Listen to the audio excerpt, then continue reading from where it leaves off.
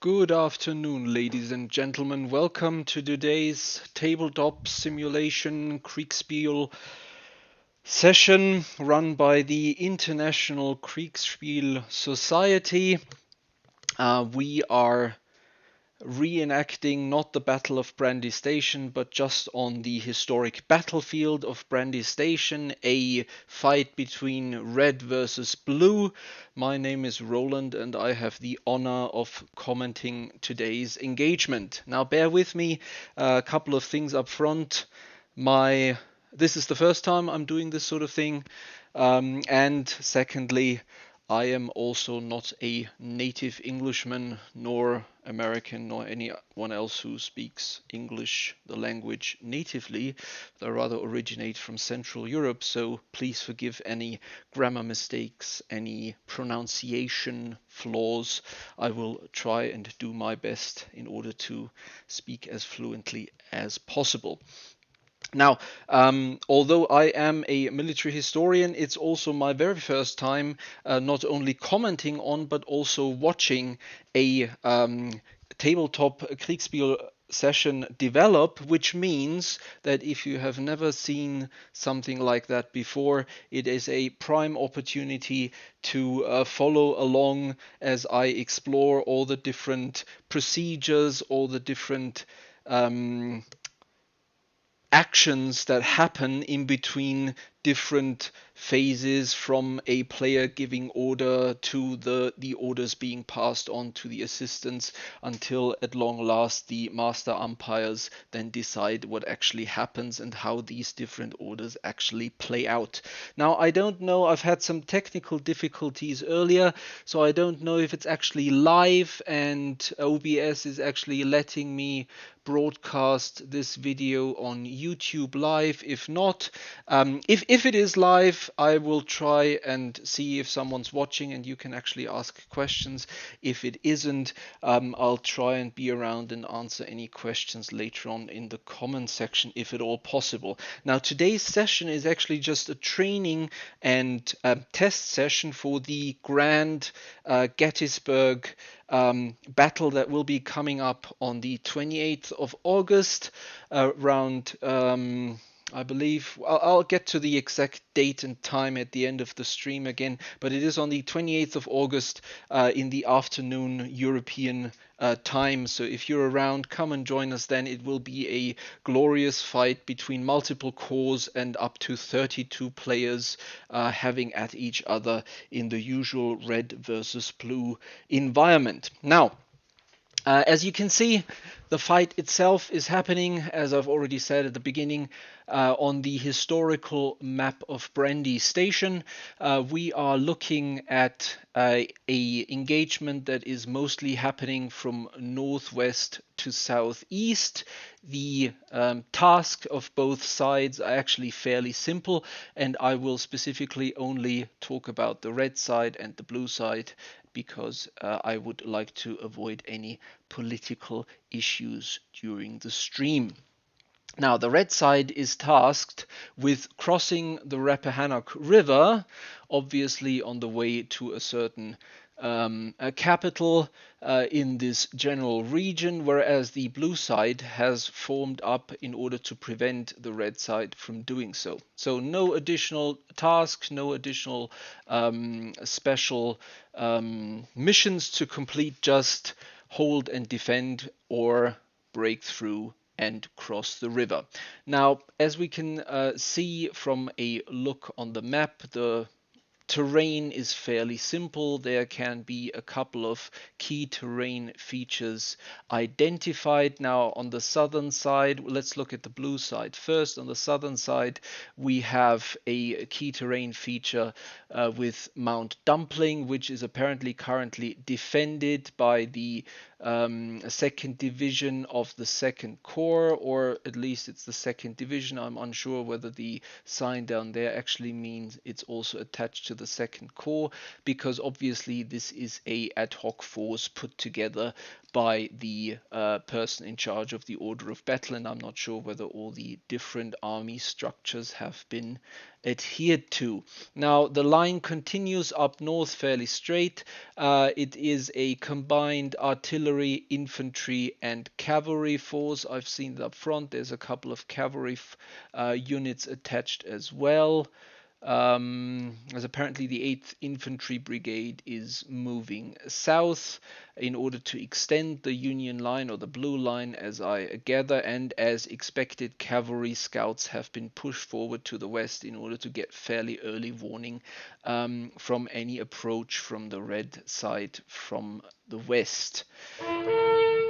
Now, in the north, we have a completely separated force. I would even say it's a very dangerous disposition the Blue Army commander has chosen to go with, because although this key terrain feature named Hazel River can be forded on several fords, I can only see one ford in the immediate rear of the Union position, which basically means that if they are being pushed hard and they are forced to withdraw, they have to withdraw through one ford. And the way I see it, that's a number of infantry brigades. We're looking at least, let's see, we're looking at one division, we're looking at two divisions here, we're even looking at a third division up north, all forced to withdraw south across a single ford, or even east, although I'm not entirely sure. Well, this Freeman's Ford is actually, you know, it's right along the edge of the Union line, so I'm not sure how easily that will actually be usable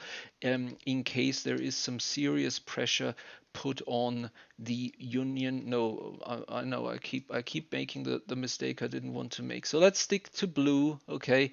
The blue forces in this area. Now, the Confederates are advancing from the northwest and from the southwest. In the north, we have a long road column led by cavalry detachments, all part of the 2nd Division, which apparently another division is attempting to link up with, in this case the 1st Division of the 1st Corps, again a mixed group of cavalry, infantry, artillery, and a supply train somewhere in the middle. Let's try and fix that a second. Good. So we're now trying to sorry, I'm still trying to figure out some technical stuff here, so bear with me. It's not going to be perfect yet. I'm trying to rule out those sort of mistakes for the big game evening in 2 weeks. Now in the southwest, we have the main force of the red side. Army HQ is present, High Command, 2nd Corps with 3rd and 4th Divisions strung out on march, a very long line. There should be, just number-wise, it's either a very huge a 3rd division, or there should be another division marker in there, which I can't really find. So it has to be one of the strongest divisions the red side is able to put on the field. And I believe during the course of this engagement, we will try and follow the different players, try and follow the umpires, see how they develop, see what they do, and then draw our own conclusions. Now, you keep in mind, I have been given permission to talk about it as freely as possible while I'm on the stream. Apparently, this society of tabletop enthusiasts is not prone to what many of us may know as stream sniping. But once I talk to the players, obviously I will not be able to talk about the general situation as I see it, because I see what the master umpires see. But I will actually have to try and give away as little information as possible. Now, if we look at the map in general, from a overview point, I guess it's fairly obvious where the main fighting will happen. I believe the northwestern sort of wing of the Red Forces has already decided not to go for a wide southern flank through the area around Coon, Payne, and then on to Weymouth, but actually, and cross the River Hazel early, but actually may have realized that this is a prime opportunity to push a completely isolated part of the Union forces. Well, I would consider it completely isolated. I take a case study from the Battle of Königgrätz in 1866, where the Austrian army commander knowingly put up a defense in front of a river, knowing that the Prussian forces would push him against the river. But before he did so, he actually decided to built no less than 11 pontoon bridges across the river in order to be able to extract his army intact, which he actually, although, as we all know, the Austrian army lost the Battle of 1866 Königgrätz, although he did manage to withdraw the army mostly intact, which unfortunately resulted in numerous losses trying to extract the army, which again, in turn, that's the reason why I'm bringing it up in the first place, should tell us that fighting with your back behind, facing the river, is one of the most precarious position a military force can actually take up. Now, I believe the flanking force, like I just said, sorry, I'm lost in my own monologue. I'm a historian. I always talk and then I get from point A to point F, and sometimes I realize that I didn't even talk about point B. So the outflanking maneuver, which may have been a possibility as well to actually crush the southern forces and join forces with the southwestern part of the Red Wing, is off the table, I would say. And the Confederate, no, again, I'm doing it, my apologies, the Red forces are trying to crush or at least push the Union forces from the northwest. Now, in a few minutes, I will actually move on and talk to the umpires. I believe, first of all, we're going to listen in a bit what's going on. I've been told that the way it works is that there's the battlefield is divided up into several different sections, and the master umpire has a couple of assistants with him, and these people are then responsible for all incoming orders that are meant for this general area of the field. In this case, we have one master umpire for the northern section of the field, which will deal with I'd say rather weak blue forces here pushed against the river, and in the south we have a group of umpires dealing with the advance of the Reds towards the east, which will most likely either end up in a most likely failing frontal assault against the key terrain features of Mount Dumpling and the harbor. Let's call them, what are we going to call them? Barber Heights? Yeah, we call them Barber Heights and Fleetwood. Very significant names which undoubtedly have gone down in history somewhere. And these group of umpires are being fed with messages created by the players, and the player messages are then collected by the assistant umpires or by the message umpires, and they then pass them on to the actual master umpires, who then have complete control of actually resolving the orders that are given in. Now, the exact process we're gonna see in a second as we try and talk to all the different people that are responsible for their sections. But the way I understand it is that the important factor of this is the sort of the uncertainty of whether the order that you give actually reaches your unit, the order is actually put into motion in the correct way. So all those things that usually, when you look at the computer gaming side of things, usually don't happen because most people actually don't like random things. But unfortunately, in history, most military victories were actually in at least influenced to some part by random events. Are then sort of put into motion on the field by the umpires. And the way I hear it is that there's some rules, and there's also a certain random and sort of personal, flexible element to it when it comes to resolving certain situations. Now, as I figure out on who is available and who we can actually listen into, I'm going to mute myself, give myself a break from my usual monologue, which I would like to apologize halfway through. And then I'll be back with the first people that we can talk to. Most likely, I'm going to try and start with the umpires and then actually move down. And then once we're like 30 minutes 60 minutes into the fight, I will try and contact the players and talk to them and actually see or find out how they perceive their current situation and how the actual situation has developed until then. All right, I'll talk to you in a couple of minutes.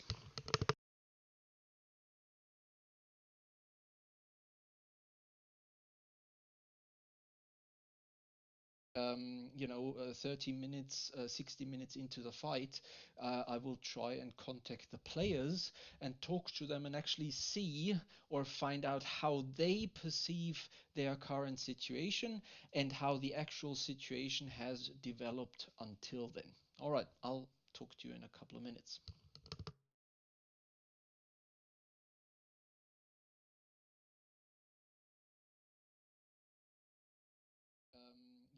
30 minutes 60 minutes into the fight, I will try and contact the players and talk to them and actually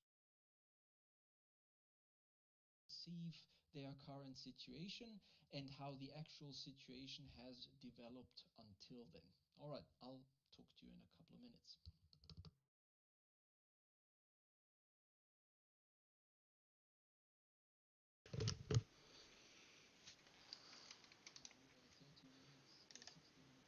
Good afternoon, gentlemen. How are we currently looking? Do you have time to talk for a bit, or are you currently very busy? I can talk for a minute. Excellent. So I've just talked to the stream for a bit and explained that the battlefield has been divided up into two sections for the umpires. And as I hear it, you are responsible for the northern section of the field where we have red forces bearing down on the Union forces from the northwest. And I would like to take this opportunity and maybe let you explain a bit what the exact process is, what you go through when you get handed the orders, and when you put those orders into motion, how you think about if there are any irregularities coming out, when is there some random event coming in, how those things work. I think would be a good first interview to get things going. Yeah. So basically, the orders come into myself to what I'm running as what we call the lead umpire, or sometimes the master umpire. Master umpire is a special distinction we use. It's like a special title, perhaps like Monsignor for a priest. It's an honorary title. But technically, I am a lead umpire. I'm actually working with several master umpires, James, Mike, and a couple others today. But I'm the lead umpire, and the other umpires who are working with me are assistants, and they are bringing me the orders for the players on both sides. When I receive those orders, I kind of average them out. All the pieces move simultaneously. That's our 2 minute warning timer bot that you just heard. That tells us we have 2 minutes before I have to go to work. All right. Okay. But what happens is I process the orders from both sides simultaneously. I Okay. determine whether or not there's going to be a combat or some other anomaly or event. I resolve that. We roll dice to resolve the combats, and then we apply the results. After that, there's 10 minutes to do all of that. At the end of that 10-minute increment of time, the assistant umpires then go back to the players and give them a report of what happened. and then the players then have some time to decide what do I want to do. Usually it's only like a couple minutes. Then they have to write new orders and give them to the assistants, who then bring those orders to me for resolution. So that's kind of how the whole cycle works. That sounds Okay. like a very busy time. So last quick question until I let you resolve the incoming orders would be, how do you deal with random events? What happens if you, who decides that a messenger is intercepted? How is it also determined by dice roll? Is it determined by your decision? How does that work? Sort of the I There, sort of there, heard that the random things of table talk is sort of the most important, or the most stark contrast to what happens in the average computer game. yes, exactly, it's the human element. And the cool thing is sometimes the umpires make mistakes, and you have to live with it because it's like your subordinate made an error, such as going down the wrong road.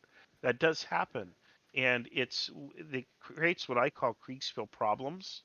Hmm. And for me, the problems are the challenge. That's the game. Is how do you respond to the problems, both the ones that are put upon you by the circumstances and the ones that are kind of come about by mistake. You have to solve all of those problems just like you would have to do in a real war. Now, you asked about the couriers. The couriers are generally never intercepted unless they pass very close to enemy units, and then we'll probably roll a die.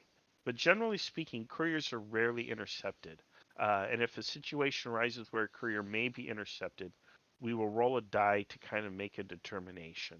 So there's still a random element to it. All right, So excellent. So I'll that's let how we you. do it. Excellent. That's a perfect summary. I'll let you get to work, and we'll be back later on. Cheers. Thanks. Thanks. Thanks. Cheers. Ah, shit. No one seems to have told. All right. So that was, I think, a very concise and very insightful summary of how the actual combat resolution happens, how certain issues may come up. Immediately, it was already admitted that, of course, human errors happen, and obviously, those human errors are then sometimes sort of interpreted in different ways, depending on the, I guess, personality of the umpire or player. Obviously, a good amount of humor and understanding has to be applied during these matches, and it's also, although it most definitely happens sometimes, very good if you don't take things personally, because I doubt that it would be targeted, or also such mistakes would be deliberately targeted at specific players. All right. Well, we can see that in the background you often hear that noise, which I couldn't really figure out at first, and that was also explained. That's the turn bot, which apparently jumps from room to room in on our Discord here, and tells us that a certain amount of time has passed, and that you have a certain amount of time left to either write a message or to actually input the message into orders, and then move the units that we can see deployed on the field here. Now, I think this is a very good moment to actually, while the umpires are working on actually moving different units in the background, we actually can see that units are being moved around and troops are being redeployed as per the orders of the different players. I would like to read to you a couple of messages that are used to actually put those orders into effect on the map here. And I'm going to start with a random message from the blue side, which is a dispatch to the commander-in-chief located on the Smith farm at 0600. Now, what we're going to briefly do is find the Smith farm. Now, obviously, that should be rather there, we've got it. We've got the Smith Farm. It's the sort of northeastern flank of the Southern Union forces, and it gives the information to the commander in chief following: defending our current position, staying put with 1st Division, ordered 2nd Division to send out scouting brigade to the high ground south of their position. Godspeed, Brigadier General J. Johansen, 1st Corps commanding. Now, I gather those scouts we can see here in form of the 15th Cavalry Brigade, formed up in two different I don't want to really make any mistakes here. I'm not going to say it's probably going to be a regiment or a battalion. I'm not entirely sure. The entire unit is a brigade as stated on the counter, so please don't put me up against the wall for not knowing whether it's a regiment or a brigade or a battalion, because I'm unfortunately not an expert on the 1863 order of battle of Union Cavalry. Now, at the same time, we have some similar orders from the Commander-in-Chief of the red side, actually. So we've just read a order coming from a subordinate commander to the Commander-in-Chief of Blue 4, and the army headquarters is right next to Smith's. So basically, he would have probably shouted that order to headquarters. And on the other side, we have a dispatch to the army commander of the red forces, and that states from Commander-in-Chief to Cavalry Command at the time of 6:20 a.m. The order states: deploy a dismounted line along the tree line at Mount Dumpling, post scouts at the crest for reconnaissance, report contacts, and await further orders. Face the line on the northeastern edge of those trees. Right.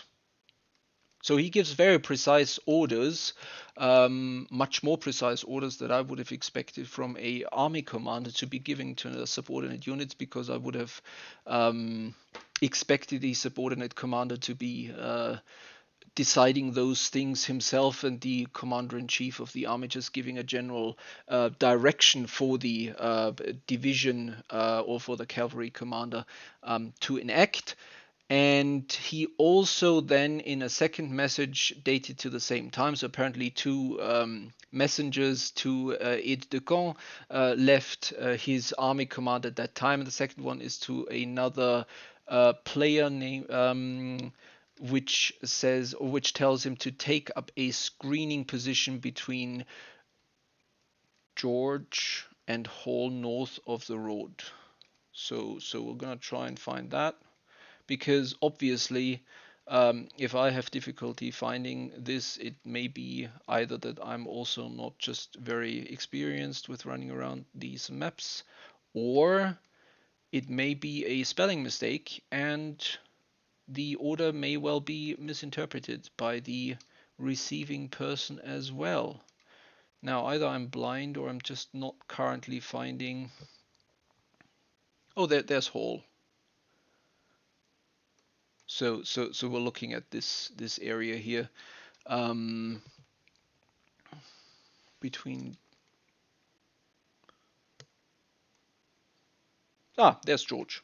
I must have been blind. My apologies. There's George and Hall. So he's basically telling his southern infantry command, I gather, to form up in a sort of form up area in the rear, and the cavalry command to screen towards the east, towards Mount Dumpling. Now, I would, I don't know how quickly these people can march. Obviously, we have a reference of what the scale is here in miles.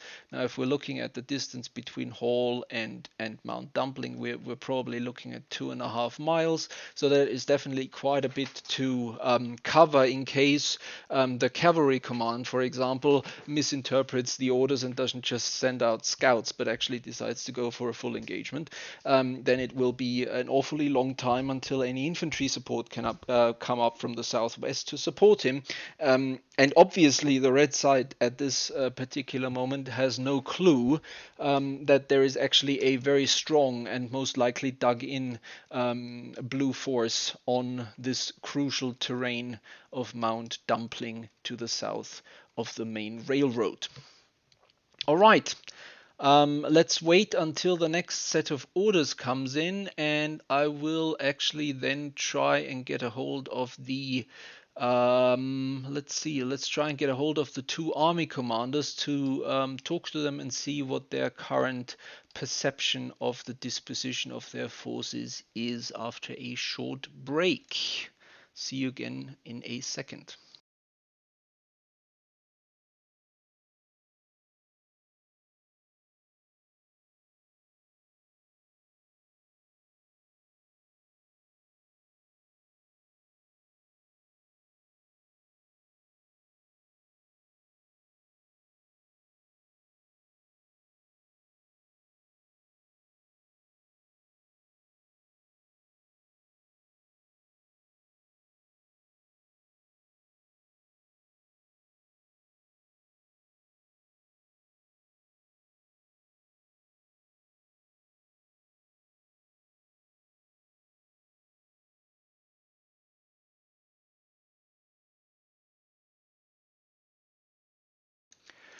All right, ladies and gentlemen, I was able to get a hold of the Blue Army Command as I understand it. I'm not going to give away anything that I've realized on the map so far, obviously, so we're operating under OPSEC here. And the first question would be, what is your current understanding of your dispositions, your tasks? Is everything going as planned, or are you already faced with the first major obstacles on the field? Objective of the Blue Army is to prevent the red team of crossing the Rappahannock where the candle is located. And at this point in time, my force is split. I got one corps protecting the area around Brandy Station and one north of the Hazel River. And I'm not sure if they are already in contact there in the north, because we heard there are enemy columns marching south from Jeffersontown. Mm-hmm. And you're positioned in the southern area of the map, aren't you? You're near Brandy I'm Station currently itself. still at the Fleetwood Mhm. house or farm or whatever. Yeah, Mhm. near Brandy Station. And so our idea is to pull back the second corps behind Hazel River, so south of Hazel River. Where the hills are, they're Welford and Green and so on around Thompson. But we will have to see if that works out just fine. I fear they'll get into contact with the enemy before they can bring the whole corps south of the river. And we suspect there might be enemy movement to the west, so maybe trying to cut between our two corps, coming from Jameson or wherever, through Jaeger and Beasley Hills, and then to get in between there. Or maybe some forces from Culpeper trying to outflank us in the south and cut us off.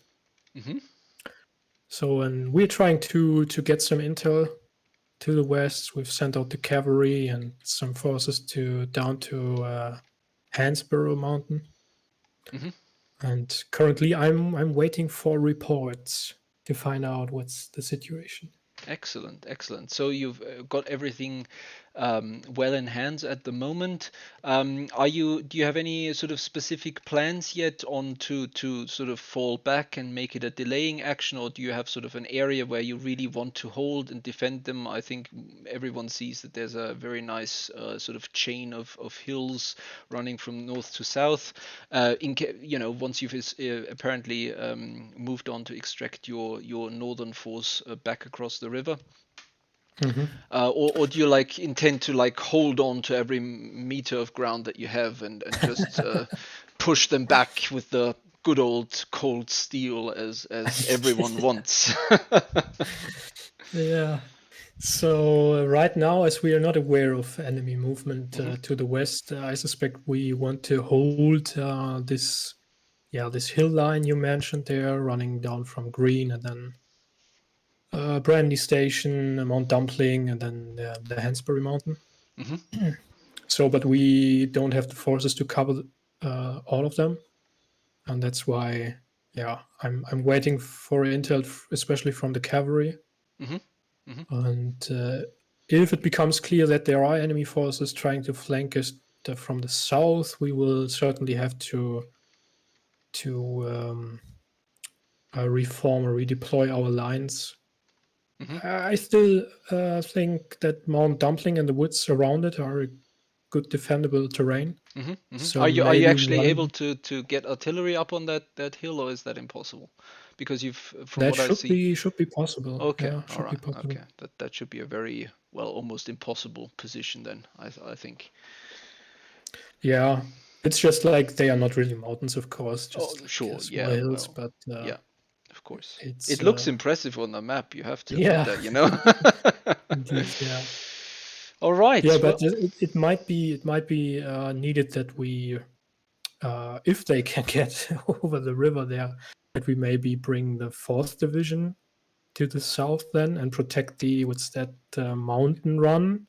mm-hmm, So like the creek there mm-hmm, mm-hmm. around Hamilton and Reed and so on. So, Yeah, so basically, you're trying to move your northern fourth south across the river and basically designate some of those forces as a reserve after they've successfully exactly. Yeah, extracted. Yeah. Okay. exactly. All right. Okay. Well, very interesting. Thanks for your time. I'm going to leave you now to process all the hopefully incoming reports telling you about reds everywhere. Yeah. Good luck, and I'll definitely talk to you later on during the course of the fight. Thanks a lot. See you. All right. So another input this time from the Blue Army Commander. I think a couple of tidbits that we can extract from that conversation. The what I find very almost relieving is that the Blue Army Commander has realized that the northern position of his forces is definitely untenable. He's done the only sensible thing right away. He's ordered them to pack and get going out of there, and we can already see what's happening. What I've initially discussed. The forces are desperately trying to cross the river using this only ford that is available to them, which is the only safe one, because obviously I don't see any cavalry scouts here in the center of the map looking west, and there's only some cavalry scouts, not even very much pushed forward in the north, which I find very interesting, because cavalry should easily be able to extract itself even if pushed forward to the sort of Cloyd Myers Ball area. But he's doing the only sensible thing. He's he's ordered the formation of a defensive rear action line along some useful terrain between Jones and Gaines, and the other forces are ordered to withdraw with all possible speed to the south. And then I expect there will be some sort of a flying column that will be positioned somewhere to the rear, which will then be used to either slow down any enemy force or meet them once they've been identified. I find it interesting that apparently a infantry brigade, in this case the 8th Infantry Brigade, has been ordered south. Military historian would say that's completely unsupported infantry, and even the Romans back then said lone infantry, poor fellas. It's not a very good thing, I'd say, to leave infantry out there completely alone. Although, as we all know, cavalry doesn't have quite the impact as it used to have just some 50 years earlier during the Napoleonic age, where the cuirassier was basically the tank of the Napoleonic era. And now, through the improvement of muskets, improved range, improved reload speed, it was actually quite a lot more harmful to do a traditional cavalry charge, which didn't keep them from doing it apparently, because even as we most likely you have heard of, even during the First World War, or the Great War as the our English friends call it, cavalry charges still happened. They didn't happen very often, and they were quickly stopped because it was rather murderous, but they still happened. All right, so I think the next interesting thing would be to have a look at the red side of things, it's always good to start with the defender, I believe, so that we give the attackers more time to develop their plans. It's usually a more sort of fast-paced a phase, I believe, if you're trying to organize an attack than a defense, because usually the defender just has to, send out scouts and actually at first find out where the enemy is. Whereas as the attacker, you have to coordinate different angles of attack. You try to schedule those units to arrive at a specific time in order to be able to work together in unison. And that is even more difficult with the time delay that was still happening during the American Civil War. As we know, the technology has progressed in certain areas with different speed than in others. So the traditional way of breaking up a very strong defensive position that was still possible during the Napoleonic era, such as the canister shot from a large grand battery of guns, no longer worked during the American Civil War.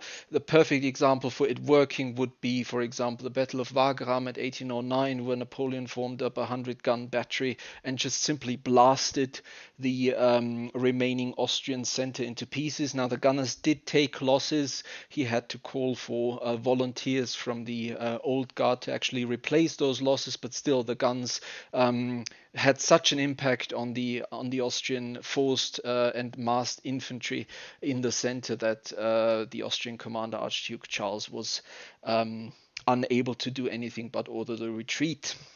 Whereas, as was actually already found out during the first Battle of Bull Run, or First Manassas, as it is also called, this particular tactic no longer worked during the American Civil War, since the increased range of the muskets and the increased accuracy of the musket actually made it rather devastating for any kind of artillery to be moved into position and then use canister shot. That it still worked very well in a defensive kind of way and approach is definitely true. So defending artillery was still very powerful, but moving it into a position to actually attack was no longer as viable as it was before.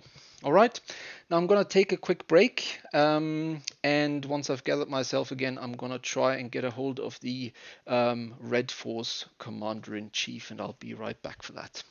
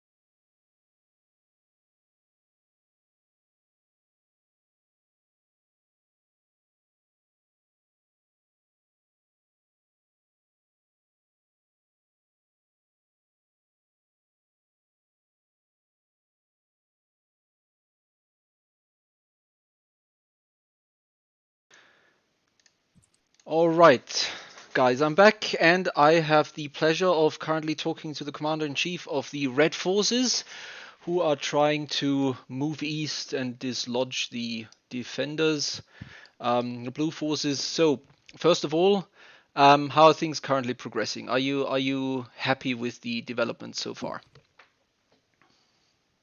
Well, I don't know much. As far as I know, I'm just on the road at this point. But over the course of the last turn, I've kind of guessed on what the enemy might be doing. So I'm going to be seeing if I can't join up with my two divisions in the north And if they've got troops up there, we're going to take them down and then move from there. But right now, I'm just trying to get my army combined.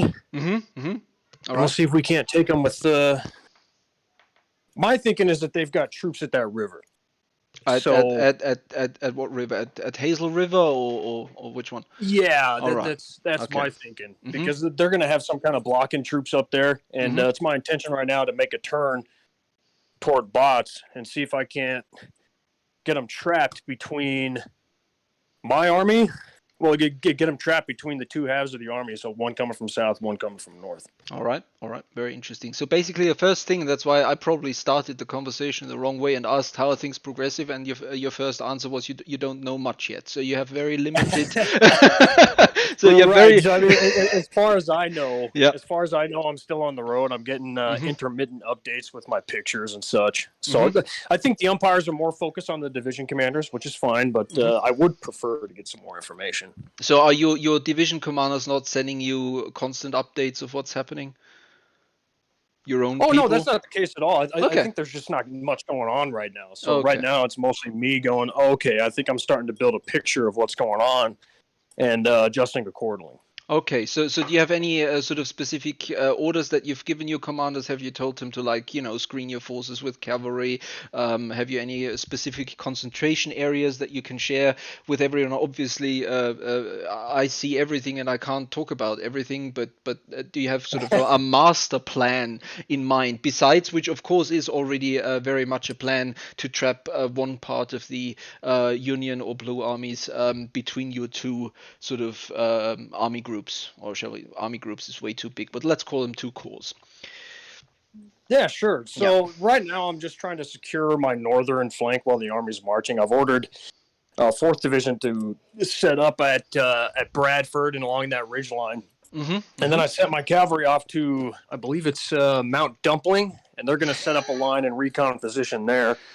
So I've got my flanks and my reconnaissance covered. I'm not going to get caught on the road, and I know what's coming down from the east down the big road. So right now I feel like I'm in a good position. I just need to make that turn and get up there as quick as I can. Sounds excellent. So we'll definitely see some coordinated action here, which I found very refreshing, seeing that the commander-in-chief obviously has an understanding of the map and a general idea. There's a couple of things that if you watch the stream later on, me as an ex-officer and or retired officer and military historian has immediately seen and said, oh my god, that's going to be a disaster.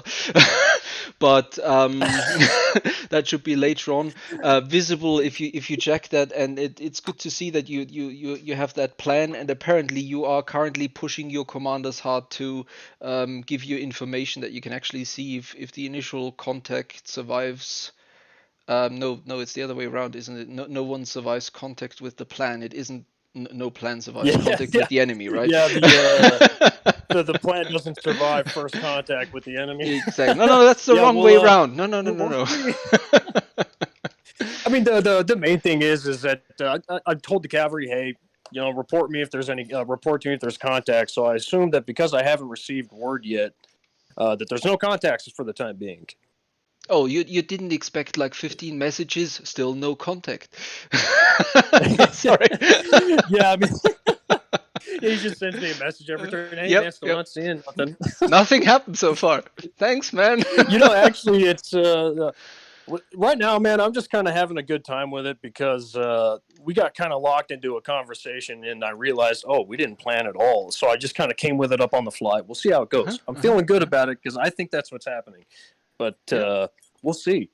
All right. Well, I'm gonna stay as cryptic as possible, and thank you for your time. I'll be checking in later on if possible, and good luck. I said the same thing to the blue guy, so I didn't take any sides. All right. I'm trying to be completely neutral, as neutral as possible. All right. You see, he's nice and comfortable for now. He just doesn't know what's about to hit. Probably. Yeah, I heard he was actually currently visiting the tavern, but yeah, he should. Oh, he's drinking at the tavern? Yep. Lazy. Yep. Nothing to do for him, he said, but who knows. All right. Well, that's the thing about higher command, man. I mean, you really don't do much. Oh, no, you have to. That is also something you have to do. You have to be able to actually, take a zip when there's 15,000 people dying every second. No, that's a bit, exaggerated, but that's how at least Oh, no, General I get it. Field Marshal Haig did it anyway. During the first. Yeah, I World mean, War. that's something that a lot of people I think don't realize. I mean, the higher commander, it's not like he's an overlord, No. Basically, kind of the difference between officers and NCOs. I mean, you've got the officer, he's making the calls, but the guys actually doing the fighting and doing the work are the NCOs. Exactly. Which is kind of what the role of the division commanders is right now. But so depending. really, I'm just overall strategy, they do the work. Exactly, and depending on how good your political connections are, you'll actually either have to take the brunt of the blame if something goes wrong later on, or you can actually blame it on someone else. That is entirely up to you how well connected you are when it comes to your affiliation with the ruling council of the country you fight for, isn't it? Yeah, it's a different time, man. I mean, exactly. It's kind of like me personally, however this fight goes, I'm gonna put the blame on the correct target. So if someone made a bad call and that's what caused it, fine. If I'm the one that caused it, hey, I'll take responsibility. That's very uncharacteristically generous of you. Don't do that too often because it always ends up badly, I think. All right, I'm not gonna keep you any longer. Thank you for your time, and I'll talk to you later. Hey, appreciate it, buddy. All right. Well, sorry about getting off topic there a bit. By now, you've listened to me, maybe if at all, for a couple of minutes already. I tend to ramble on, and then some historic references pops up, and then this has to be talked about it immediately because I forget it otherwise. But in this circumstance, I believe.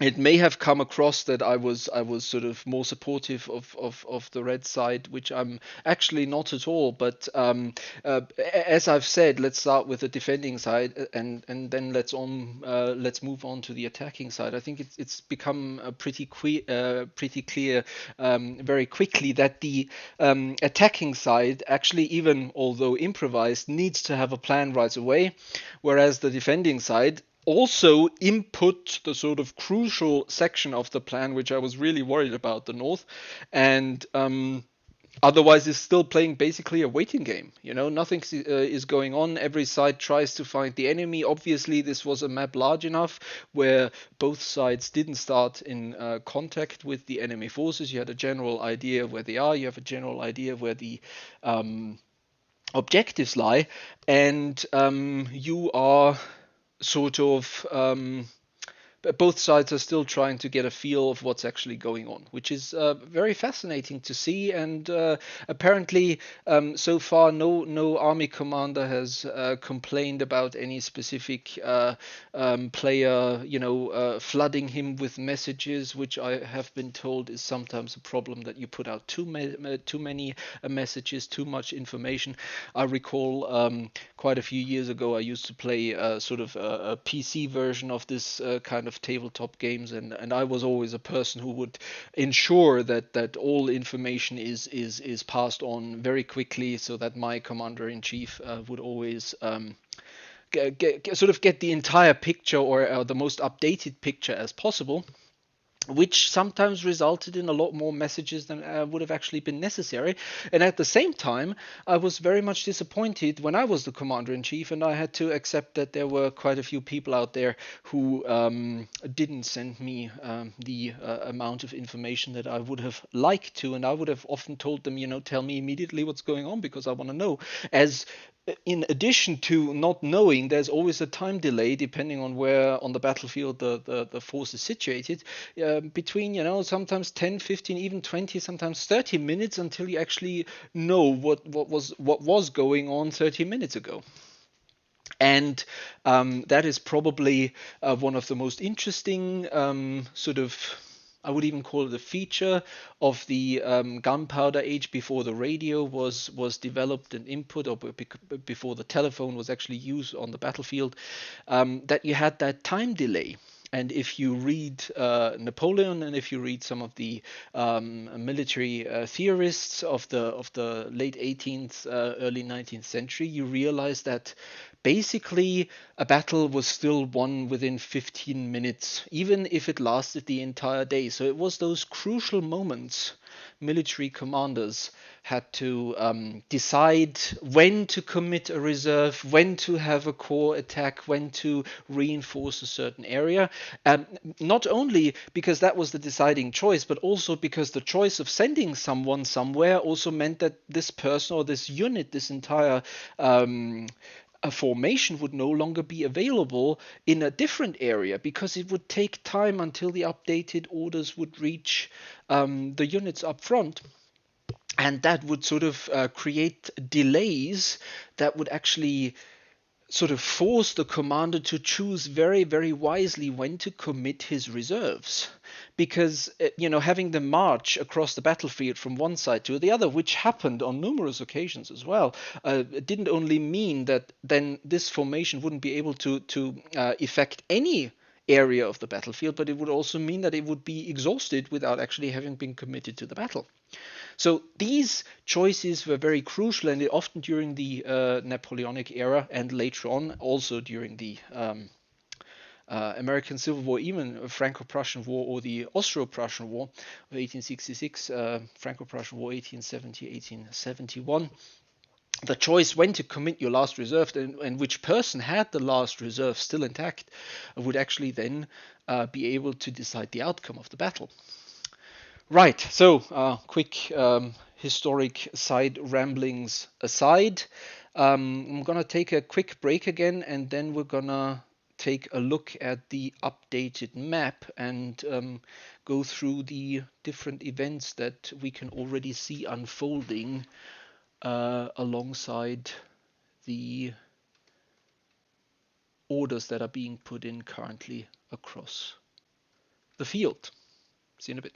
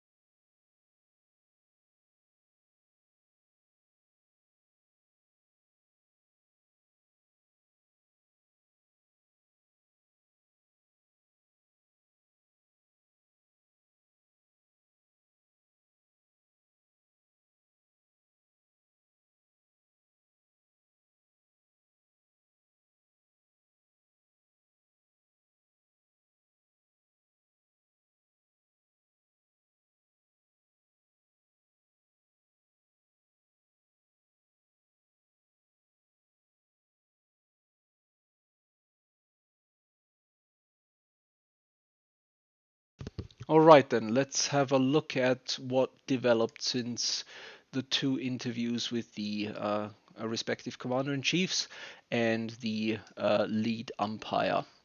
From what I can see in the south, we still have the long stretched out columns of which I would consider the main red force along the railroad lines towards the objective they should reach and where they should cross the river Rappahannock. And it is to be expected that the cavalry scouts, or the reconnaissance parties, both the blue and the red side have sent out, will soon be in contact, and there may be some early skirmishes happening soon around the villages of Kennedy and Ross. Now, this should be giving the both sides a first idea of where the main forces should expect contact with each other. I believe it is safe to assume that the Red Force commander knows that usually cavalry pickets are sent forth a certain amount of distance in front of the main force, and if he looks at the area, even an inexperienced commander will quickly come to the conclusion that the main defensive force will most likely be situated around Mount Dumpling, and probably he will expect either the rest of the Union to defend the south around the Hansborough Mountains, or to have some sort of pickets in this area, expecting the main force obviously to move along the main road, which is historically very much correct, because it's, although sometimes it would look well, less than useful, shall we say, to move along those long roads when you know the enemy is somewhere. You have to consider supply and communications, which were very much relying on good road conditions, and good roads were far and few between. It was actually the American Civil War where things like building railroads started completely. Supplies were, for the first time, were actually not only just taken along and then handed out up front, but I believe it was during the Peninsular Campaign of McClellan, where the first time, or was it the Siege of Petersburg? You please correct me if you do know better. Where the first time the Union actually had specific supply, meaning that, First Company, Second Regiment, Fourth Brigade, Fifth Division, Second Corps would request a certain amount of whatever, bullets, beef, etc., etc., and that would actually then be specifically for that unit, ordered, delivered, moved on. Whereas until then, you would just have a general supply for the larger army formations that would in turn then be distributed, very difficult word, my apologies, according to the discretion of the commanders in the field. So obviously they are making good way, and I believe it's rather impressive, the sort of the marching speed that the Red forces are displaying along the good roads. But again, obviously using the good roads, so they can march faster than other units who are moving along the smaller roads. And it is expected that, it's probably going to be 2 or 3 more turns, and then we're going to have a full-fledged engagement here along the main defensive line between Mount Dumpling to the south and Barber to the north. So far, the reinforcements haven't arrived, but if we move up further to the north, in the what I would call the blue center, currently, because there's still forces to the north, and it surprises me that apparently this force has not yet received the orders to follow the, what division are we looking at here? Don't even have a do we have a division? It should be the 3rd division if I see. No, that's the 3rd infantry brigade. I'm trying to locate a division marker, which I apparently can't. So we'll just have to. So there's 2nd Corps, 4th Division. So I would assume that this is probably 3rd Division. To follow this division along the river and then form up along this beautiful hillside between Cunningham and the road to Munford.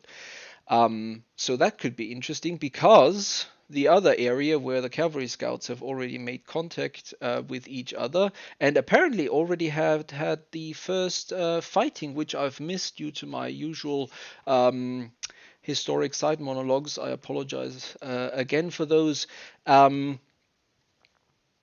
Have apparently already made contact, and there has been an engagement already decided, which left one regiment of the 17th Cavalry disrupted and facing the Red 14th Cavalry Brigade. Very interesting. So reports should be coming in quickly.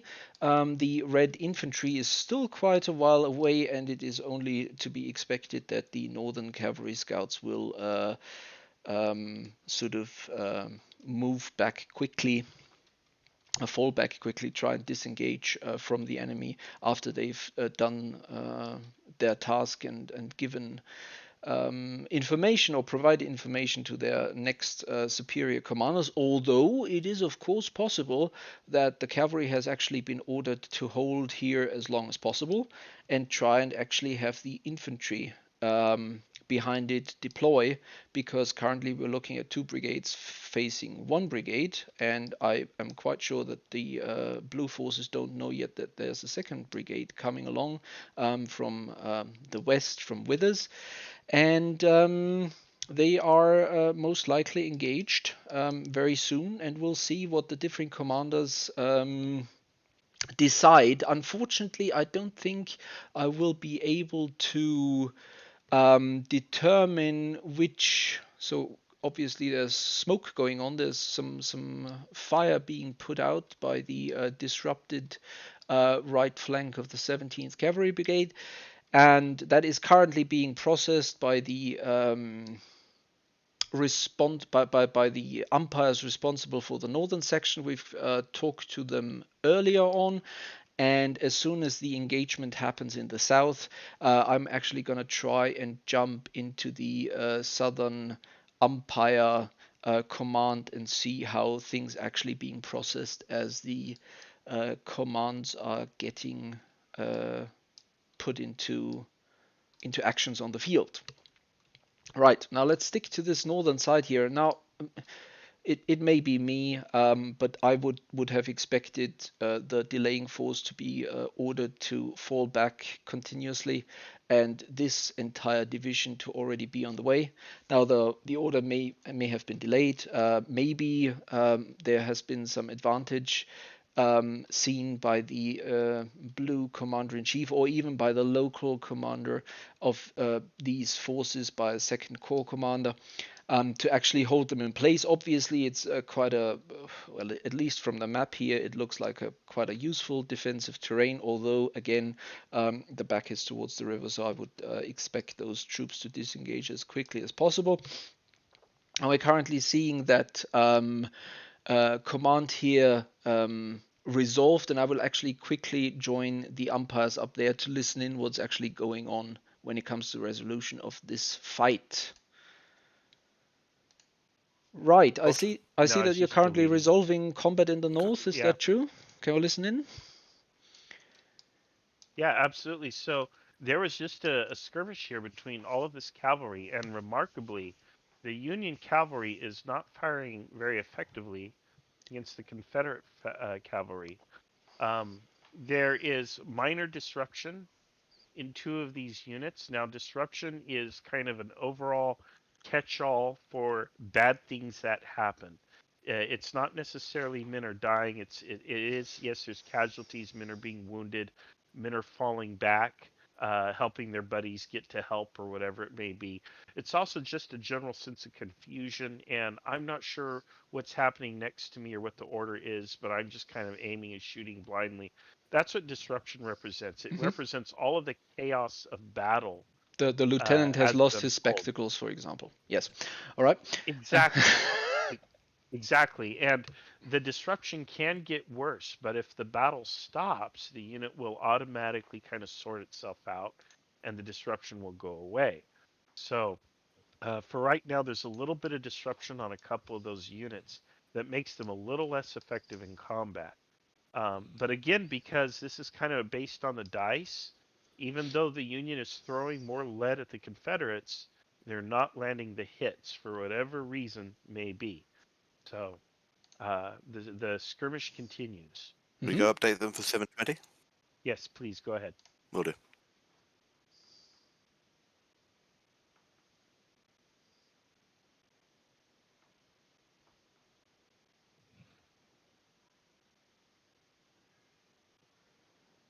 Okay, so it looks like the Confederates are going to maneuver a little bit to get a little bit of a flank position.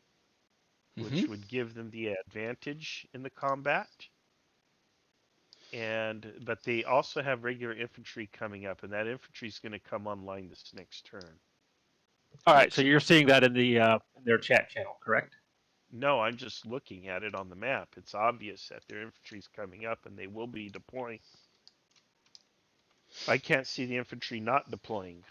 You know, they're going to Nope, try and to that's pull exactly in what that- they want to do. They want the artillery to start deploying. Okay, orders from the division commanders. Where do you want us to put that, or do you want us just to relay it to you verbally?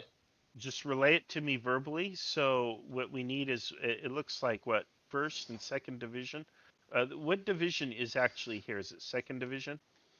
That is 2nd Division. Okay, so 2nd Division and 3rd Division need to report to me verbally at the same time. Okay.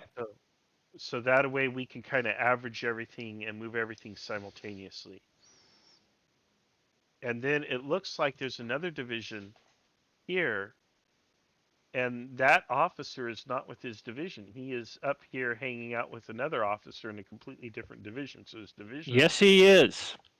not really being commanded right now. He's left it in the care of a lieutenant of some kind. Precisely. He's given it to his adjutant, and he's praying for the best. Oh my. Okay. Well, hopefully his adjutant knows what road to take. Probably does. Probably sees everything going on, though. So kind of hard to miss. Okay. Okay, so the orders from the 2nd Confederate Division Okay, is hang to on. have that Sorry, go ahead. Do we have the we need And he's Justin. praying for the best. He's got to tell me what 3rd wants to do. Okay. Oh, got it. Yeah. we're Let me know putting when you're ready.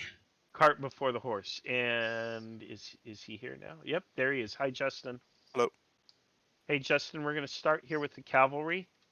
Okay. What are the orders here for the cavalry, please? For the 700 or 720? Actually, yeah, 720. Actually, no, we need to wait for the end of player time, don't we? Yep. I know what they want to do. He's just told me that he's going to leave the 17th Cavalry to try and press them from the front. He wants to try and charge them in the flank with the 16th. Okay, hang on. Let's sit tight here. That's what he's told me, though. He's still writing it up. One of the big problems of umpiring is we have to stay synchronized, and I'm not. Yep. synchronized. Yes, we do. Yes, we do. I'm anxious to move ahead. Look at this in the south. Look at this right here. I've completely lost track of what's going on in the south. What's going on down here? Well, the 4th Division, the Confederate 4th Division, is deployed in a screening action against absolutely nothing at all. You're screening against space. Who are the two Confederate commanders in the north? Lando and Cars. They're currently co-located at the front of the column near Ball. All right, I'm just sending a message to everyone but them. Okay, let's see here. All right, let me check in with James.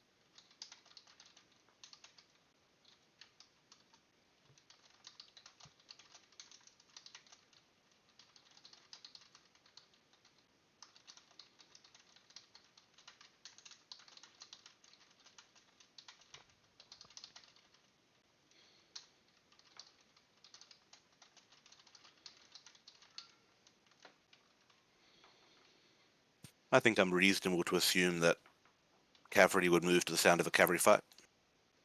Yeah, for the most part. They won't be in a position to engage, but when they complete their orders, expecting to meet up with someone near Withers, they hear fighting, they'll head in its general direction. Yep, march to the sound of the guns. Also, I think Mike Dunn has accidentally skipped a turn and is telling people it's 7. All right, let's try and use this quick interlude between the order, between the incoming of the orders and the actual resolution of the combat phase to talk about what we've seen so far. So my prediction was actually half a turn off.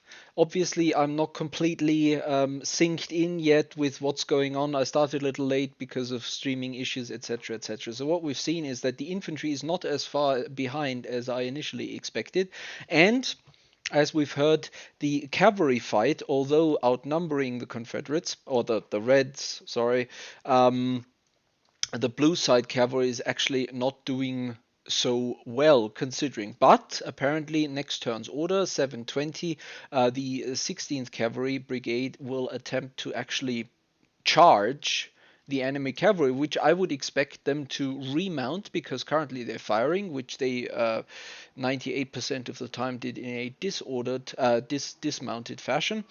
They would have to remount, which means bring up the horses from the rear, remount the entire unit, which is a very difficult prospect actually under fire, which would most likely never have happened under fire, under direct fire, or probably it did sometimes. I don't know. I don't have an exact example at hand. There may be some. If you know about it, please tell me about it immediately. It'd be very interesting to see that. And yeah, it should be very interesting to see if the counterattack of the 16th is then actually not taken in the flank itself by the 12th Cavalry Brigade of the Confederates. So that should be very interesting to find out. It's basically a situation of the Union Brigade charging at Waterloo, charging the Grand Battery of the French, and then being stuck there and being charged in the flank by Polish Lancers, which didn't end so well for the Scots Greys and their compatriots. Indeed, I see we've got a first message on our chat from George Kilgore. I don't hope I butcher your name too much. And yes, praying for the best is always a great idea. I'm actually really surprised that apparently the fight isn't going so well for the blue side here. It seems to be a fairly experienced cavalry force, obviously going up against a more experienced cavalry force, as we can see by the stars up there on the counters. But still, I'm actually surprised. And now we can see that the Confederate cavalry is already deploying online. And that will most definitely evict any sort of defensive force from this area, especially since apparently orders have been given to also deploy artillery, I suppose, in this general area. Which surprises me again, because deploying artillery and then in turn I mean, unlimbering artillery and then in turn relimbering artillery takes time, and that is obviously also reflected in this game, which means that the Confederates may actually, due to poor intelligence, which I don't think really in this situation would be a fault of them, because they try to reconnoiter as much as possible. It's always difficult to find out the exact strength of the enemy, and you don't want to undercommit. So we don't know. We've probably all seen the movie Gettysburg, and that's actually fairly correct what happened with Heath's attack. He completely underestimated Union forces in the town of Gettysburg, and then wasted a lot of time uselessly, and we don't want to see that happen here, I believe. And I'm not really sure whether this could be interpreted as a fault of the local commanders. Actually, just they want to make sure to push back the Union forces from this area, and in order to do that, they are deploying what we see here as the 2nd Infantry Brigade, and that will be supported by the 2nd Artillery. Several batteries, obviously, and apparently the 7th Infantry Brigade will be close behind, still deployed on the road in order to reinforce if necessary. Now we see the 16th Cavalry Brigade doing exactly what they initially wanted to do, trying to charge the flank.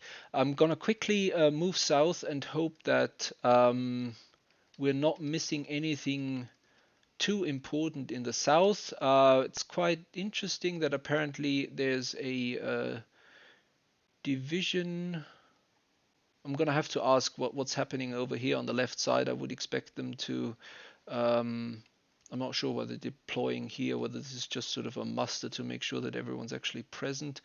I'm going to find that out as soon as we rejoin the southern umpires, but currently I believe it would be a waste if we don't join the northern umpires to find out how this combat is actually resolved. All or right. attacking, at least not significantly. I'm back again. Hello. I can see the 16th Cavalry Brigade is trying to charge, apparently unaware that there's a complete cavalry brigade in its flank, waiting, most likely to That's counterattack. right. Well, arriving now, but yes. All right. So Yep. that's so following the bad results of the firefight, that doesn't bode well for the future, does it? Right. Okay. So this here is going to be ineffective fire here, perhaps because they see the charge going in. But you're right. This Union unit is going to have a hard time. There's going to be consequences for what they're doing here. However, they're probably going to score some kind of a hit here. Now here we have a hit result. And a hit result means that a unit's state is going to be reduced. But of course, with cavalry, I don't think there's a second state. It just gets broken. So we're going to put the hit marker on it, and we're going to get another one of these.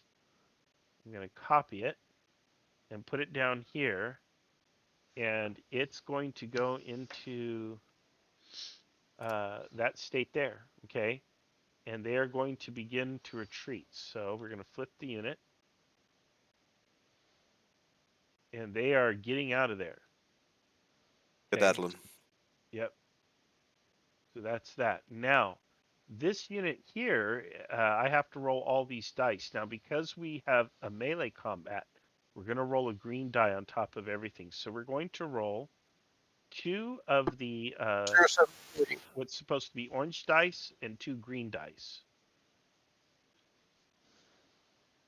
And let's see what the result is. Okay, so there's a hit here, and that's going to do it. Plus, there's an advantage. So they're actually going to shatter and rout that unit. So they're going to do not only breaking,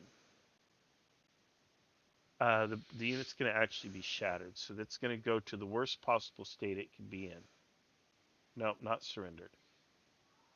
You're right. There is a worse state that it can be in. Hiya. Right? And we're going to remove them from the combat. Okay, so this went in. It was highly successful. And all right. Any risk to the general? No. I know we don't normally do player kills, but I just thought I'd check. Oh no, Yeah, I would do not it. this case. Well, there was no hit result rolled against them. That's fair. So if there were a hit result rolled against them by the people receiving the attack, that would be different. But these troops were mounted. They charged in against dismounted cavalry. Of course, they're just going to run away. Okay. Now, these troops coming in on the flank would be something different. They've just arrived now, so they're heading towards the sound of the guns. Okay, so they're not even capable of returning or putting fire in yet, are they? No, they just arrived. Oh, Okay, that's now, interesting. Because this unit just executed a charge, they are disrupted. There is a consequence for what they're doing, which is that they're not able to do anything until they recover their disruption. The other question So that came up for me would have been is there any specific sort of additional difficulty? From what I've seen from the map was that the 16th was actually involved in a firefight, and then they were told to charge. Now, as I understand it historically, they would have most likely fought dismounted, and if they did a charge, that would have meant for them to remount in order to do the charge. Now, that would mean that in this specific situation, they would have had to remount while being under fire. Is that being considered at all? Is it a wrong interpretation from my side? How did those things unfold there? If you could explain, please. Yes, that's correct. The thing is, the turn moves in a 20-minute increment, which is a pretty big increment. So they would have had time to do all this. And the units that they were up against were throwing red dice, which is elite dice, meaning those are the dice that are most likely to result in disruptions or hits. Nonetheless, none of those results came up. So you did So okay. So you did a dice check before they actually executed the charge in order to find out whether they are actually able of. Okay, that's very interesting. Excellent. Yes. And now the brigade that I sort of thought would be in the flank actually can't act because it's for the next turn to wait. Yes, they're just now arriving. Okay, thank you. Okay, is there anything that we need to do? Are we all resolved for umpire time? Who is What time? Wait, Okay, why? and What happened to Don? I don't understand the question. I've got a message here that says dispatch to Cavalry Reserve Benny, previously Don. Oh, I don't Do they know. need They might have had a commander switch. I think they said they did have to. Yeah, they had to change the. I saw a recruitment call. Can we have a commander for the Cavalry Reserve? Yeah. Okay. So we're ready to do the next text update. Yes. Let's go ahead and go to the next turn. So it's So this is- 0740 now, yes? Yes, that's right. 0740 player time. Okay, we will give those on the southern area as well. Perfect.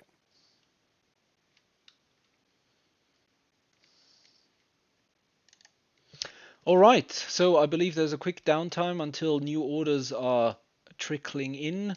I believe it's quite an interesting turn up there. As you see, the turn delay and the sort of the rather long time for a turn to actually be played out means that certain things that one may perceive to understand from a map don't actually necessarily need to be that way. And the attack in the flank didn't happen yet. Now it's still possible, probably, that next turn they can attack, and I don't know exactly the rules, what it means for them to withdraw from this charge, how long it takes for them to recover from the attack. But the attack per se was definitely a full success, following the rather disappointing fire phase. The cavalry scouts from the northern column, from the second division and first division, were thoroughly routed. And that gives definitely additional breathing space for the blue forces to what I would hope would be to extract their forces rather quickly to the south and maybe take up a useful defensive position in the general area of Welford and Cunningham. What I would think would be a very good extension of the general line down here. Now, obviously, if we compare the forces strung out on the map here, the red forces seem to be at least equal, if not superior, in numbers in the south as well. And if they are able to manage to link up with the northern wing of the army, with the northern corps, they could definitely pick their spot basically and punch through, unless it's one of those apparently not so commanding terrain positions as I usually or initially had thought they would be. So those are just gentle rolling hills and nothing like a little round top or equivalent size mountain ranges. All right, well, next thing up, I'll try and find some players to actually talk to and see if I can find out the commander of the, what are we looking for? We're looking for 3rd Division Command. So I'll quickly pop down and try and talk to the Red Army Commander, and I'll be back once I figured out who I need to talk to.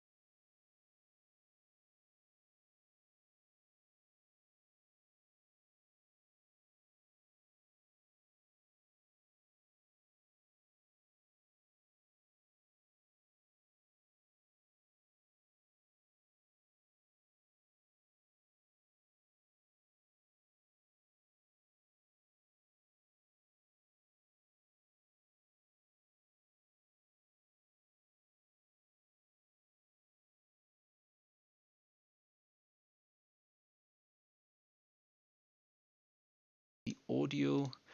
All right, welcome back. I have the honor of talking to Commander 3rd Division in the southwest of the battlefield. I am told, at least by your Commander-in-Chief. Is that correct? Yes, that's correct. Excellent. So, I've talked to your Commander-in-Chief earlier, and he said he's currently having you probe the sort of area around Mount Dumpling with your cavalry scouts. Have you received any useful intel so far from your general And advance? no, I haven't, but Okay. the cavalry is under the command of another person. Okay, all right. So um, you'll have to talk to him about that. Do you know who that is by I any chance? Yes, I can tell you in a second when I find him again, because he seems to be gone. Charles of So he's gone for a beer. Okay. I don't know where he went, but his name was Charles of Skelshire. Charles of Skelshire. All right. And he's in command of our cavalry brigades. Well, no matter. We're gonna find him eventually. But let's still use the moment to talk about your current position. You're, the way I see it, you're currently strung out on the march on a very good road. Is that correct? Yes, but we have enemy contact at Kennedy, Okay. so my troops are right now preparing to deploy and form a battle line, All and right. then advance to beat the few enemies in front of us. Okay. So But is as yeah. I see, our cavalry has already beaten them, so my troops can advance in peace. Okay, so you're back to column formation. You don't have to actually fight. That basically makes the next question redundant. Do you have any sort of preferred battlefield formation that you have? Do you always go in with like how many brigades are under your command? First of all. I have 4 brigades and 1 artillery battalion. Okay. Okay, excellent. So do you like usually send in 2 first? Do you have any specific formation, or do you adapt that to the situation? I try to adapt to the situation, Okay. and because my units are strung along the road, I just have to send my first brigade in Until they're and done, and then the try. next one. That's the usual meat grinder, right? Yeah, not my favorite, but That's the way it not works, much yeah. I can do about it right now. That's the way it works. So have you been, last question, have you been given any specific orders that you can share with us? Not really, just advance along the road, south of the railroad, Okay, and fight enemies as I see them. excellent. All right. Well, thank you. That gives that gives us also an idea of how much you know and what's going on around you. All right. Thank you. I'll Okay, jump back later if I may. See you. of course.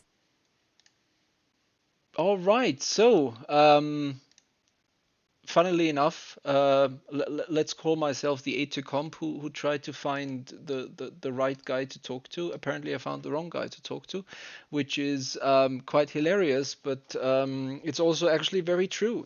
Happened often if commanders actually moved around on the field. If commanders moved to a different position, then the messengers would go to a specific position and then would have to ask around where to go to, would have to find the flag on the battlefield. Oh, there he is now. That's why actually often commanders would not leave their command post willingly, or if at all possible, because it would mean that messengers would actually arrive even more delayed than they would normally have to do so. There's actually a very interesting story when it comes to that, to the Battle of Königgrätz, where recent studies have actually shown that the position the Austrian commander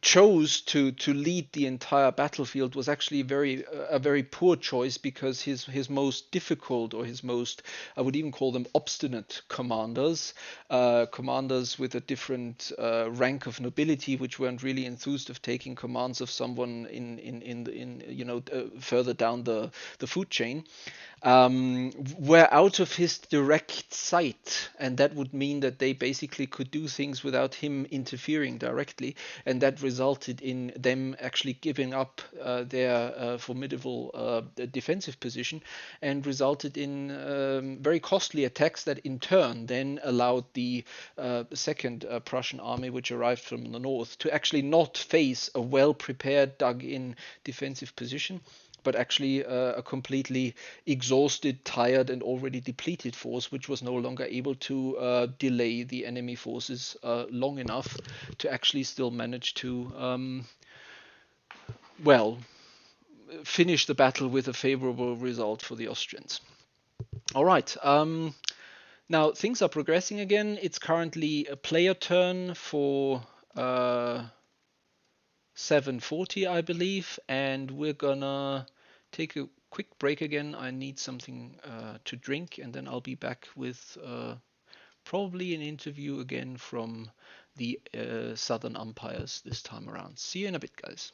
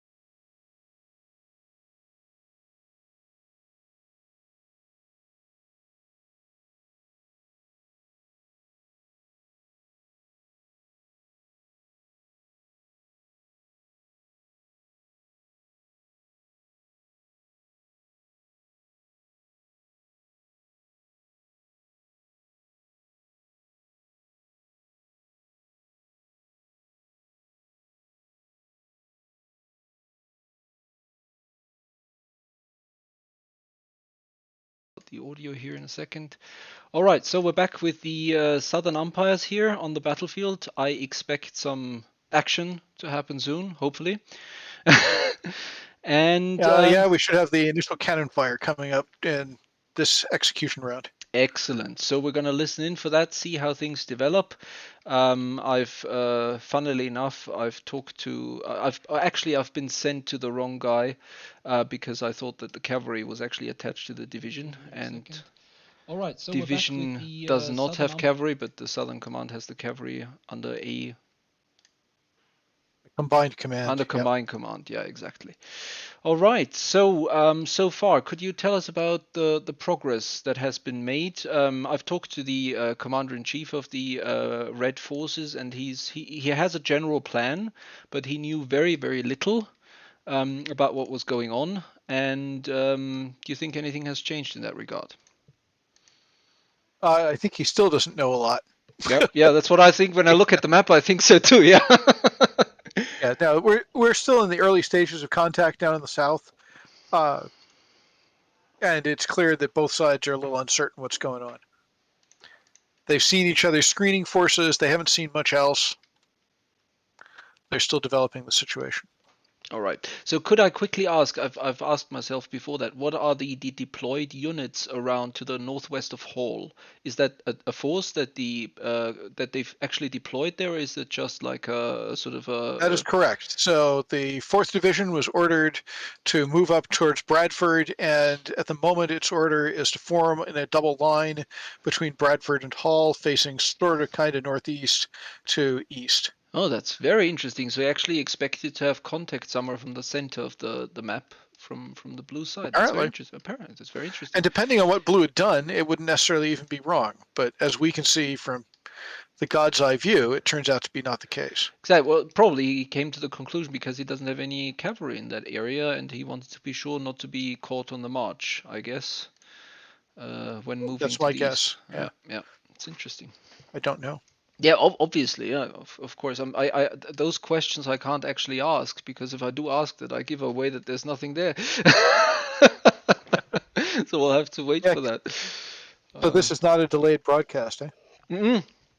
It's not. So we It's not. should discuss the armored reserves that well- each side is moving around. Well, I've talked to Jan before the battle, and he said no, it's not a problem. So for this time, I'm gonna keep it that way. I've shown everything, but it's actually something that might be interesting to discuss for the 28th, whether there's either a significant delay, or whether certain things can actually not be shown. Yeah. I'm going to stop talking to you for a minute. Peter, do you have orders for me? Okay, yes. So you want to know about the third first? Let's start with the cavalry. Do the cavalry first, okay. Okay, James, you're moving on Okay, so the 17th backs up the 15th at Kennedy, and send the dispatch to the 16th, because I said to him that he could just about make out his 16th Cavalry Brigade, and it looks like they're in some kind of skirmish, but he doesn't know quite who they're fighting against. So he's asked the 16th to report back to him about what they're engaging, essentially. Okay. Yeah, and reasonably, he could get a report of that next time you're giving reports. And yes, Marshal, we are moving into the...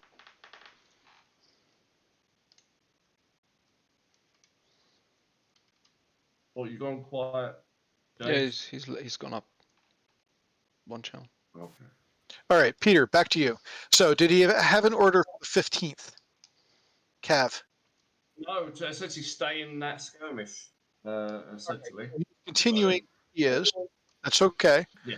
I'm going to move him forward a little bit, but if he gets any closer, he'll be in cannon range. Okay.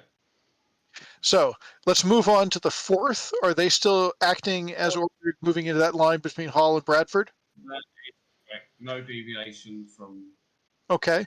And moving on to the 3rd, 3rd's orders that they have been executing already was deploying on sort of kind of the Botts Road and down the Botts Road southwards and then down into the woods, which they are working on. The other guys have been following up to be able to reinforce that line. Is there any change to that? No. Yeah. So the 4th Brigade is to advance battle ready south of the railway. 8th Brigade is to advance battle ready from the direction of Thorn. 13th is still to follow 4th, 19th, and 8th. So you see, he's got a battle line of 3 brigades with 1 support, essentially, there. And then the artillery is to come up behind. So he wanted the 13th. he wanted the 13th in the middle of the line, or he wanted the 13th reinforcing 4th? Trying to work it out. So 4th Brigade is to advance on the railroad. 8th Brigade is to advance in the direction of Tom. It looks like he's actually splitting his guys up a little bit. And the 13th is still to follow the 4th, 19th, and 8th. It doesn't tell me what the 19th is doing, so let me quickly look back. All right, so we're going to have the 19th pile up for a minute because I'm not sure where they're going. Actually, no, we're going to assume that they're going to go down the rail line because they're lazy. And it's the easier march. Sorry, And it's following the guys in front of them, much more to the point. Say again. Okay. 19th is to come up behind the 8th, is what he's saying. 19th comes up behind the 8th. Okay. Righto. And after that, it's everybody following like little ducklings down the railroad, which we can do. There is one piece of other business for us to go through. Namely, we've got artillery fire. Thank you for somebody who put out the firing stuff there. So I've rolled our little dices, one for each, and one of these guys is taking some serious disruption there. So that would be state to orange, and then 1, 2 to white. So one of those guys is pretty badly beaten up, and the other was ineffective fire. The timer, by the way, that's near the artillery down there is to show they fired one of their 6 rounds of long-range fire.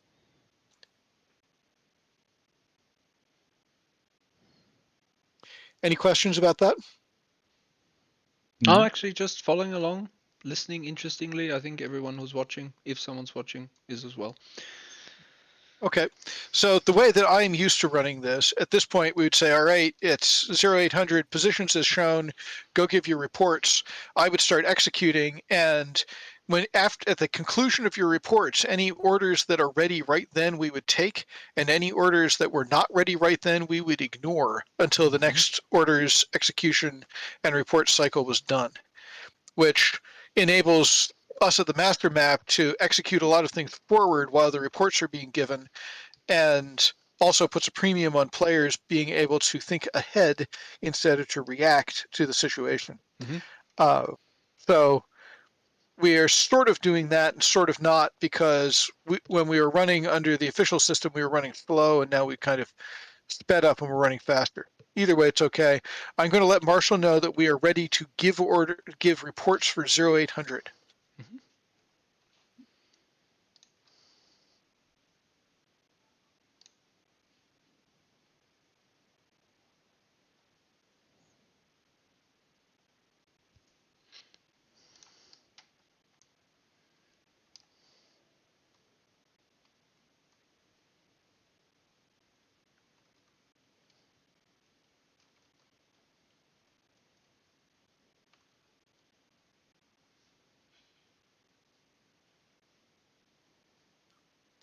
Hey guys, 0800, we are ready to give out reports.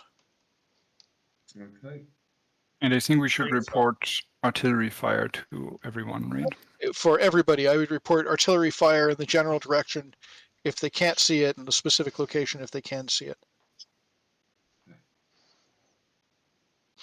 So blue second, blue reserve, red cavalry can probably see it. Everybody else would simply know that there's fire in the general direction. I'm going to duck off briefly to mention to the other channel that there's the arty fire in our sector. All right, thank you. I'll be back later as well.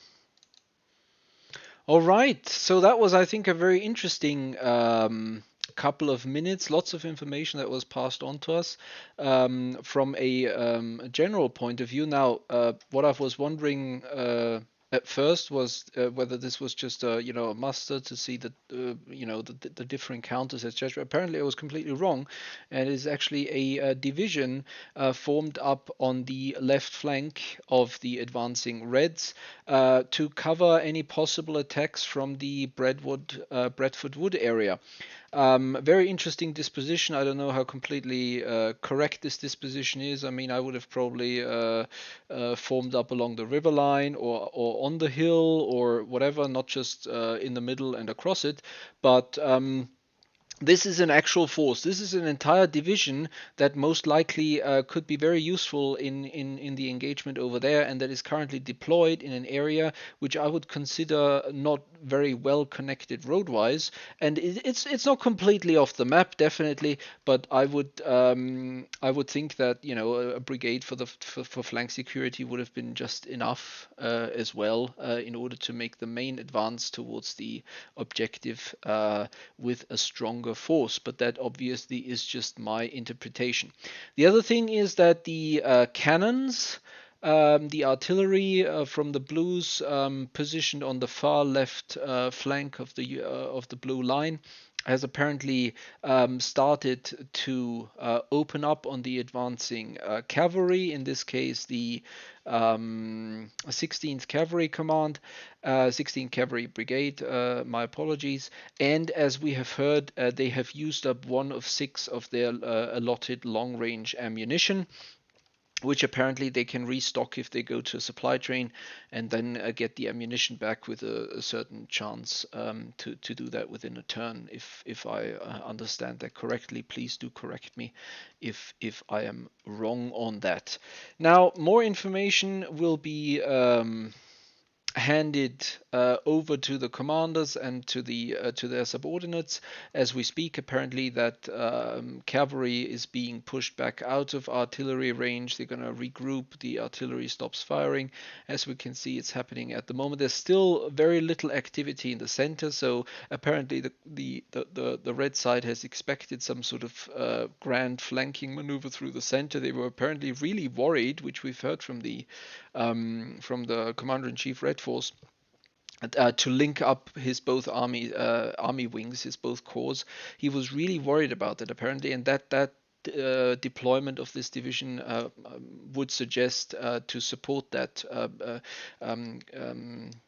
that fear that his army might be split in two and he may no longer be able to communicate with both sides. As we know, Commander-in-Chief of the Red Army is positioned at the head of the column, very brave of him if I may say so, in the southwestern area of the map. Now, let's move on to the northern side of the map, and let's try and listen in on the report from the umpires from the northern side. Hello again, guys. Or 8 o'clock. And then it's umpire 8 o'clock, and then player 8:20, and then they get the messages delivered at umpire 8:20, right? And so if it's really, especially the shorter ones, right? If they're sending it at player 8 o'clock, that's like counting as their orders for 8 o'clock. But then umpire 8 o'clock really represents the time passing from 8 o'clock to 8:20. So the shorter messages should probably actually be received in that 20 minutes, right?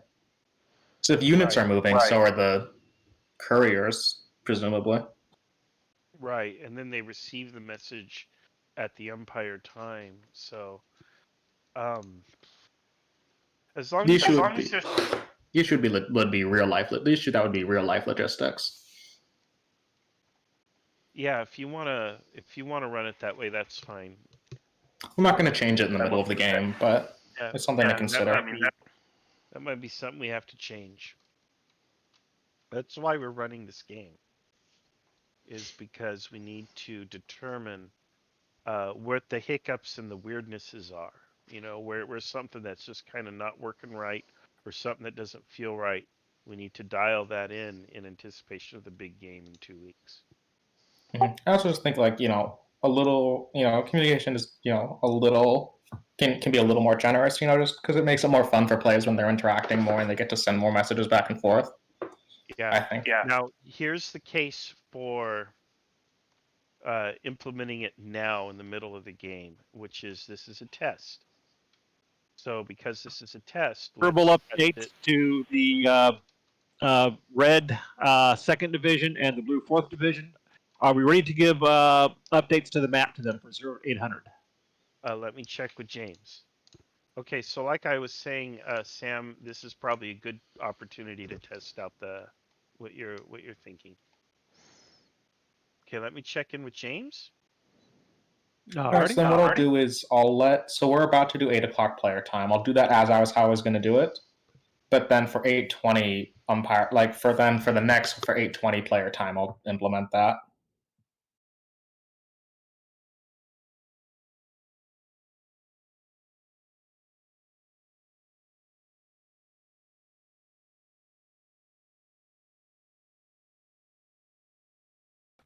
So there was some artillery fire audible from the south, but the artillery has ceased. So when you go back to your players, particularly on the blue side, let them know that there was some audible artillery, and then the artillery stopped. Okay? Okay. All right. And so are we on 8 o'clock umpire? Yes. Okay, so I'm going to go ahead and send the 8 o'clock messages, and then for 8:20, I'll start quickening it to see if that helps. Perfect.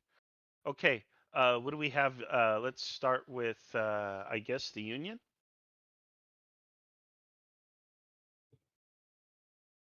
So the 4th Division, the 3rd Division. I mean, I don't know which is which anymore, but the 3rd Division is the one that's deployed north of the Hazel River. The 3rd Division is what's deployed south of the Hazel River. Oh, there they are. Okay, I didn't. Okay, they've moved south. Perfect. Okay, perfect. So 3rd Division is north, and why is the 4th Division commander on the hill up front? Those are his forces. Third Okay, division is why- south the river, and will have a lingering order from General Sam to march north, but it may or may not have arrived yet. Okay, why is the 3rd Division commander by the 2nd Corps commander? That's the Colonel Sam, no relation, who just spawned. Oh, okay, I understand. All right. Okay, perfect. All right, so orders for 4th Division. 4th Union- Division is basically he's deploying his attached artillery battalion between units of his leftmost brigade. I've already moved him. Oh, you've already moved them. All right. Yeah. Okay, so basically 4th Division is processed, right? Yes. Okay, and then what about 3rd Division? Have those orders been executed? Has the lingering Time Lord, are you in the chat? Yeah, so the lingering order Has will arrived? arrive during this umpire phase, and so presumably it'd be their orders for next turn. Okay, so And it's to move. It's move on to McDonald's. We're going to win this war. Okay. So his order this turn is to ride south and take command. So yeah, Okay, he'll and then start what moving about south. 3rd Division? Have those orders been? Well, it seems that by the time that order reaches, his cavalry will have retreated back to the line, so they'll know that he's captured, and so that might get remanded. Yep. Okay. And okay, so they're gonna pause here. That's where they'll pause close enough to the supply wagon that we can go ahead and count them as the routed will begin to recover. Yep. They'll begin I'll to just- recover. I just gave the message back to him. That's what I decided to do. I'll put one brigade in line, but they Okay. won't start moving this turn. Okay. What about the Confederates then? The 2nd Division. Any orders for 2nd Division? 2nd Division is trying to get his 1st Brigade, the one in the lead, on the line, which I've already done, and he's got that 2nd Brigade forming into line just to the northeast of him. Okay. The 14th Cavalry Brigade is going to be removed because it took a hit. They're done. Yeah, it's gone. Yeah. Okay. The other one will begin to recover its disruption. The other battalion of it or whatever, but other half battalion technically. Okay, so we have resolved everything down here. Yep, the first division is just marching down the road. I know where they're going, so I Okay. will just move them. Okay.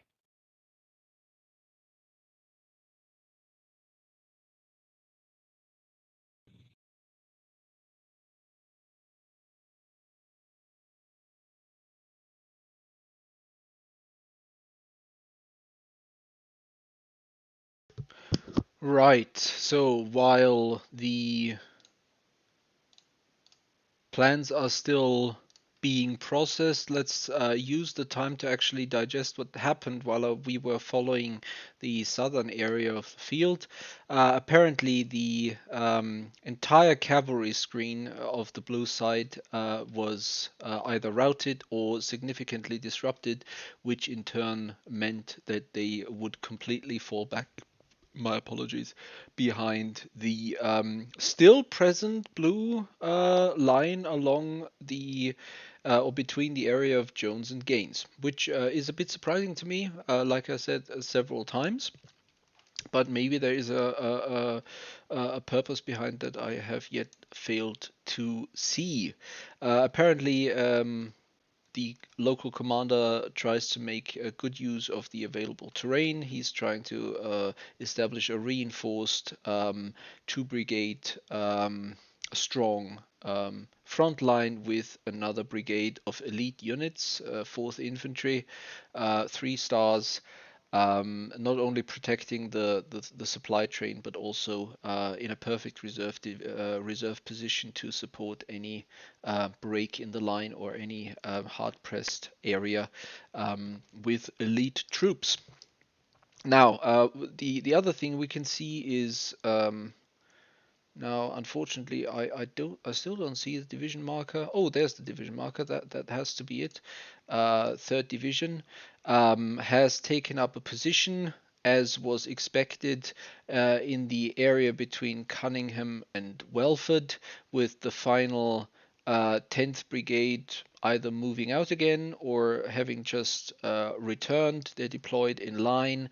It seems to be a very strong line, with the weakest of the brigades deployed to the far right, which is definitely probably the most unlikely area of attack.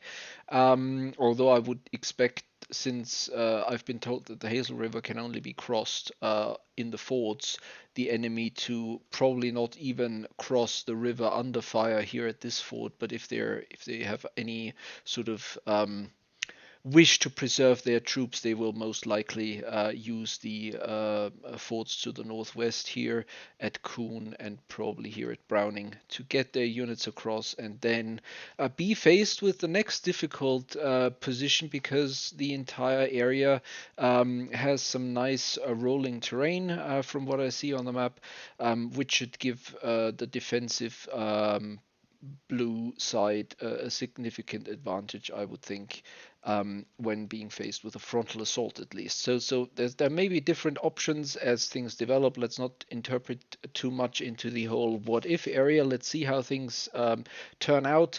But it should definitely be a very different, interesting choice if the Second Corps of the Confederates actually decides to push hard and then catch this division strung out in the area, or whether they actually manage to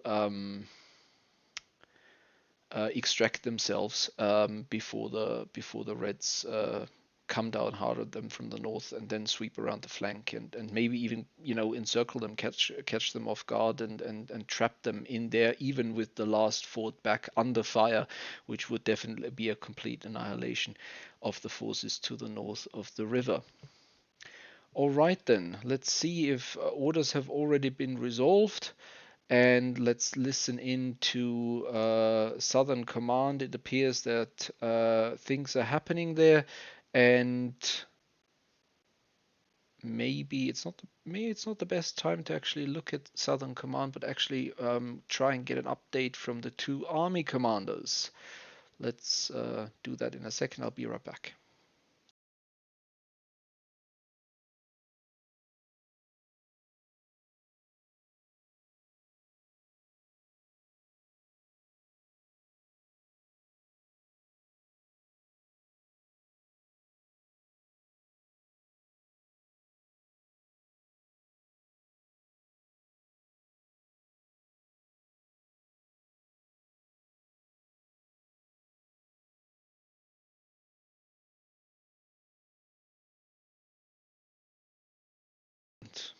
All right, so we're back with Blue Army Command here. Has just written another dispatch for the front lines. So what's your update? Anything significant to report since last we talked? Not that much, actually. So it seems like Second Corps is making good progress crossing the river. The commander, or a dispatch from their commander, has reached me that the cavalry he sent out north to scout and delay the enemy approach has heard them open fire. So obviously they have made contact already. We see how hard they will be pressed. And then I've got reports that my cavalry to the west has encountered some enemies, but the details are still unclear to me. And there seems even to be artillery firing to the south somewhere, but still no reports incoming. Okay, so all very sort of vague. Yeah. Indeed. Okay, so at least nothing bad happened. I guess we can conclude that, right? Yeah, we have a little bit of a problem with our reserve corps commander. Okay, so all right. We need someone to fill this place. If someone is watching your stream and wants to jump in real quick. Okay, all right. Yeah, we have an open seat there. Yeah, but other than that, so far no surprises, and yeah, we'll see how things develop. I'm curious to know what's going on in the south. Well, that's definitely a very bad time for you to lose an entire corps commander, I guess. Yeah, especially because it's the cavalry, the eyes and ears of the army. Oh, it's the entire cavalry. Oh, that's very bad Yeah. indeed. I mean, I could jump in if you want me to. Could tell you exactly what's going on too. But I think you've got someone who wants to talk to you, so I'll quickly shut up and let you get on with it. Oh, there's not much to talk.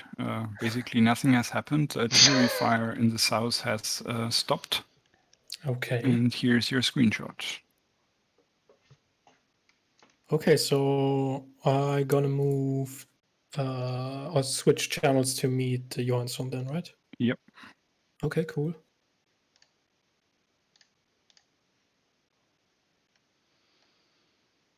Okay. All right, that's very interesting. I believe what we've just heard. So he has no clue that the cavalry engagement is already over in the north, to a very bad conclusion for the blue side. He has apparently just a report that the extraction of the second corps is going very well, which again is I don't know, maybe the map's wrong, but I don't necessarily see it that way. And it's interesting to see those differences in information of what the current situation is and what he actually knows about. Obviously, information takes time to come from up there to the south, and on the other side, he doesn't even apparently know that the artillery fire that is spotted in the south, which is right next to him. I mean, his position used to be. Oh, he moved on to Barber. Okay, so he's right on the front lines. Is actually his own artillery firing on advancing cavalry. So that's very interesting to see that he has very little knowledge about that. And obviously, the biggest issue is that the cavalry, which is apparently attached to the reserve corps, is currently without a leader. So that may well be a well, I'm not going to name any historic names who would actually fit that description for not being present while the fighting's going down, but I'm sure that some of you might remember one or the other person in history, at least, that hasn't gotten off too well in the historical reception of their deeds and actions in combat. All right, so again, I think you can hear that my voice is for the first time starting to crumble a bit, so I'm going to have another drink, take a quick break, and then we'll most likely join the opposing side, CNC, and talk to him for a bit to find out whether the red force has actually a clearer picture of the current situation than the blue force does. I'll see you in a bit.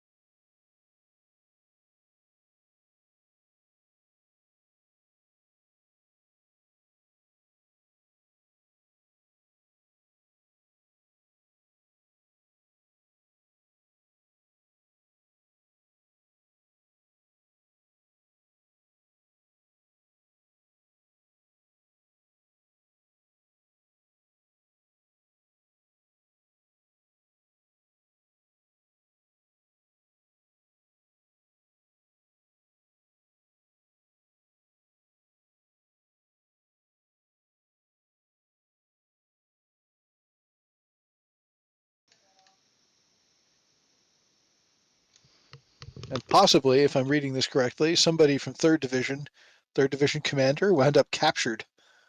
Wow. I'm not sure that's correct, but it's highly entertaining if so. But there is a second 3rd Division commander who's at the river. Yeah, I don't know what that means. Umpire 820 time now in the north. Okay, I'm still waiting for people to come back, but I understand. Well, the thing is the units are kind of out of contact. They just see each other at long range. Yep. So it's just so easy to process it. Yep. Yeah, and let people know we're probably going to go for another 1 or 2 hours on this. So okay. yeah, we'll probably end no later than 2 p.m. Pacific, which is 2 hours 45 minutes from now. But I'd like to end it earlier than that, even if possible. Okay. Hey. Yeah, You're the but boss. I do want them to get some combat in. You know, I want them to throw some dice and have things happen. But they're gonna have to get aggressive. I just don't understand it. Look at this long. I mean, they had what, 2 divisions just stack up behind each other? Well, that's the way they came in from the map. That honestly, at least red in the south, the fact that there's the way they're deployed is in part a function of the way that they were put on the map. Because the long column going from Hall to Wallach that's a division that's been marching behind another division towards the front line for the entire game. The whole Yeah, 5th Division. The 3rd Division is deployed, but they've chosen terrible terrain for part of their deployment, the woods. So that's slowing down the deployment, and I'm slowing down their march to the front because I'm assuming, unless otherwise told, that they're going to maintain their lines. I do not understand what the 4th did. They decided to develop a line from Hall north to Bradford. But again, it's uncertainty about their flank means that it wasn't necessarily a dumb thing to do. It's just a thing that slowed them down. Blues on the defense, so they deployed in front of Mount Dumpling, which in some ways has been a bad thing for them because they can't move their supply trains around to help their units out. right. But it wasn't, that they're going to maintain again, their it's not a line. terrible thing I for do them not to have done. I am a little nervous for Blue that Blue has never chosen to get its 6th Infantry Brigade deployed around Brandy Station. Yeah. And again, not my problem to solve, but that's sort of the question mark because if red hits them in the middle there, it's going to be a bad day for blue. Yeah. That blue is assuming that its defense is the Mount Dumpling as opposed to the Brandy Station Road. Yeah. Well, I'm curious why the cavalry is in the center scouting what they can already see. I mean, the infantry can see, so that Initially, they cavalry. couldn't. So initially, they were scouting down the stuff they couldn't see, scouting in front of the main march line. But no, they haven't cleared out of the way yet. Yeah, And I they don't need know to how move much of out of the this way. is that people are thinking Napoleonic instead. Yeah, they just need to move out of the way, and they need to be scouting those areas of uncertainty. Yep. And that fifth division, which is here, should be on that southern road, flanking the forces at Mount Dumpling on the right, or the Union left, Confederate right. Going down by way of Williams to Beckman or something like, or Norman, something like that. There's 2 ways to look at that though. One of which is, yeah, you should send them on the flanking attack. Although even then, they'd be down near the word mountain and Mountain Run. But the flip side of that is it means that you don't have a central punch. So there's sort of swings and roundabouts on that one. Right. They do have, of course, what is this 4th division up north, which, yep, again, I don't know. They're just kind of holding there, it seems. Well, it just got to that location. So, hey, Heinz, I see you showed up. Do you have any new orders? I do. Okay, what are they? So, Corps Command will be moving to 5th Division. So that's the HQ is moving down to 5th. Yep. Done. HQ is moving to 5th. For 3rd Division. Yes. And these are operating one behind the other. The 4th and 13th. Yep. Will continue to advance direct front, forming a line on that higher ground from the rail line at Kennedy to the woods. The 8th and 19th. 19th will advance in the tree line and Okay. continue that line all the way down. I'm going to cut you off. That order is no change. Correct. Which is fine. That one of the things to tell him is it's going to take time for these guys to get through this because moving in the woods is slow and it's going to drag everything down because the guys in the north in the clear terrain are going to be held back trying to maintain formation with the guys in the south. Just so that he knows that that's why this isn't going to evolve as fast as he wants. All right. Anything that's new? Nothing else. All right. Cool. Is there anything else new that I've missed? So this is Peter. Yes. So just give it a quick recap. The Southern Cavalry is staying as it is. It believes it's screening the movements of the infantry, so he's happy to hold there until the CNC gives him another indication of what he wants to do. Right. The 5th Brigade is going to shimmy past the supplies and the artillery as best it can along that road and make its way up that track. 5th Division is headed to Bots. Absolutely, yeah. Okay. And then the 4th Division is going to turn to column and try to make its way up towards Gilbertson. So in a giant double column towards Gilbertson, not using the roads. Well, we use the roads as best as it can, but obviously there's no roads once you get off and past Wood up to Gilbertson. But that's its plan. It's going to change into column and make its way up towards Gilbertson. Will do. Anything else? I believe that's it.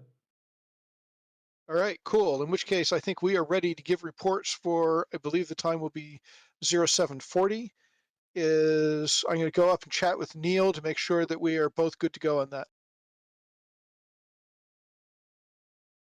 All right. So, yeah, I believe lots of interesting information again passed on by the report for the Southern Umpire team. We've been given explanation for the delay of 3rd Division.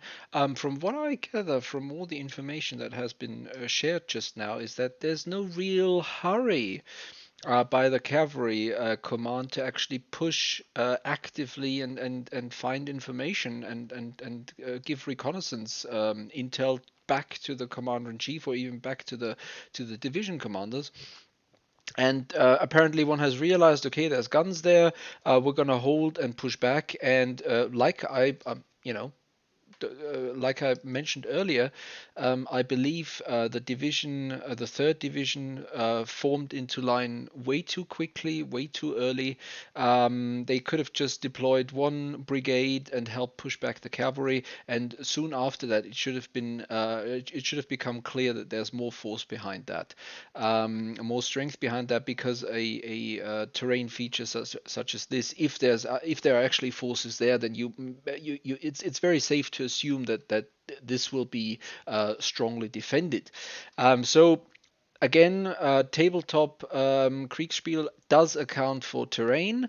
You've heard that the umpires actually go into that very detailed. He said that he assumes that they want to remain in formation, which slows obviously these elements in the open down, because they have to wait up for the guys who are trying to cut through underwood or through thick undergrowth, and that basically halts the movement of the entire advance of the southern flank. There's nothing going on. Now, if they had advanced, there could already be heavy action. Not saying that the action would be conclusive or would be very wise, especially if it was aimed at Mount Dumpling itself. But the information, the next bit of information that we received is that there's actually a weak point directly at Brandy Station. There's one brigade formed up in a column of divisions, what we will call, very dense formation, good for Napoleonic attacks, not very good for let's say a very accurate musket fire from the 1860s, and there's nothing else there. There's a few guns supporting that area, but I would assume that those guns are actually out of range when it comes to canister. So there's definitely a gap in there that they can force and then break through, and then even split the southern half of the Union forces, which still haven't entirely linked up, into two, and then definitely it's just an easy advance towards the objective. But for that to happen, you need all those forces. Now, one of the umpires suggested that 5th Division back here, still in line, should be used to move towards the southern flank, to the extreme left of the blue line. That, of course, is a possibility, but again, Rhodes would probably put them around here. And that would mean that the attack would not happen until later on. And then you're to the south of Mount Dumpling. Where are you going to go? The objectives over there, you'd have to navigate through the roads cut through the thick forest here to the south and east of Mount Dumpling. So you definitely, basically, that force would then be held up for a significant amount of time in an area where you don't want it to be. So it is an option, definitely, if you want to actually dislodge the enemy from Mount Dumpling. But if you want to just go straight for the objective, it would definitely be an option to just, form up 2 divisions in an attack formation, just try and punch them through. After, obviously, you have gathered enough intel to actually realize that the center of the Union position, of the blue position, is actually weakest, where you would expect it to be strongest, because to have strong points is good, but if you leave the the area which is weaker by terrain itself even more weakly defended, then you're actually creating a very dangerous weak point in your line of defense, and that's what actually is or might be going on, especially supply train is formed up here. There's no reserves, nothing, because the way I understand it is that Blue Army Command actually intended one of those divisions to be used as a reserve, but those divisions are still formed up there. They're put back into marching formation. I'm not sure why they're back in marching formation, because they were already deployed online. But then again, there was no real reason for them to defend this area, because the enemy can only come from here or from this general area. So it would probably be wiser to defend this general position between Green, Welford, and Smith, and leave Cunningham and whatever's down there underneath the counters, which I'm not going to move because I don't want to interfere with them, easily or weakly defended with some skirmishers or some patrols and outposts. So that is very interesting. And the last, of course, is now a complete, a very strange move, which I don't understand at all, especially because these people have to march, and I don't know about the rest of you, but I've done lots of marching and walking in my time already, having been raised in an alpine area where there's mountains to the left, mountains to the right, mountains to the front, and mountains to the rear, lots of hiking. And these people have to hike cross country. This division has to form into column, and then there's a road that leads to that small hill there. But apparently they've been given orders to move up to Gilbertson, which somewhat puzzles me, if I may say so, because there's no recon in that area. The Southern Corps doesn't know what's actually there. All the cavalry is concentrated in front of Mount Dumpling, so there's no intel what's there. They might actually cross to Wood and then have to face an entire dug-in army for all they know. And this concerns me a bit. And furthermore, it takes away an entire division from the attack, which should happen somewhere in this area, I would think. Obviously, that's my interpretation, but the objective's there. Time's limited. You have to make a move for the objective. It's like, if you don't, then, well, nice trying, but definitely it's so far it looks like a blue 4 win, simply because the Confederates so far don't appear to be pushing enough actively and also aggressively, especially that flank movement by the where's the division count actually talked about? Oh, it's the 6th division and not the 5th. Apologies for that.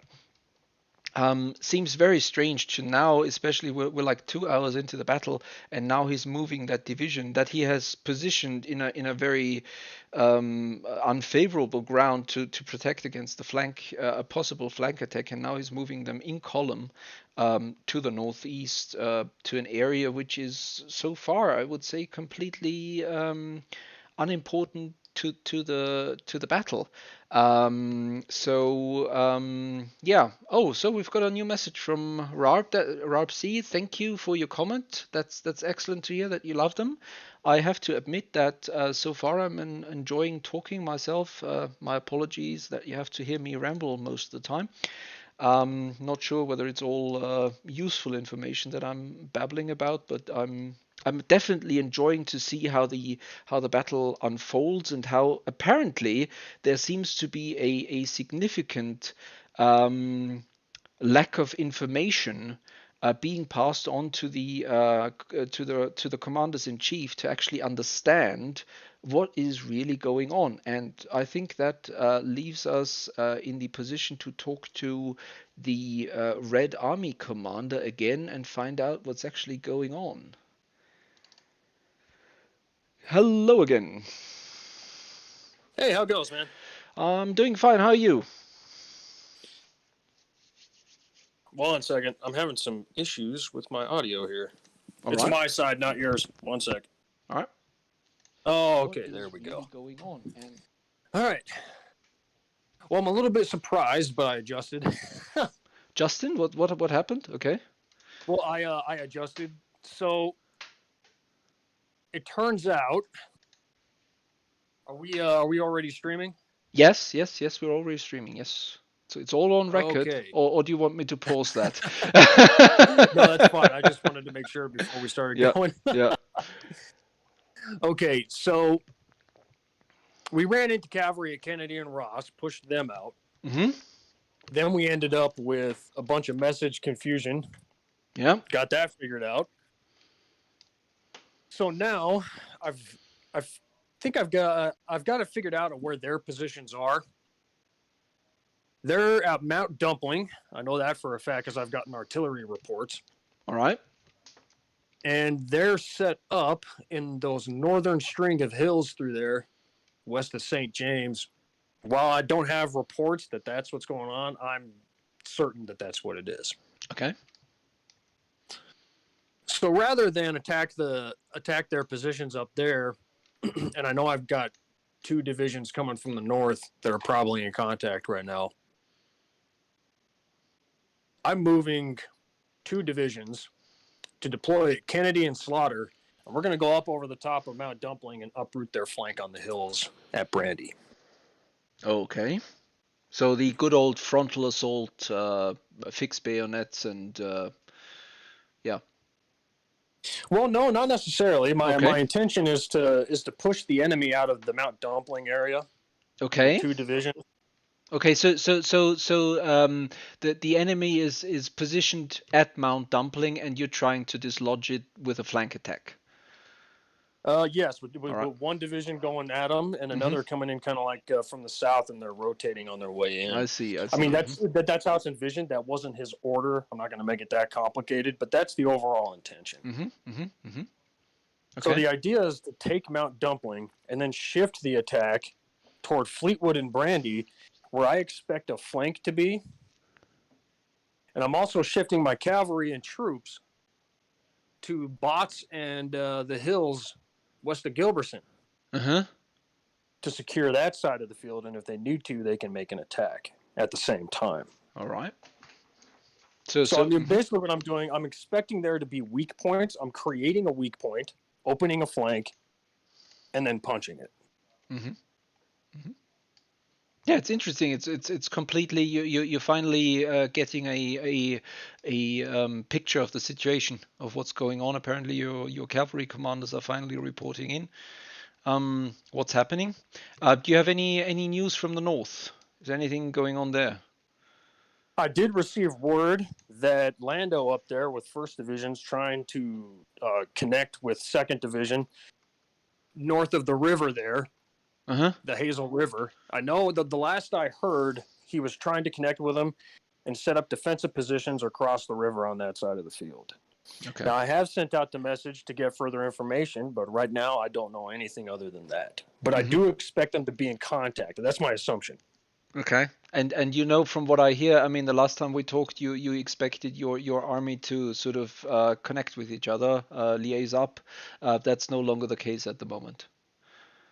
No. So, I mean, like any battle, the situation is going to evolve all on its own. You know, it's going to take on its own life. Yep.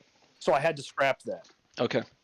Because it just wasn't going to be possible, especially since troops were taking artillery fire down by Thom. You had infantry at the creek down there. So now it's a different situation, and I have to adjust. That's very interesting. So yeah, that's a very comprehensive report. Thank you for that. It's very understandable, and it's very interesting to see what's actually going on.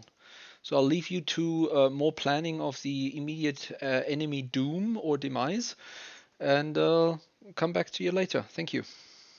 Yeah, you bet, man. Take care now.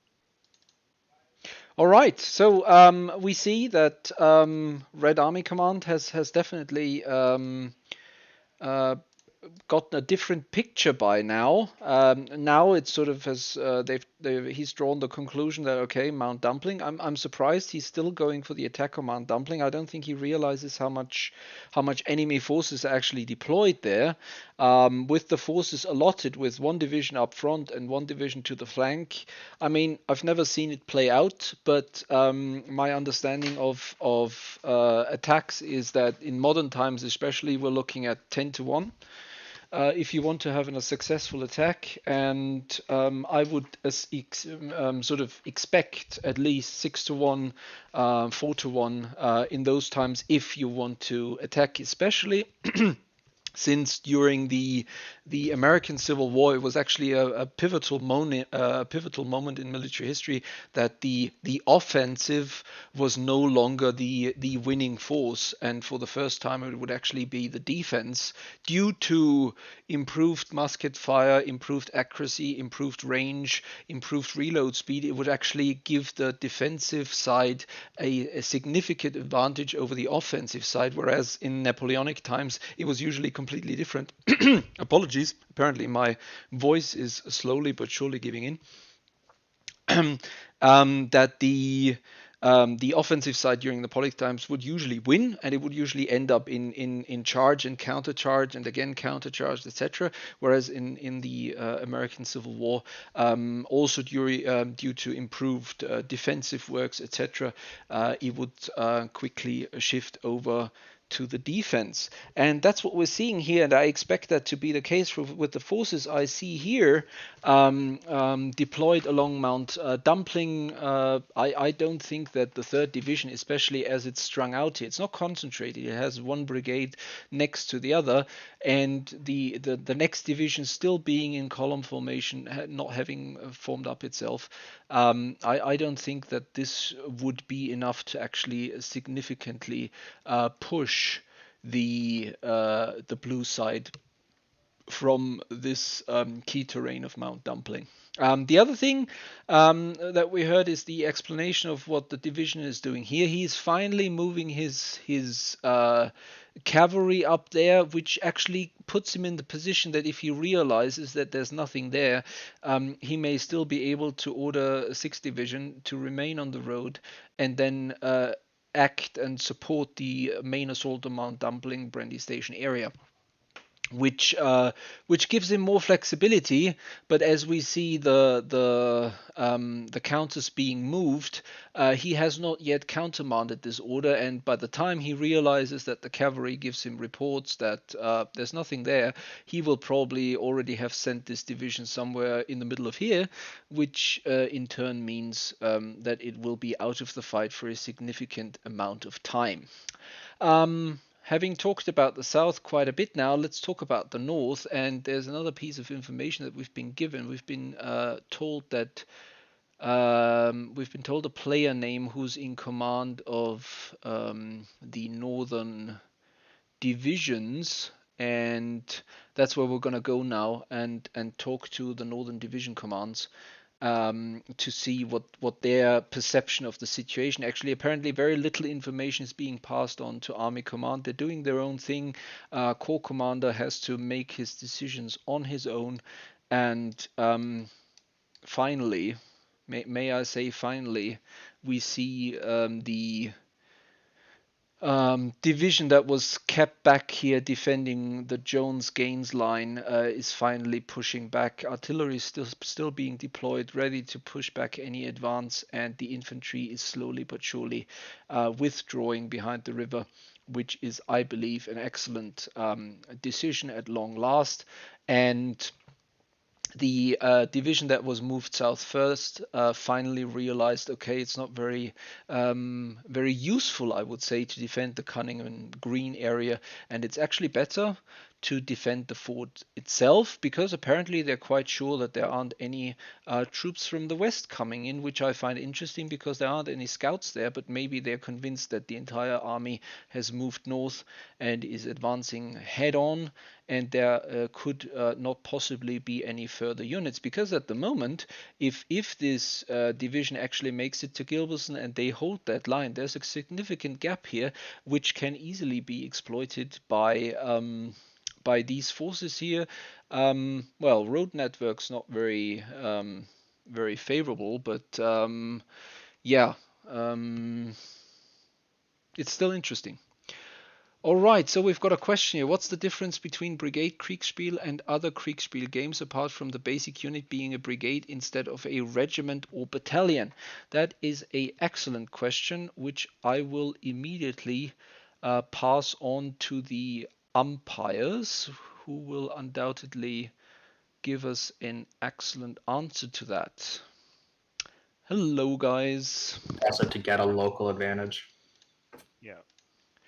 I don't know. I obviously haven't played in a month. Maybe in the last month or month and a half, you guys have added, more defensive terrain bonuses, but I don't know. So, guys, do you have a quick moment? Sure.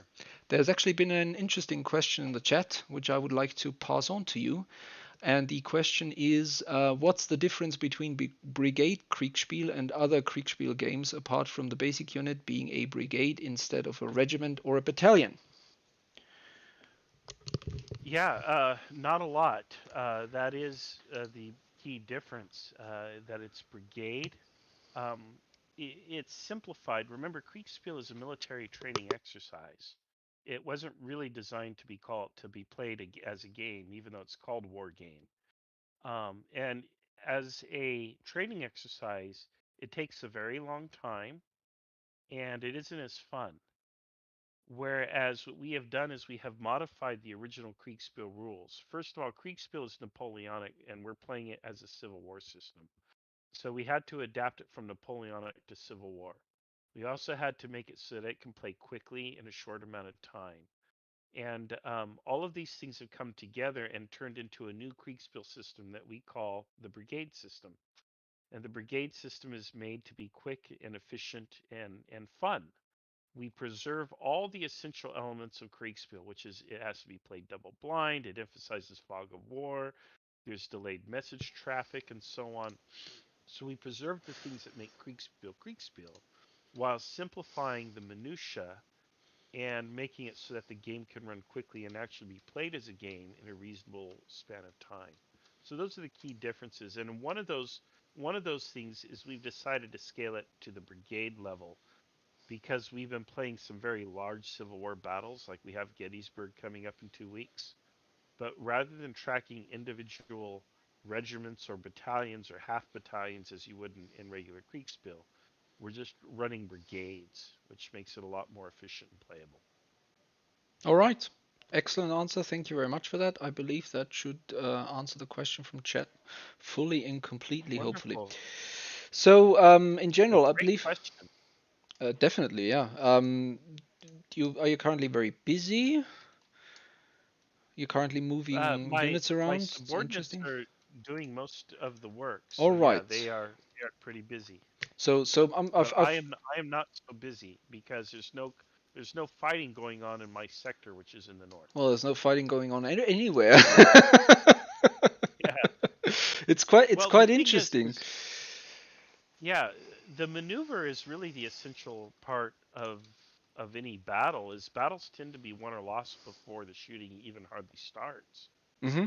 Definitely, So yeah. that's what's, and so that's what we're seeing is we're seeing this elaborate dance.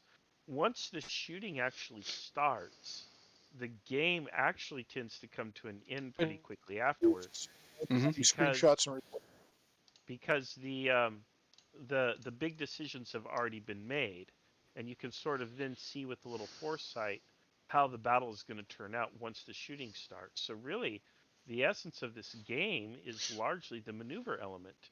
And then once they've made the big decision, here's where I want to commit.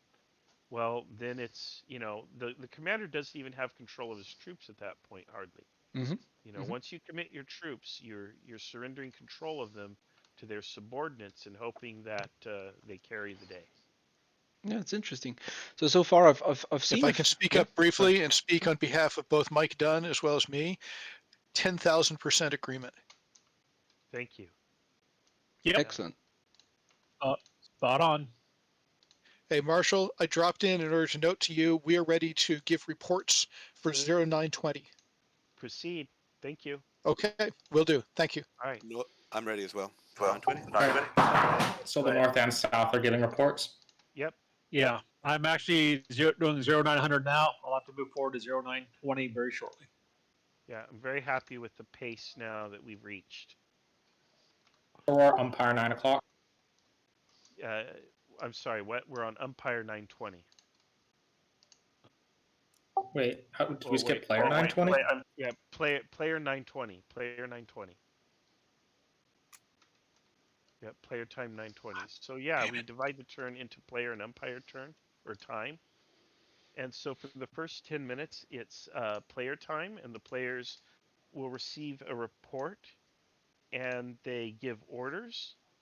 And then we have umpire time, which lasts up to 10 minutes. We'll cut it short if we can. And during that time, we process all the player orders. The players also write messages to one another during that time. And the messages move, the mail moves, if you will, during umpire time. And then we come back to player time. At the start of player time, each player gets a report of what happened with their last orders, what happened on the last turn. And then they make a decision and proceed. So yeah, what's making it drag along is me trying to work my way up and down the different channels in Discord. That needs to be cleaned up. Yeah, well, that, and we need more assistance to help out. So anybody who wants to volunteer to help as an assistant, we'd love to recruit you. Just 2 weeks from now, and we'll provide the education that you need, especially if you sign up now. A college scholarship is included. Excellent. so yeah, we do. Go ahead. No, so in general, looking at the map, there's a couple of things that I've been talking about on the stream, obviously, that I've seen. I think that the main thing that I would argue so far is that there has been way too little reconnaissance going on. Now I know obviously there's some limited cavalry ability, but especially in the south, that the division is finally moving up north, which was positioned, the 6th Division, which was positioned in the middle of nowhere for a possible flank attack, and now it's going to move into terrain that doesn't have any roads and it's going to be stuck there. And that only happened because obviously no knowledge was present about any information of possible enemy forces in the area, because the entire cavalry appears to have been stuck in front of Mount Dumpling for quite a few turns. Would you disagree in that assessment? I agree. Yeah, I agree wholeheartedly. In fact, I remarked earlier to James about how I'm surprised at how the cavalry has been used. The entire purpose of cavalry, especially in the Civil War, is largely to scout. I can't say entire, right? Yeah. But no, sure. a primary responsibility is to scout, and we have players who are using them to charge the enemy, and to, they want to use them in a European Napoleonic fashion. Yep. Which is not really what they're there for. We deliberately keep the cavalry formations small to discourage that kind of use of them and encourage them to just use them as eyes. Mm-hmm. And there is a consequence to be paid for that, because they don't know what's going on where. They have units that are sitting in a defensive position for more turns than they need to be, because they are defending against a threat that doesn't exist. And a great example of that is, I believe it's the Confederate 4th Division or 6th Division. The Confederate 6th Division was deployed between George, Bell, and Hall, Yep. which is over here in the Yep. south, facing north Mhm. for waiting for a threat that wasn't even there. Yep. I mean, there was nothing there. They were Exactly. defending against space. So that's the consequence of not using your cavalry in a scouting role. You lose time. Yep, that's. I mean, I've talked to both the army commanders by now, and obviously it's still a bit early for an after action report, but or an after action analysis. But the both of them knew very little. Both of them until now. That may change now. Now that troops are finally coming into contact, divisions are slowly forming into line. I think the 3rd division is half of it is stuck in the woods, and the other half has to wait until all the forces have emerged, etc., etc. And now they're going to be basically advancing blindly into what is definitely a very strong Union position on Mount Dumpling. But yeah, the Confederates need to punch through in the center or yeah, on their left. yeah, but they don't have the However, there's concentration. reinforcements Yeah, up there. yeah, exactly. So that's definitely, So I think, again, due to reconnaissance, which didn't really happen as aggressively as it could have, and that's even more so because apparently Union Command has lost its cavalry commander in the south. So They've lost their cavalry in the north. no cavalry Oh, in the commander. north, They said yeah. they didn't have a reserve commander or a command of the Oh reserve my. corps, which Oh. apparently is the cavalry. They got a new commander. Oh, they got a new commander by now. Excellent. Okay. No, they lost their new commander. You're right, but they still have the cavalry. Yeah, yeah, but I don't know, how does it actually work? In the north, they actually lost the cavalry. They all got routed. So that would actually be an interesting question as well. How does it work if the commander is dead? How do you still get information from cavalry? Don't you anymore? How does it work? Well, the commanders don't usually die unless they do something really, really kind of crazy, which apparently happened only on 1 or 2 occasions in my long career of running Kriegsspiel has a commander been killed or captured. Probably on 3 or 4 occasions I can remember. But that obviously happened today because the commander wanted to charge into the enemy, who was in a superior state and of superior quality, and well, he got captured, of course. And what happens then is we have a couple of choices. If we think the player is just being ridiculous, we may tell the player, I'm sorry, but you're out of the game. And that would be the end of it, because we don't want somebody to kind of spoil the game by just being silly the whole time. If, however, the commander, made a sincere choice that just happened to not work out or was poor, we might allow the commander to come back as a replacement, and we'll start them at another position, and they will have to gather up the forces and rally those forces and so on, which is the penalty they have to pay for the decision they made previously. But they would basically retain their command and kind of start over, albeit from a more disrupted state, which is exactly what's happened in this case. You see that his cavalry is still on the board, but it's disrupted. Marshall, So if you have a moment. Yeah. Okay, go ahead. Colonel Sam would like to tell his infantry to move faster. Should we quick march or just assume they're moving as quickly as they can with normal pace? Okay, so they can. It depends on the quality, how long and how far they can move at double quick.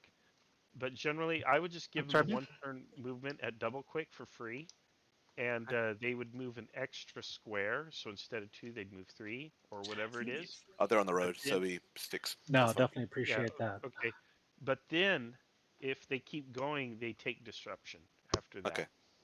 So. No problem. I'll have them move a bit faster, and then once they're out of his sight, they'll go back to their normal pace. Perfect. Okay, so. Yeah, so. Also, it does seem that the blue do now have another cavalry commander. They've gotten Dave Pumphouse. Oh, boy. Okay, great. What we try to do is we try to keep results realistic, and realism is actually important here. In fact, keeping it real is probably more important than the rule set itself. The rule set is really more guidelines, and as umpires, our primary mission is to create a plausible scenario and exercise experience for the players so that it mimics reality, because again, it's still a training tool.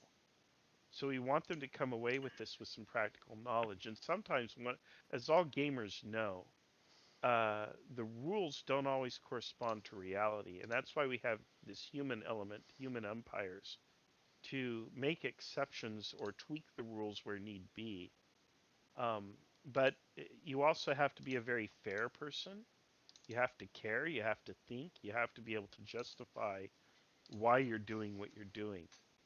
But the people we have running most of these games, they qualify very much. In fact, the gentleman from the War College, actually Army University, I keep saying War College, from Army University, who are helping us to umpire this, they know absolutely what they're doing. They run Kriegsspiel for a living.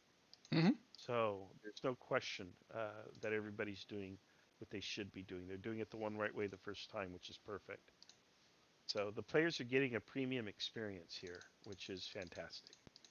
Well, it's without a doubt true that in reality, or if you have those war games, I've been part of a few in the actual military. You have the same issues. You have split decisions basically that can't be decided by rules, just like you said, and sometimes you're happy with the decision that is being made, and sometimes you're not. And crazy things do happen. In those war games as well. Sometimes they even make the media. I believe I remember it was actually an American training exercise that made the media when an invasion force was destroyed by a defending general, and then the general was removed of the training exercise because it was not possible that the invasion force would be destroyed. So I believe it was a fictional invasion of Israel, and the Israelis just destroyed the entire marine expeditionary force with cruise missiles before they actually were able to unload, and that was not what they wanted to hear, basically. So yeah. All right. Yep. Absolutely. Thank you.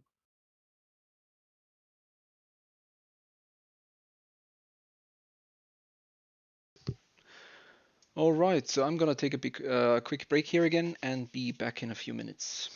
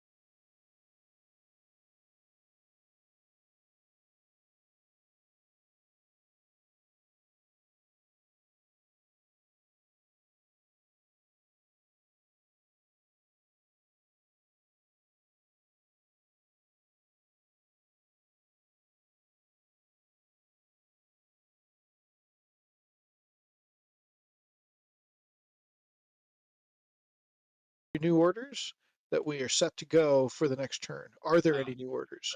The fourth division is still building themselves up there.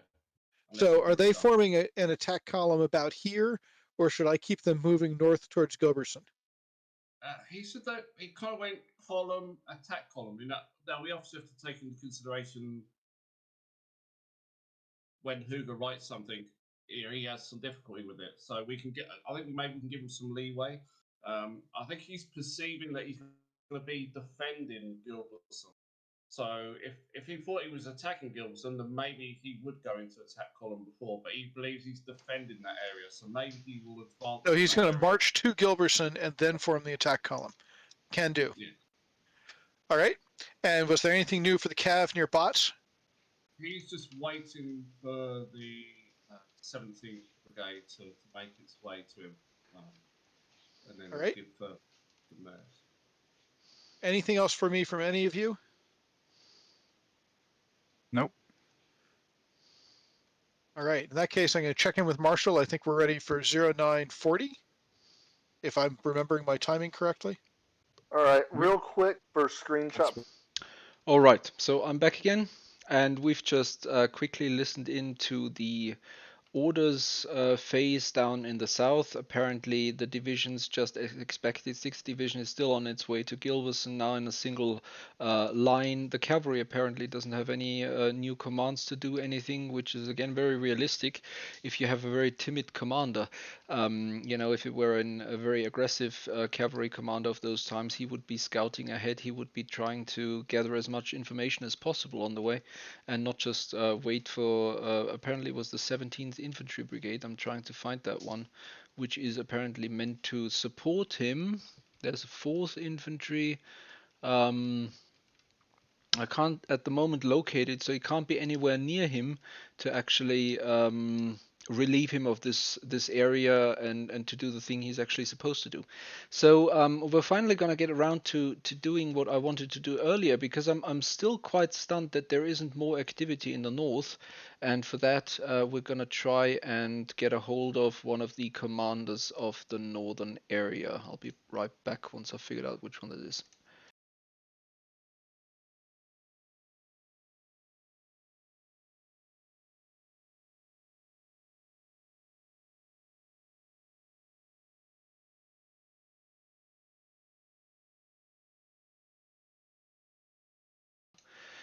All right, so I figured out who's in command in the north. Which formation do you command in that area for the Red Forces? I'm leading the 1st Division. You're leading the 1st Division, which is currently deployed in line in the general area of MacDonald. Is that correct? No, it's actually 2nd Division. So okay. What's happened is 2nd Division is moving straight to the south and deploying in line, and I'm actually stacking up along the river. And the intent is that basically 2nd Division is masking my presence, and the idea is that once he gets online and meets resistance, that I'm going to basically do an attack column down the river and see if I can't punch forward through whatever it is that's holding him up. So you're basically aimed currently attack vector towards gains and majors, something around that. Am I interpreting that correctly? Are you able to get into my Red Lando chat? Nope. A Red Lando chat. Hang on, Lando chat. There it is. Yeah, down there. So if you go back and look at the 2:44 p.m. posting I did, there's an image basically kind of showing you the middle of our plan at least. Okay, that's very thank you for that. All right, excellent. So you're aimed. All right, yeah. So basically what I thought. Yeah. Okay. All right, interesting. Yeah, we're basically trying to stack up our artillery on the east side of 2nd Division, and wherever his guns are shooting, I'm shooting. He's the base. If he moves forward, I'm going to basically build off of him. Mm-hmm. But I'm basically putting my division into an attack column, and then they're just going to scrape down the side of the river and basically punch forward. And between the two of us, we're basically just trying to make enough noise that somebody turns north and comes up to deal with us and try to sap some of their combat power away from the central defensive lines that the Unions have. All right, I see. So far you've just engaged some cavalry then, He driven that off, I has, believe. yeah, I had a brief. So my cavalry there to the west, you can see near Withers, they actually got the tail end of a cavalry charge, and they managed to capture a Union general. So they're just still out there providing a screen and do some reconnaissance along Hazel Run just to see what Union troops are down there. But for the most part, it's just the two of us looking to push to the south and make enough noise that somebody turns north to meet us and takes that combat power away from the defense of the railroad bridge. Okay, very, very interesting. So you're are you in close contact with your army commander currently, or is he? No, I mean, he basically just sent me a general request for an update. But honestly, I mean, we're in two separate battles, and his general guidance was just, you know, preserve your combat power, and that was pretty much it. If there was something we could push aside, but to not get decisively engaged or spent. So we're trying to adhere to that, but at the same time, we're making sure that our two divisions aren't just sitting out there doing nothing. So we're just trying to make enough of a threat and a noise. And what I'm hoping is when they see me materialize to the east of 2nd Division, that's going to cause some panic on their part. And hopefully in their communications, they'll over-communicate, over-panic what's going on, and we'll pull more forces north than are necessary. But we don't really intend to push much further south than Hazel Run. Okay, and what is your current intel when it comes to enemy strength in your general area? It sounds a bit like there's actually nothing in front of you. Is that correct? For the most part, it sounds pretty light. Yeah, so in my last orders, I basically said I was going to ride forward to go meet up with the 2nd Division commander again, just so we can talk plainly to each other and I can get a better view of what's in front of him. But so far, I haven't really heard that he's having much of a struggle, other than a brief cavalry scrape where his horsemen got scrapped up, but that was about it. Okay, it's very interesting. Well, thanks a lot for that report on the division level, and I'll check back later if possible. Thank you. Sure, thank you. All right, so another very interesting information. So apparently his avatar, his commander is just up front, and the entire division is actually still deployed back. Well, it basically may as well be on the moon, if I may say so. And I've got a map here of the orders that he has actually been given, and he actually aims to operate in the area of Myers and Shelton. So they've actually they're still basically, I don't know. Let's look at that. That's like 1.5 miles away from the enemy. So and he's probably 3 miles away from the enemy. And the objectives down there. So there has to be some aggressive movement coming soon, which I expect, because apparently the artillery has started to fire, and eventually they're going to push down. As you've heard, the objective is to at least engage forces and at least make them move north. Now, I'm not entirely sure what the intention of this movement to the north is, because if the blue force has the task to prevent the enemy from moving past the Rappahannock exactly there, I don't really see any incentive for the blue force to move anyone north to engage a force which is, I believe, at least, well, it's more than a third. It's not quite half of it, but it's definitely 2/5, I'd say, of the entire Red Army is basically isolated in the north. It's basically just the other way around as it used to be when the Union Army was stuck up here. So they have to move south. They can't cross here because that crossing, as you can see, is going to be heavily defended, and the only way of them to get into contact would be to move across the Hazel River at these fords further to the west. And if they want to be able to do that, not being under fire, they are going to have to do that soon. And now we just see that there's actually a 18th Infantry Brigade which is moving double quick, and it's gonna be well, presumably taking up position here at Kuhn, and we're gonna look at the orders that are being given to that unit and see what has actually been ordered. And it has been ordered to definitely 18th Brigade is to move faster. That has been the last order. We've heard that in the briefing of the umpires just before. So they've been ordered to move there as quickly as possible, and they're definitely trying to most likely block that ford at Kuhn. And honestly, if the 18th Brigade reaches the fort at Kuhn, I would say this entire force, both first and second division, are gonna be out of the fight. At least that's the way I would interpret the current position. Or the current disposition of both forces. Those units should be able to withdraw in good order. There's no real quick pursuit force that can actually catch them if they decide to disengage. The main body of this covering force has made it out. They're going to be able to organize down here, which basically just leaves the southern area to decide the fight.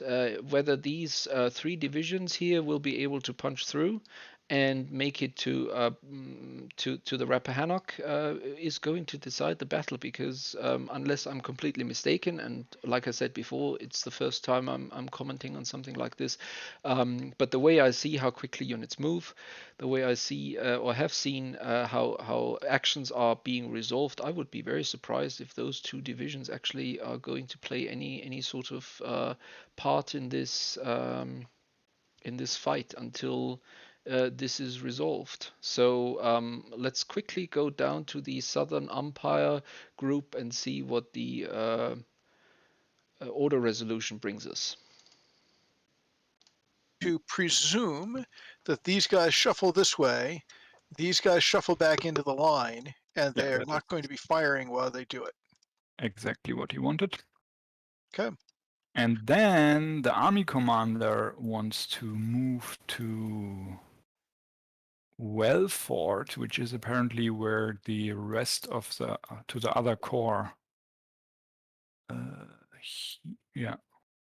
He's Okay. searching for his corps commander, I assume, which is not there, but he will find that out. Find out about that. All right. Done. Anything else? No, that's it. Fair enough. In that case, I think we are ready for screenshots, and I'll go check in with Marshall as to whether or not we're good for the 10 o'clock reports. Will do.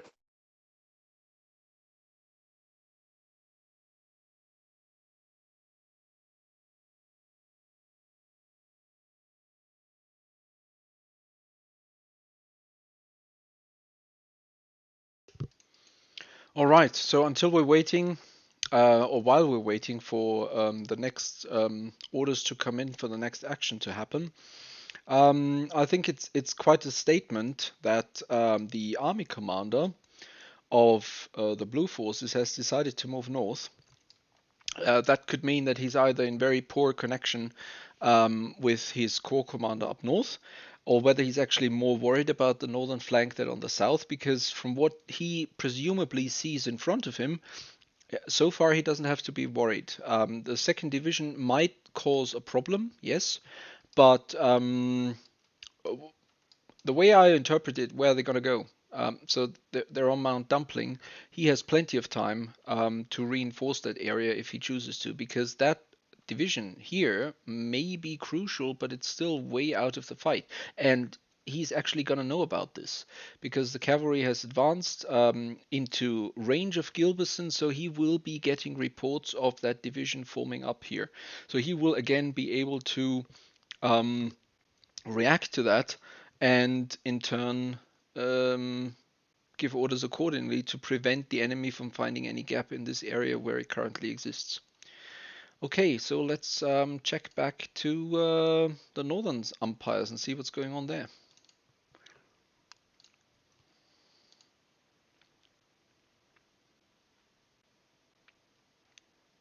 Just let me know if Charlie Point is.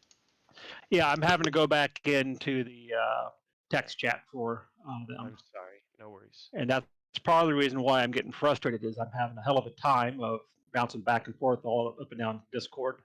Yeah, we have to fix that, and we will. Yeah, we do, because this is not workable No, right now. and I think it's just the nature of this particular game because it was kind of thrown together last minute, whereas Gettysburg has a lot of pre-planning already done.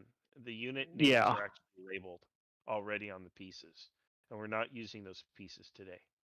Yeah, and the Okay, way would you- Discord is laid out. Okay, I'm not finding it. Don't worry. I'll get it from him. Okay. Okay. Do you see where everything is positioned? That is roughly where they need it to be. I mean, do you think they're in the right position, or is there anything I've missed? Okay, so this is where I think they are as of 9:40 game time. Okay, so we have 940 orders. So, or did we get 940 orders yet? I think they're still writing them. I heard Berger said that he wanted to send the 13th via Deep Forward, but I said that I was the corps commander, so he had to send that order through Mike. Yeah, and Marshall's already started adjusting that. Cool. Okay, so there's one more order that we need to. So I have to process more movement then, right? Or not? No, because I've already given a screenshot for 940. Okay, and where are their orders landing? What room? Blue You have to go into the Blue text Damon. channel and to. Yep. Blue Damon. No, Blue. Berger. Burger. Blue Burger. And they've directed that their artillery is targeting infantry, and I guess to me verbally, and I think they're, yeah. Okay.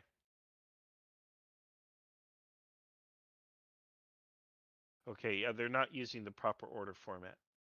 No, they are not. They are absolutely not. They're just barfing out orders. They need to write unit name dash order. Unit name dash order. So there's the problem. There's part of the problem. That's why it's so damn confusing. You have to interpret. Okay, so Yeah, I'm gonna run Burger and Damon, right? Is that correct? Yeah, and right, and they are in voice chat, Blue Player 3, and I'm trying to find the text chat for them. It's at the very bottom. Yeah, Okay. Blue Damon and Blue Burger's All right. right down the bottom. Yep, I see it now. Okay, Yep. got it. Okay. I want to get going with the 10 o'clock report. I don't see any combat happening. The only thing that they are doing is that I've got Lando's artillery coming up to form with the other artillery and just firing at the same target, whatever that may be. Right, and the blue the red second division is starting to advance its brigades. They're in a division column, brigades online. Okay, are we able to move to the 10 o'clock player time or not? Or Well, that's what I'm looking to do is are we in the phase where we're getting orders from the players, or are we actually adjudicating the orders for 10 o'clock? We're adjudicating the 940 orders. Okay. We should. Hello? Hello. Sure.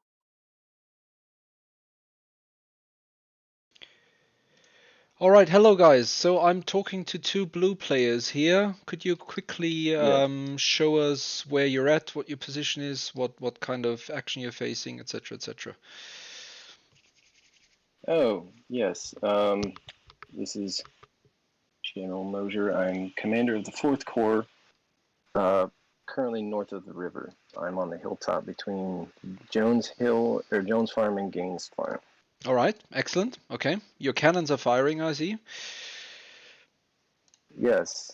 Yeah, somehow the morning has not gone according to plan. Yeah, we fell asleep for about 30 minutes. Yeah, and then there was this girl. Okay, yes, I see. Yeah. Suddenly the enemy division was just in front of us. It was We couldn't see them coming, apparently. it was dense fog and Yep. Yeah. And yes, so this. Yeah, from what we heard. This one was. Yeah. Sorry, This go one will ahead. be interesting in history books, because as I'm sure you're well aware, if you had the bird's eye view, it was quite distressing to learn that after ordering one of my divisions to withdraw south of the river, the commander decided to join the cavalry patrol instead and go north and attack the entire enemy army and get captured. But And then so his then, replacement decided to cross back over the river and cause a huge traffic jam. yeah, I was actually, that's actually, supposedly that's the rumor. He's gonna get court-martialed. I'm about to move down there and find out what exactly happened and why our men are not moving. that's very But, interesting. That's very interesting because I was actually looking at the map as it unfolded. I was thinking, what's going on there? Marching back and forth. Why? You're already over the. What's going on? That explains everything. Excellent news. Yeah. Seems like he disobeyed orders about 3 or 4 times there. So Yeah. Sehr schön. So that's very nice. Yeah. amazing.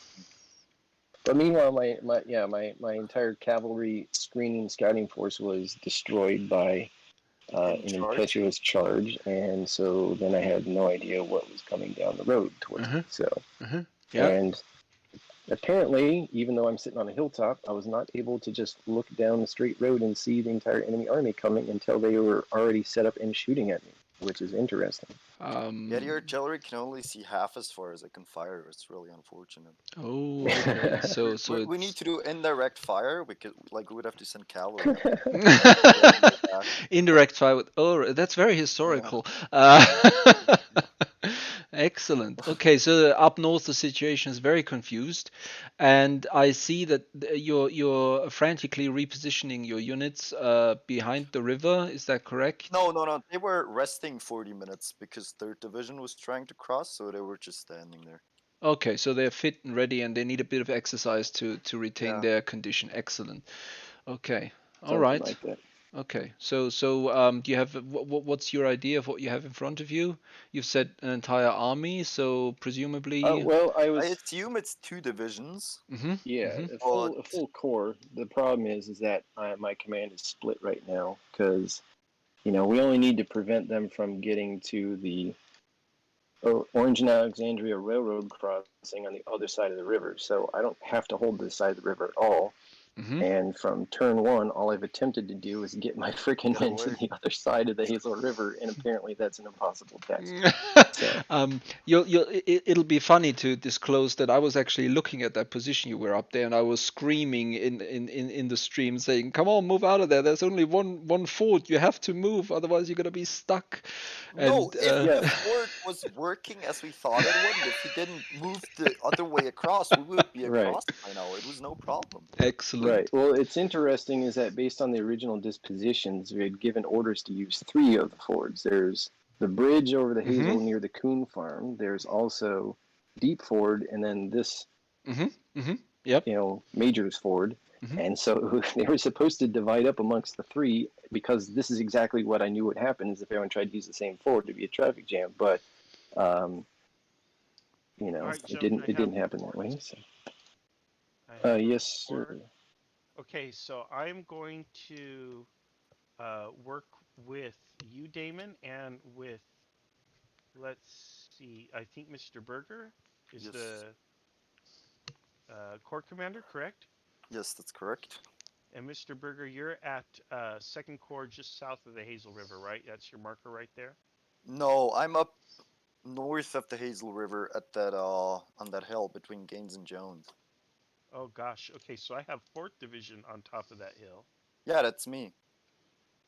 Oh, I thought you were Corps Commander. No, I'm Damon the is Corps Corps Commander. Commander. Oh, Damon's the Corps Commander. Okay, so we have it. All right. So here's a report. Did you?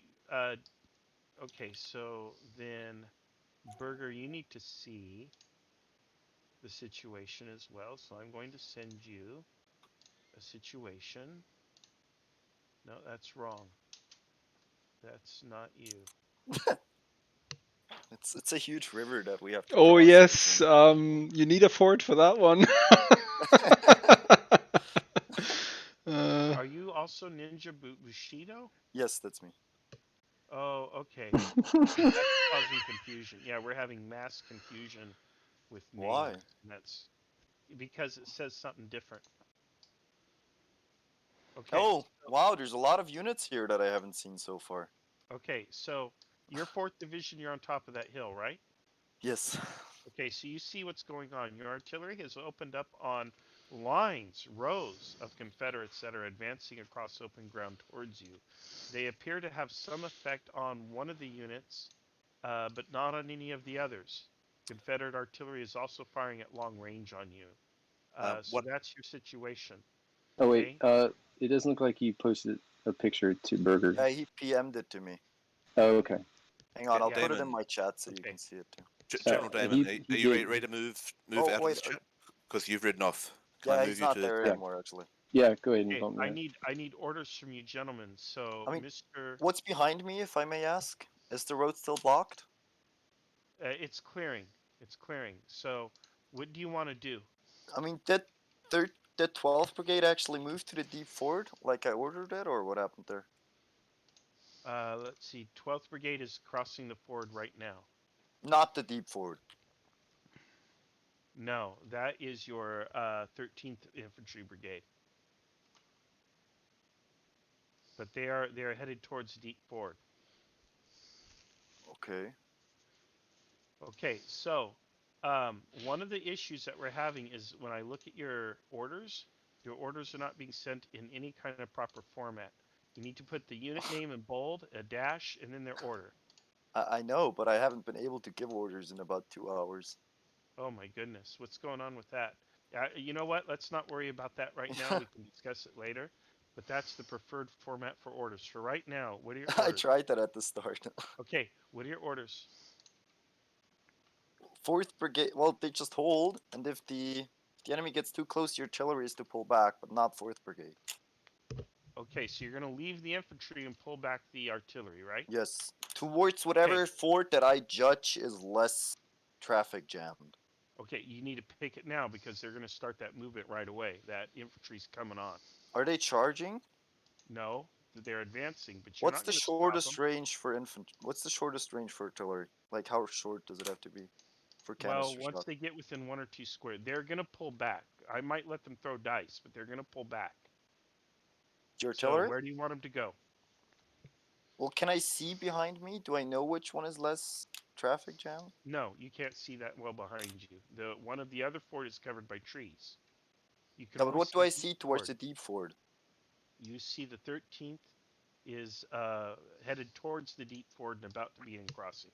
Okay, well then it's not going to be that one. It's going to be the other ford. Okay, all right, that's your decision. All right, so your infantry will hold. The other units will continue. What's the rally point for your division? I don't know what's across the other side. So Yeah, but you told them to march across the ford, to go across the river. Where to? Where are they going across the river? well, they were supposed to meet up with 3rd Division. Where? I mean, 3rd Division turned around and tried to go this way again. Where? Okay, what is your order to your guy? Is it Head toward like meet up with 3rd Welford and Division? Green-ish area. Okay, which area, please? Welford Green, kind of up in that hill. Okay, okay, I see it. Okay, so that's going to be their destination. Okay. Why doesn't this work? Pin, there we go. Okay, that's where you're going. Okay, we got it. Okay, I have your orders. Thank you. Damon, do I have any orders from you? He's not here. Okay, I got to go to Damon. Okay, perfect. This is all I needed to know. All right, let me go to Damon. All right, I'll leave you to it. All right, so that was again for those of you still sticking with us. It's only been like what, 3 hours, 4 hours? I've completely lost track of time. But that was the first sort of order phase that we actually got to listen into, where the player actually orders or passes on orders to one of the umpires of what he wants to do. And unfortunately, I haven't figured out yet how I can actually show you those screenshots as well. I'll probably have to change the settings so I don't have to only show the game window, but actually can show you some Discord footage as well, so that you get a better idea of what is actually happening. with the orders and how the screenshots are passed on and how that entire thing works, he doesn't see what's going on. So he was actually at a position with his avatar where he couldn't see both fords across the Hazel River. So he's there. He can't see through that forest there, and therefore he doesn't know whether this ford is completely clogged with traffic or whether this one is jammed up. So he does see that the 13th Brigade, which is this one, is currently marching toward the Deep Ford, and therefore he assumes that this one is going to be empty by the time the artillery pulls back and crosses across the river. So I think he made the right choice, definitely, because that one should be resolved by the time his units have disengaged and marched south. All right.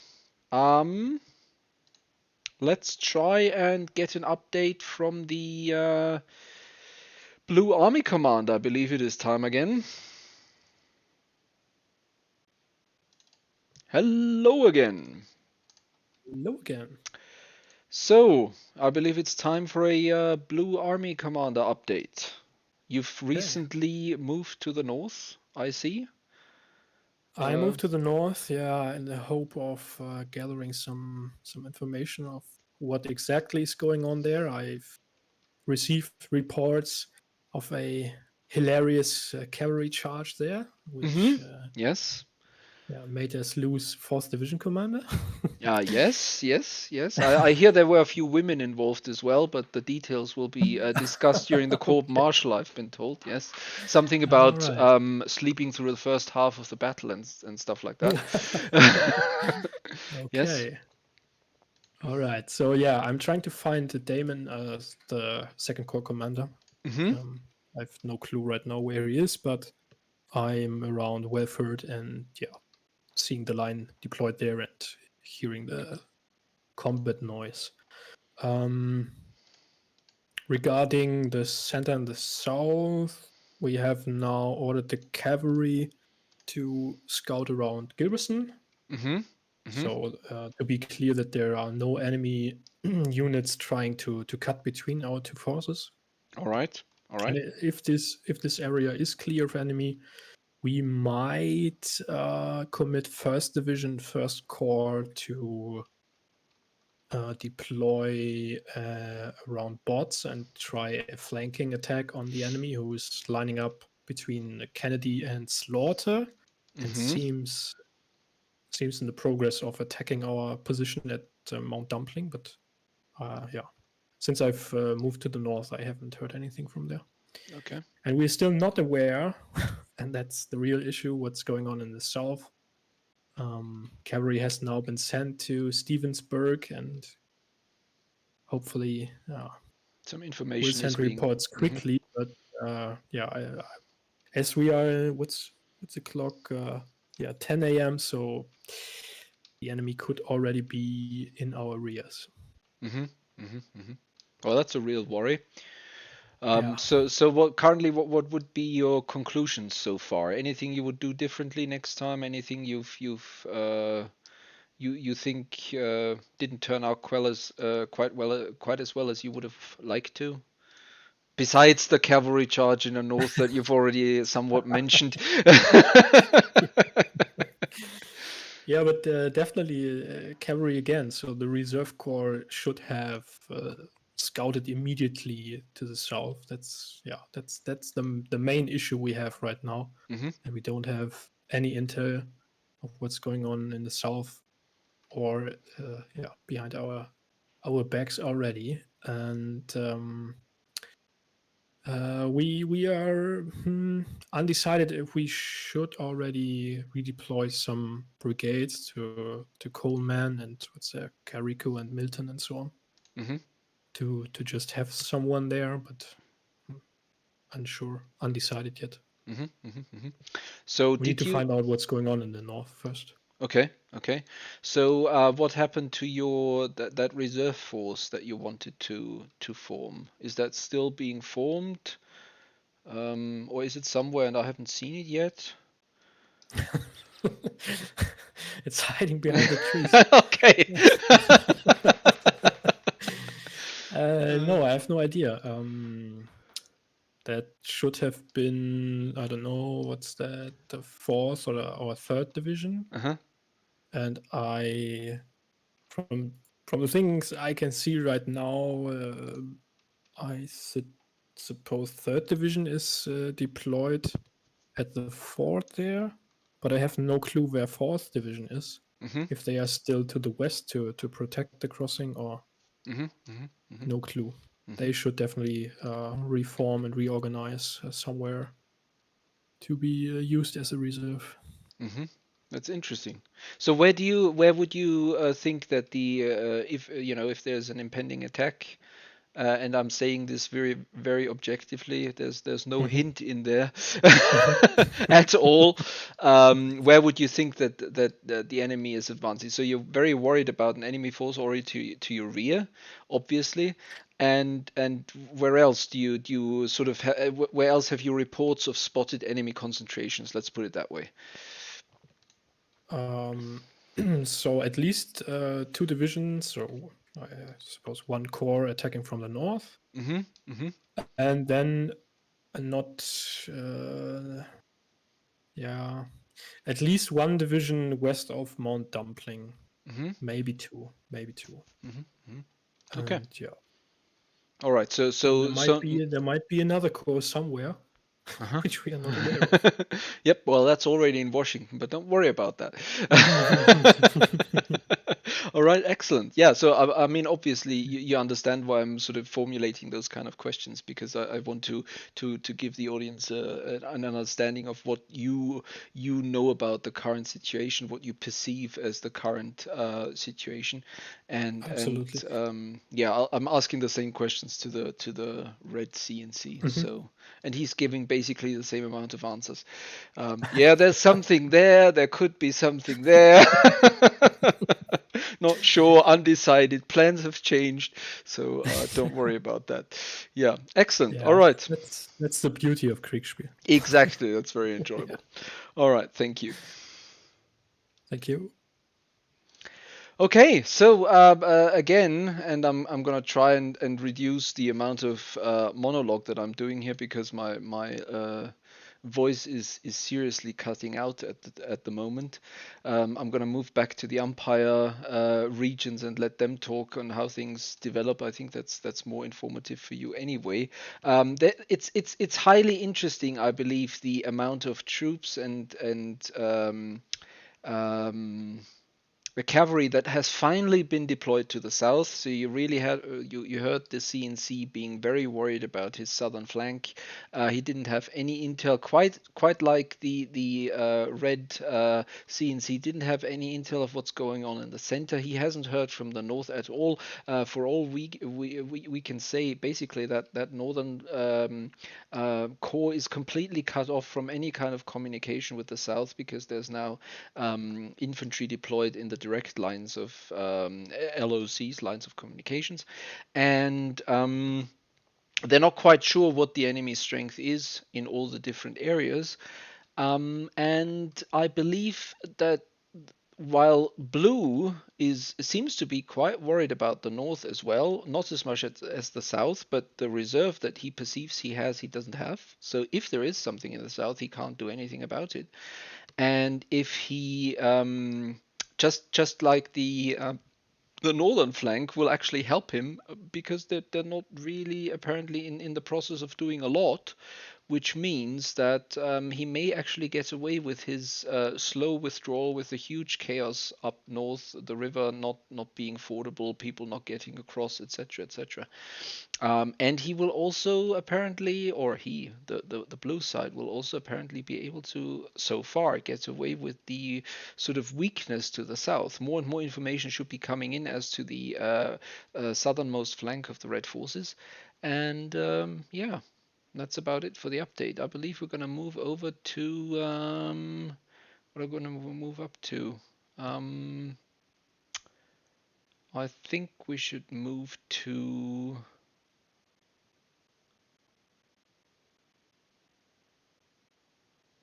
Southern Command, Umpires. Hello again.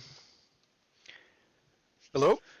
How are you doing? How are things progressing? Everything running smoothly? Yeah, actually, overall things are progressing pretty smoothly from the Umpire perspective. Excellent. All of the working with are new to it, but they are getting their head around what they need to do, and we're working through it. Excellent. So, what's your? I've just talked to the two. No, I've actually just talked to the Blue Army commander. And what would your? Because you currently have, do you have time? Yeah, I don't want to interrupt anything. Until they come back with orders, I've got time. Of course. So, what's your current analysis of the situation? I've been talking a lot on the stream about that. I don't want to repeat that, so I'll just like to hear your current. So my curiosity is how Blue understands its mission, because there's a lot of rough terrain around Mount Dumpling, and everybody seems to be focused on it on the southern flank. So we've got increasingly 2 red divisions lining up against a blue division that's defending Mount Dumpling. But how important is Mount Dumpling as terrain? How important is that woods? As opposed to the track back to the Rappahannock along the railway line. There's a blue brigade that it seems everybody on blue has forgotten about or doesn't know who owns it. Near Brandy Station. Yep. And it's not clear why it is that it hasn't been deployed for anything yet. I am expecting that there's about to be a flurry of activity out of Blue's 1st Division because they now know that there's a threat coming at them from the east. And equally, I'm curious to find out what happens when the red threat there, their 4th, discovers, which they haven't quite yet, but they will next turn, discovers that they've got blue to the north of them, blue to the west of them. What are they going to do? And we'll find out. Very interesting. I've actually got an answer what they worry about in the south. They worried that the Reds are actually already in their rear because apparently there's been a mix-up in orders with Reserve Command and their cavalry screening force. But otherwise, okay, it's very interesting. So apparently Red Force hasn't yet identified. So blue is.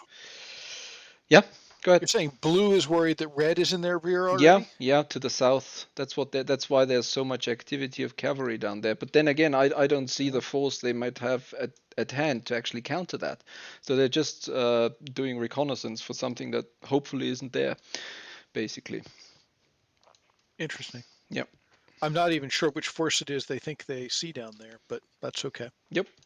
I wonder if they don't think that there's an extra cavalry force that they are unaware of. Yeah, they might. Because if that was a full cavalry division instead of just 2 little regiments, it would make sense.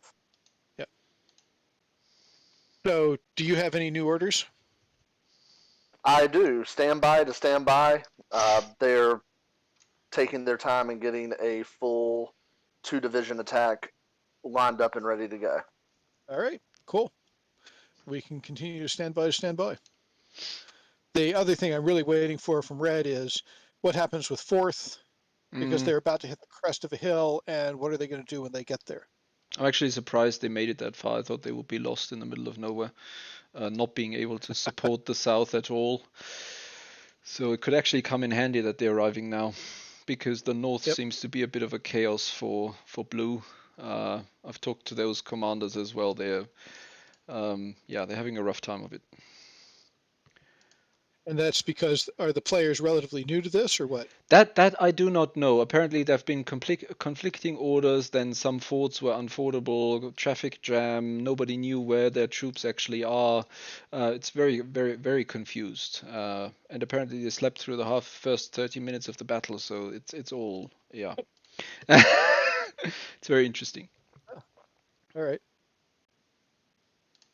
Yeah, I have almost no idea what's going on in the north. Yeah. No, I just think that at least one of those divisions could easily help with the center if they were sorted. But yep.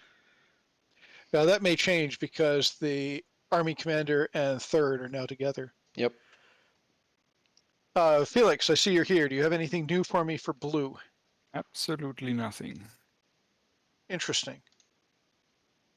So no reaction to the fact that there's the Gilbertson force. Not so far. I assume 1st Division and the cavalry commander are still talking about that. Yeah, they're still in the same room. Well, fair enough. In which case, the main thing I'm waiting on so that we can complete movement for this round is what's Fourth doing. And in theory, it's getting that far, and then I don't know where they're going. If they get to where I just moved the commander marker, because I don't have orders that carry them any further forward than that. All right, James, I am ready to process the 1020 orders for my Why flank. don't you go forward with that? I'm waiting for one order to come in, but it's the only thing I have yet to process. Perfect. And it's kind of the same thing here, although I have all orders in. Okay. Okay.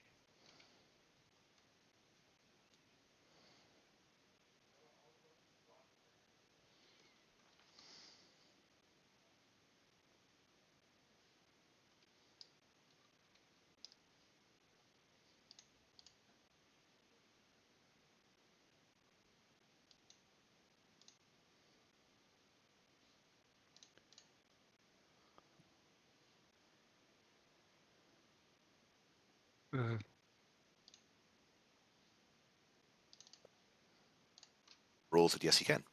Yes. So the routed guy will run back to say here, Okay. and he will sit on it. Yeah.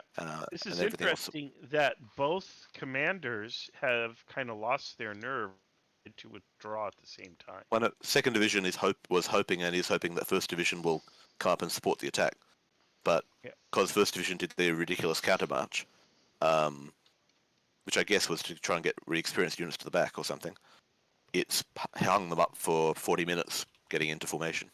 Oh, yeah. Not worth it. And What so, player yeah. time is under? Yes, we are on. We're finishing player umpire time for 1020, and we'll be moving to player time momentarily. We've still got 9 minutes umpire time, so take your time. Okay. And what's happening here is, yes, the Union forces are moving south to a defensible position, south of the Hazel River. Okay. And I am very interested in this attack in the south. So in the north, I don't think the Confederates are going to cross anytime soon. I don't think they're going to make it across. If we were to play this out maybe for several more hours, there are certainly some positions that they could flank. Like this cavalry unit here. Don't forget this. I think maybe you've moved it.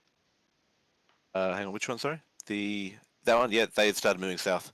Yeah. And I thought that was actually not going to work because you would run into the 18th blocking the forward, but I gather that they're moving away again. Yep, they're moving. What's back. funny is that cavalry has already crossed the ford once. They crossed the ford once, went to the Coon Farm, then rode off as the Federal infantry came up but didn't see them. Now they came back again, and the infantry's been there and left again. Wow.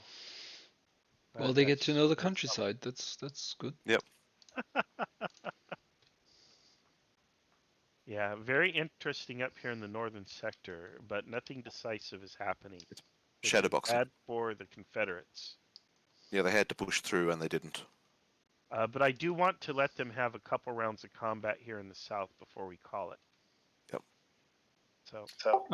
So Jonathan did technically get his orders in just in time, so might want to look at that real quick. And also Damon's asking about updates. I think he might have been missed. Well, Damon should be getting. He probably just needs a picture.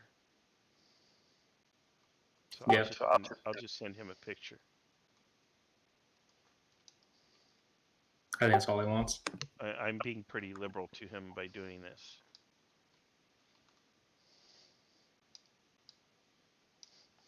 So at 1040. Oh, 1020. Oh well. Let me go rename that. So you don't. It should be 1040 because it's 1020 umpire time. Unless you're backdating it. Yeah. Okay, we're good. All right.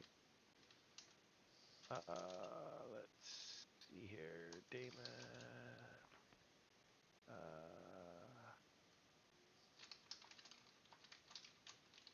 Apparently, Hines' first experience with umpiring, he has phone, computer, and TV running to keep track of things. Whatever it takes. Yep.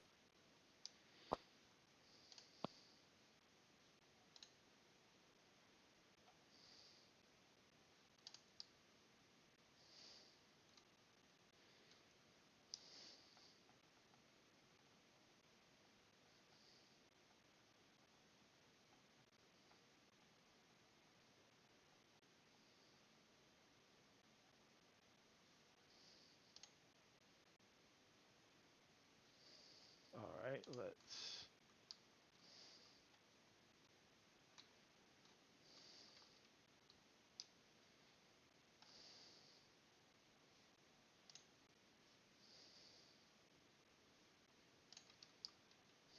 So am I correct in understanding that while I was talking to the Southern Umpire team, up in the north, the massed infantry attack chickened out?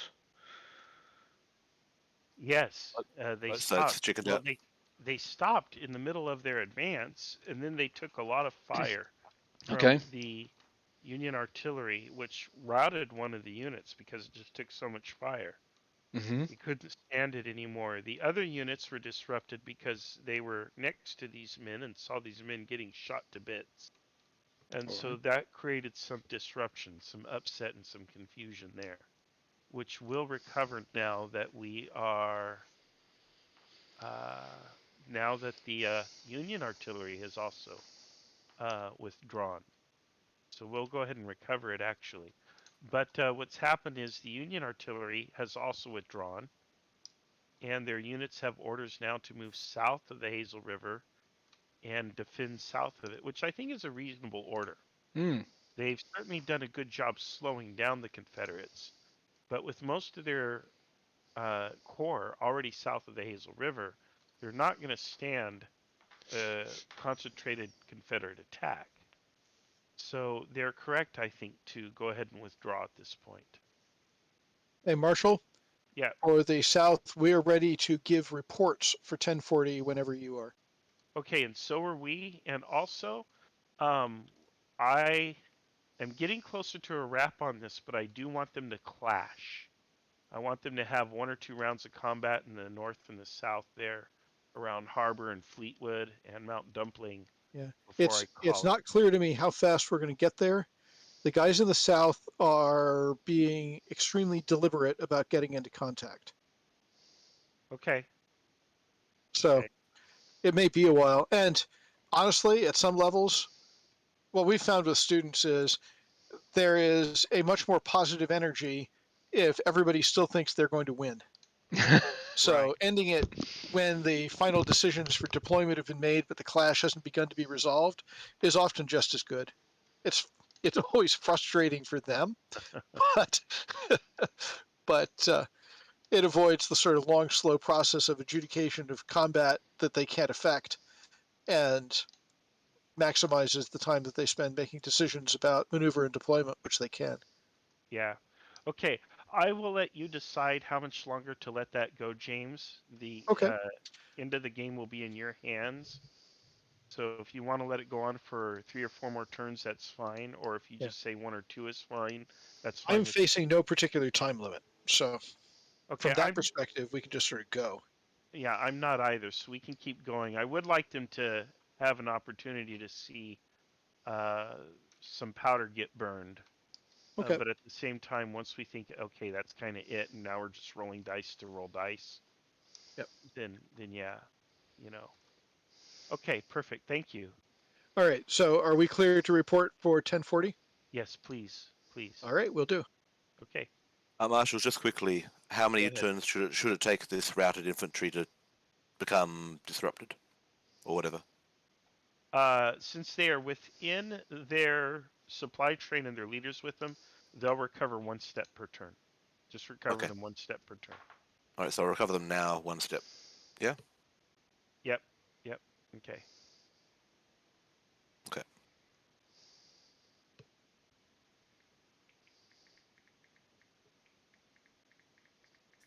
Hey, Marshall, since we're down mic now, I'm not doing too much except managing the clock. So if you want, I could take one of these players off your hands. Sure. Why don't you take 3rd Union Division then? All right, which of these Union belongs to 3rd 3rd? Division, and I'll just work with Mr. Berger. And Mr. Damon. And Mr. Damon, yep. But Mr. Damon only receives updates. Yep. He gives his reports to the division commanders, and we work with the division commanders. We don't work directly with Damon. For example, he just sent an order to the first 2 brigades of 4th Division, but that order actually has to go to the division commander. He can't just directly break chain of command like that. Yep. So third is the 11th Infantry, 10th Infantry, and 3rd So Infantry. go ahead and give reports. Okay. Okay, he's just not going to tell me what units third has, so I can't give a report. That's kind of awkward. But what? What's happening? Sorry. I was trying to ask Marshall what units is under third. All right. So while these things are currently being figured out, I thought we might as well see how things develop. Apparently, there's quite some developments in the center. Obviously, the division position to defend Barber has finally seen the infantry division that moved cross country. It started out here, double line position, then it moved in column all the way over those hills. These guys have seen the countryside nicely today, and now that division is finally coming online to prepare for a possible attack. It's supported by cavalry, which would be nice in like 50 years earlier. Doesn't really help a lot now. They're just basically guarding the hill. That's just about it. They could easily be advancing via the line Wayman, Beasley, Jaeger to find out what's up to the north, because if the division just attacks straight on towards Smith, St. James, it's completely open to flank attack in the north. So there's a couple of things to consider here, and I don't think proper precautions are being taken to actually scout out the dispositions of the enemy aggressively enough. Just like I said several times now, I'm repeating myself, I know, but this still seems to be the problem. So a lot more aggressive reconnaissance using the cavalry forces available would definitely have helped to figure that position, to figure that situation out way more quickly than they actually did. And you know, it may not actually happen because the other side equally doesn't know what's going on as a center, really, except that they see now an enemy force in front of them. But the fact that they could actually take the entire division and move south down the line of Nelson Wayman, and then catch that division in the flank, crush the center, and then actually use those forces to destroy the southern flank of the blue of the red forces. Eludes apparently the Blue Army commander, which is disappointing, because obviously I've got the bird's eye view. Obviously I see everything, but I believe that a better picture through more aggressive cavalry reconnaissance would have definitely improved the overall perception of what is going on the battlefield, for sure. So I'm going to take a quick break again, and then probably go back to visit the Red Army commander one final time before we see the main attack evolve.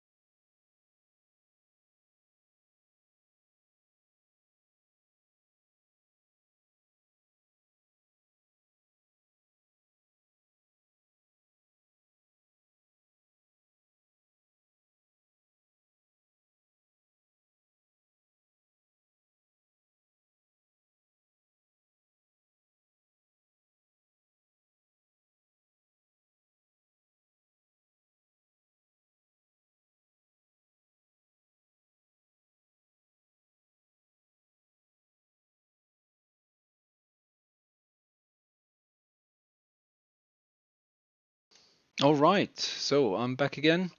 Looks to be that the Red Army Commander-in-Chief is currently unavailable, as he's probably over here. Yes, he's right next to 3rd Division Commander. He's obviously trying to figure out how to coordinate the attack.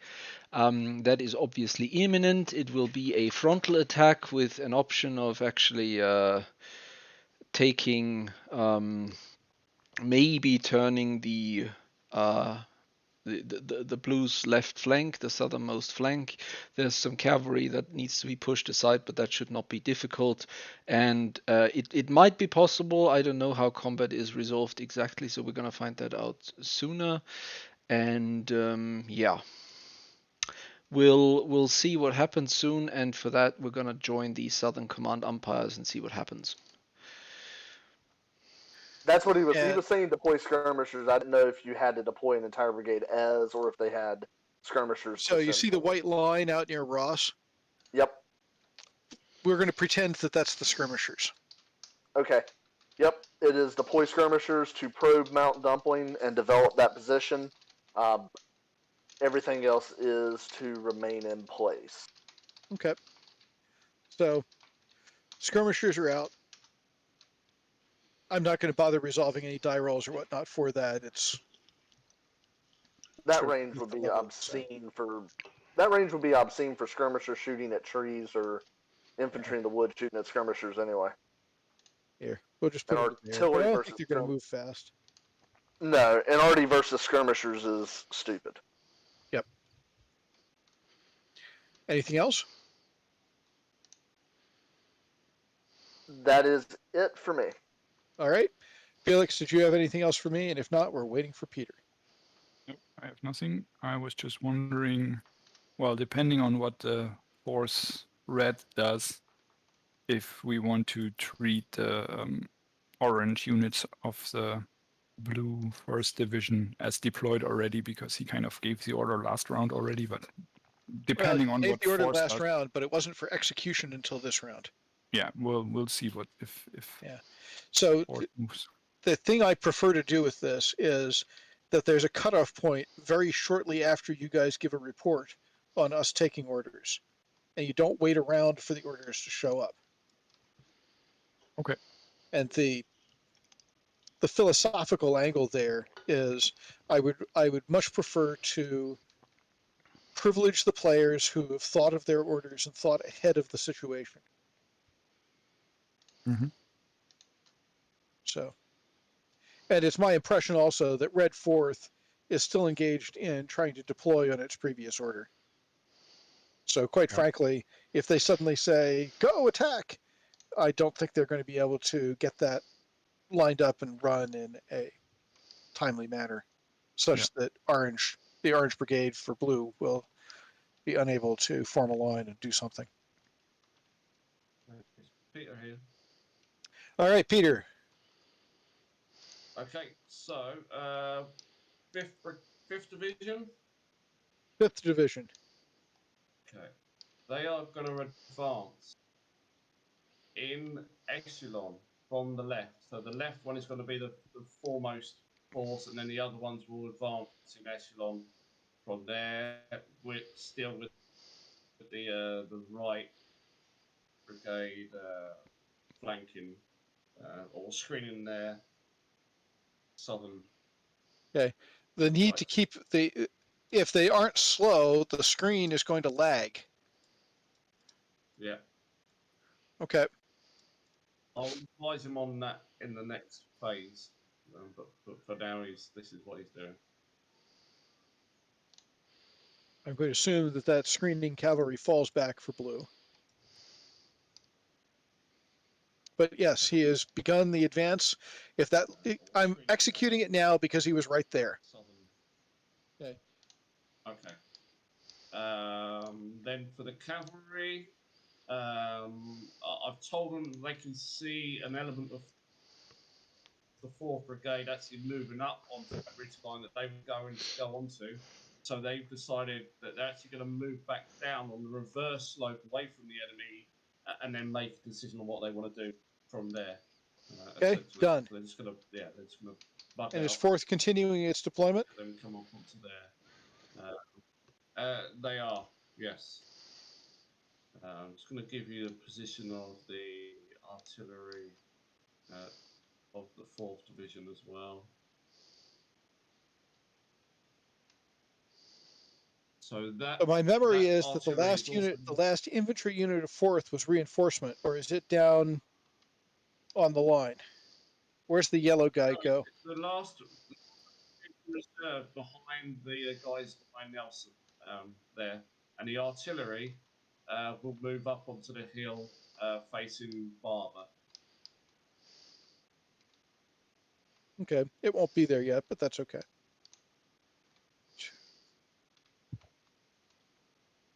And the 4th Division commander actually wanted to put himself in the valley between the two hills, that little Done. bit there. That's an interesting choice because it means he is not going to know much about what's going on to the north of him, but you know. All right. So taking a quick measure here, 2.6 for the Arty. What is the effective range of artillery? Is it 4 squares? Medium range is out to 4 squares. So that's certainly, he's deploying troops within 4 squares, and it's closing on being canister range. So unless there's a specific order against it, those guys are going to be opening fire next turn. They moved, the blue already moved into that position this turn. Okay, we're ready to move into the 11 o'clock when you are. Yeah, hold tight for a second because we may be about to be there. Nice. Peter, was there anything else? Yeah, just on a side note, the 5th. All right, since it's been asked in chat from Bobby, a quick recap of what happened so far before we actually get to the main event down south. I believe that will be the culmination of today's marching around mostly.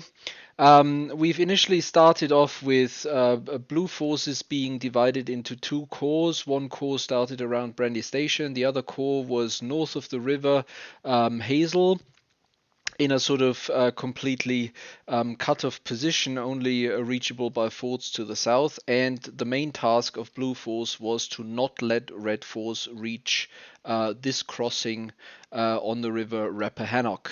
The Red Forces started off in the northwest with two divisions in one corps and 3 divisions in another corps down to the southwest at Culpeper.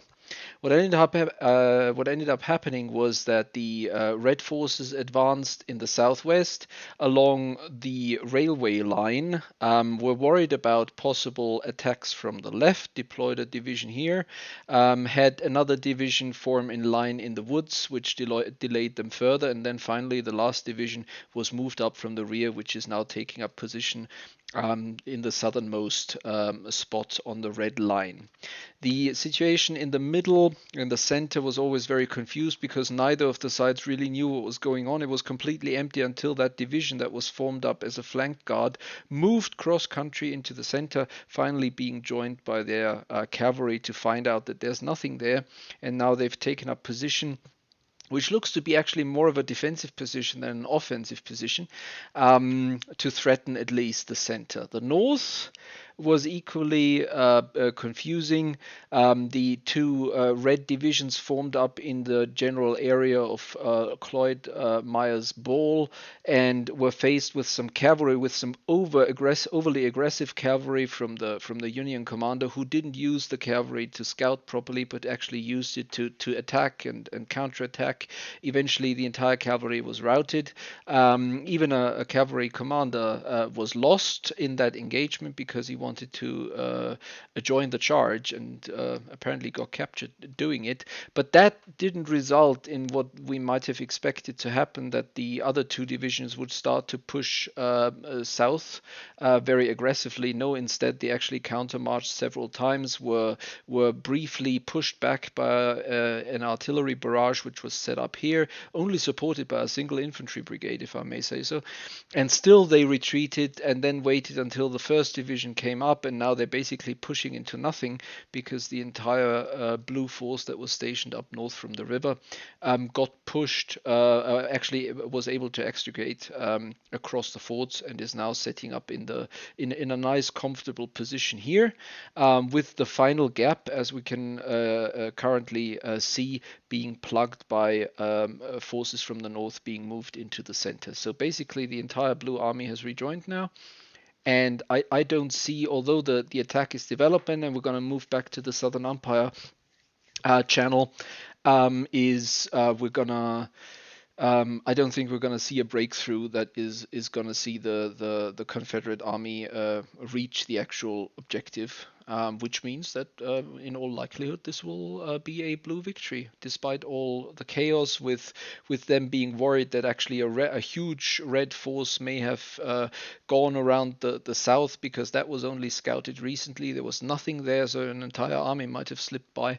Didn't happen, and now we're just going to watch the final frontal assault unfold. I hope that summary answers your question, Bobby.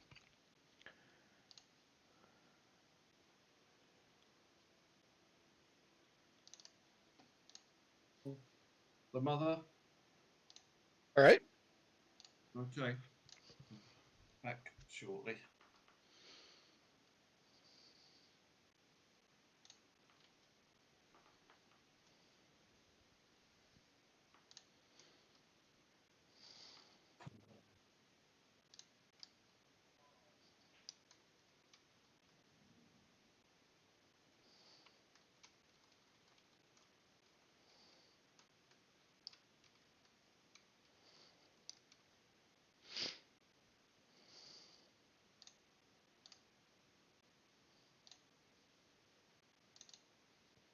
You're welcome, Bobby. My pleasure.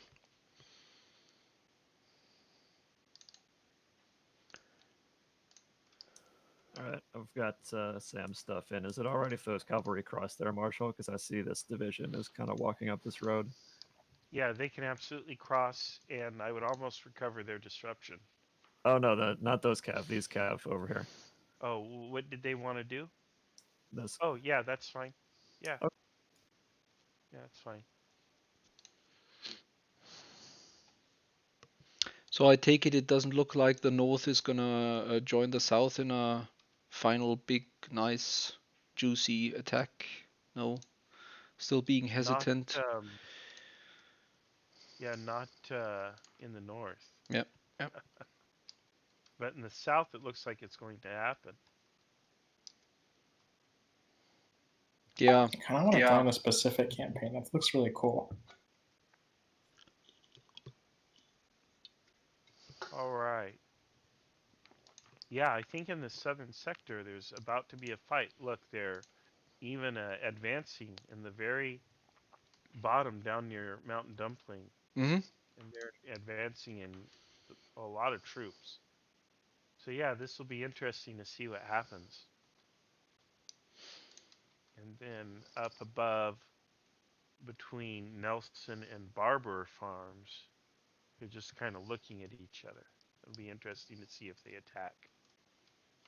But there are more Union forces coming available.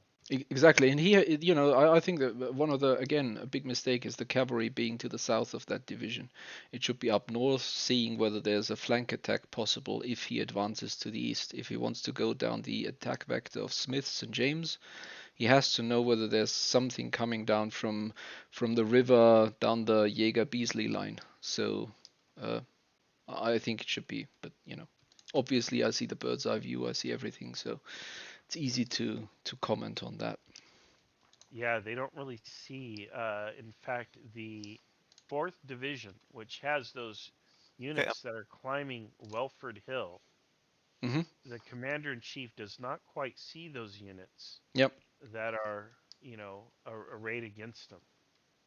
He will on the next turn, but at present he doesn't quite see them. So, very interesting stuff.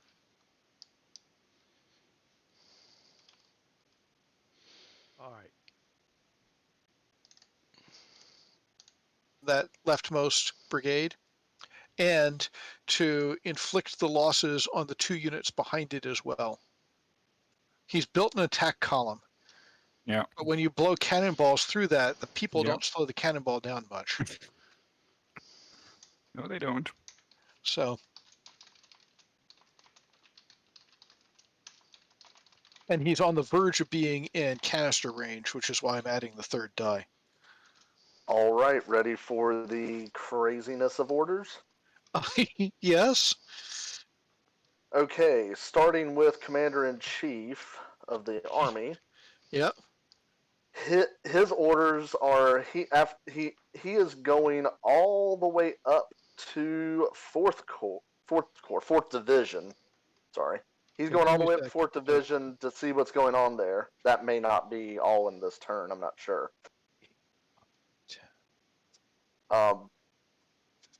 He doesn't quite make it, but we've moved him down the road at least. Yeah.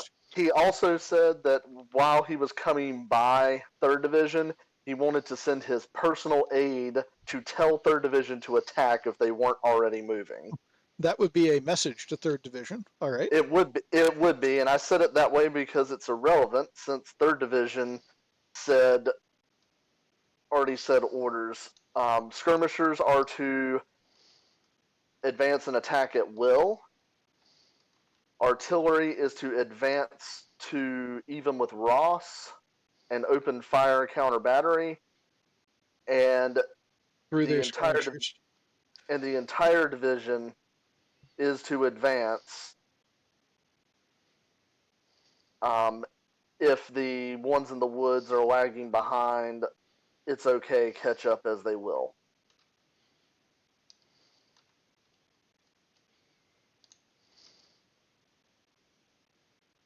Yep, that was what he thought there was going to be an issue with, and I agree.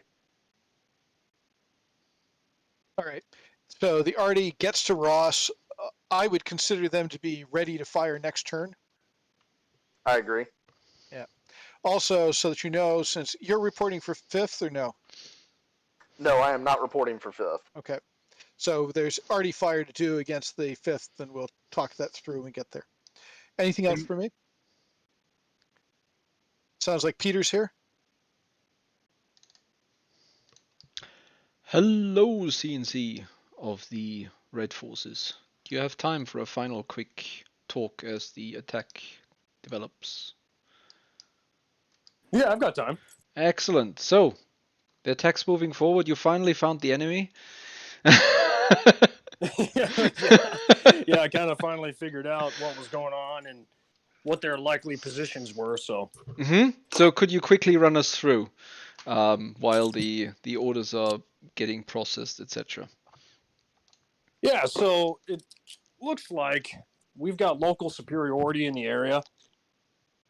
You know, part of the reason I say that too is because I got word from 1st and 2nd Division up north that there was a line there spreading from Jones to Gaines, which that tells me, you know, it's probably 2 divisions that are up there, which leaves probably 3 more divisions and some change maybe, which means in the area down here by Mount Dumpling and the hills north of that, well, quote unquote hills, I've probably got local superiority. Which means the push up north through Mount Dumpling is more than likely going to dislodge their positions. I got word of cavalry down by Bots north of there, so they're either trying to keep an eye on that area because their rear is exposed, or they're trying to get an extent of my flanks. So either way, I think Mount Dumpling is going to get its ass kicked. All right. With the, I have to ask the follow-on question, which helps you how, especially in regards to the objective? Well, the main thing is that while my objective is that candle, really all it's going to take once I push north, all it's going to take is my cavalry to run behind my troops and go hit the candle. That's basically all it is. All right. Okay. So that's the plan. All right. Yeah. Okay. Yeah. I mean, all I have to do is just disengage my cavalry, run them down the road, and hit the candle. Boom! It's like hitting a flag. You know, capture the flag. Done. Yep. Of course. Yep. All right. But aside from that, I mean, that's the easy part. I mean, I'm more focused on, you know, if I can, let's just make it a good old-fashioned destroy the enemy fight. So. Okay, so your main objective is simply destroy the force that is currently positioned at Mount Dumpling. Yep. Okay. Yeah, that's my objective right now, mainly because the candle is the easy part. So. All right. Okay. So what's your plan for the center? I see that you've deployed on a nice sort of triangle of hills. Is that you've just been you're just moving up there, aren't you? Yes. So the intention up there was kind of twofold. So one being kind of that L formation with the rest of the line of the army extending down that way. It secures my flank by refusing the line up there. But their position also allows them to apply pressure to those hills in front of them if I needed them to. All right. Okay. Excellent. And the north is, as you said, sort of busy on its own. All right. Excellent. Yeah, and those two guys are doing a good job. They're kind of working on their own independent command, and I'm happy with their performance so far. They're not being stupid, which is good. Yeah, it's interesting. Okay.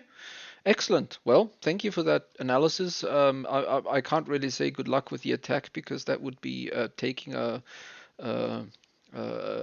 position or a side, but you know, I'm usually always in favor of the attacker, I think. So good luck with that. It's going to be a good attack. Oh yeah, yeah, it's going to be glorious. I mean, the doctors are going to be busy, as with every attack. Doesn't matter who's there. But True enough. but yes, it's going to be glorious. Worthy of a movie, I guess. So yeah. All right. Exactly. Well, thank you for the time. I guess that's the last time I'll get around because I think we're looking at wrapping things up soon-ish, or at least I am. And are we? Okay. I don't know. At least I am. I don't know. So I won't bother you anymore. Look at the bright side. So no, man, you don't just swing by whenever. Yeah, sure. All right. Well, have a good one, and like I said, bonne chance for the attack. Take care. Hey, I appreciate it, man. Take care now. If I had easy access to a D6, I would be rolling a D6 for exactly what they did. Because at some point, we don't want them to make good decisions on behalf of the player, as opposed to decent decisions on behalf of themselves when the players haven't decided what they want them to do. Well, stand by, because I do a lot of stuff with D6s, so it'll take me just a second. I'll give you a D6 roll. All right. And we're not going to roll it yet. Yep. I hadn't thought about physical D6s. I probably have one within reach. I just hadn't thought of it. All right. So, Peter, are you back? Not yet. What's up with Peter? Peter is talking to a red player.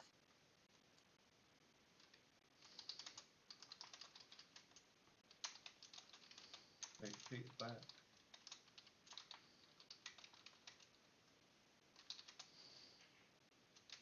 Peter. Hello. Okay. Hey, Peter. Are you So, ready for... yes, we're waiting on you. What's up?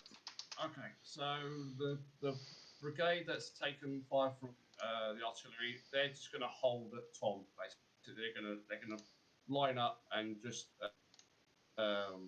engage at range with the enemy. With the other two central brigades, he actually wants them to oblique towards Beckman, and then wheel to the north and attack to the Mount Dumpling to the north from the south there. If that makes sense, because that came out not quite right, but hopefully it made some sense. And then his screening group, they're going to just basically set themselves up between Slaughter and Beckham and basically just screen their southern flank as best as they can. Okay. Okay. And I'm going to ask you a question. How soon did you get that, or how recently did you get that order? Literally now. Okay, so it's not going into effect until next turn. Okay. One of the things I would not do is wait around on players to give you an order. Okay. Because if the faster we run this, the more we give an advantage to players who have developed the skill of foreseeing events and being ready to give an order for the quote unquote unexpected because they've thought things through. So certainly when I'm running things live, I tell people to literally walk in and say, hey, here's your report, and give them about 5 seconds to have orders. And if it's not, it's too late, and we walk back and we keep the game going. I am trying to, as soon as I've done the picture, obviously I had to go away because my mother was asking me for something in another room. So there was a slight delay for me of about 3 or 4 minutes in that time when the other guys obviously have done their stuff. So that's, it's upon me that there's been that little delay, if I'm honest with you.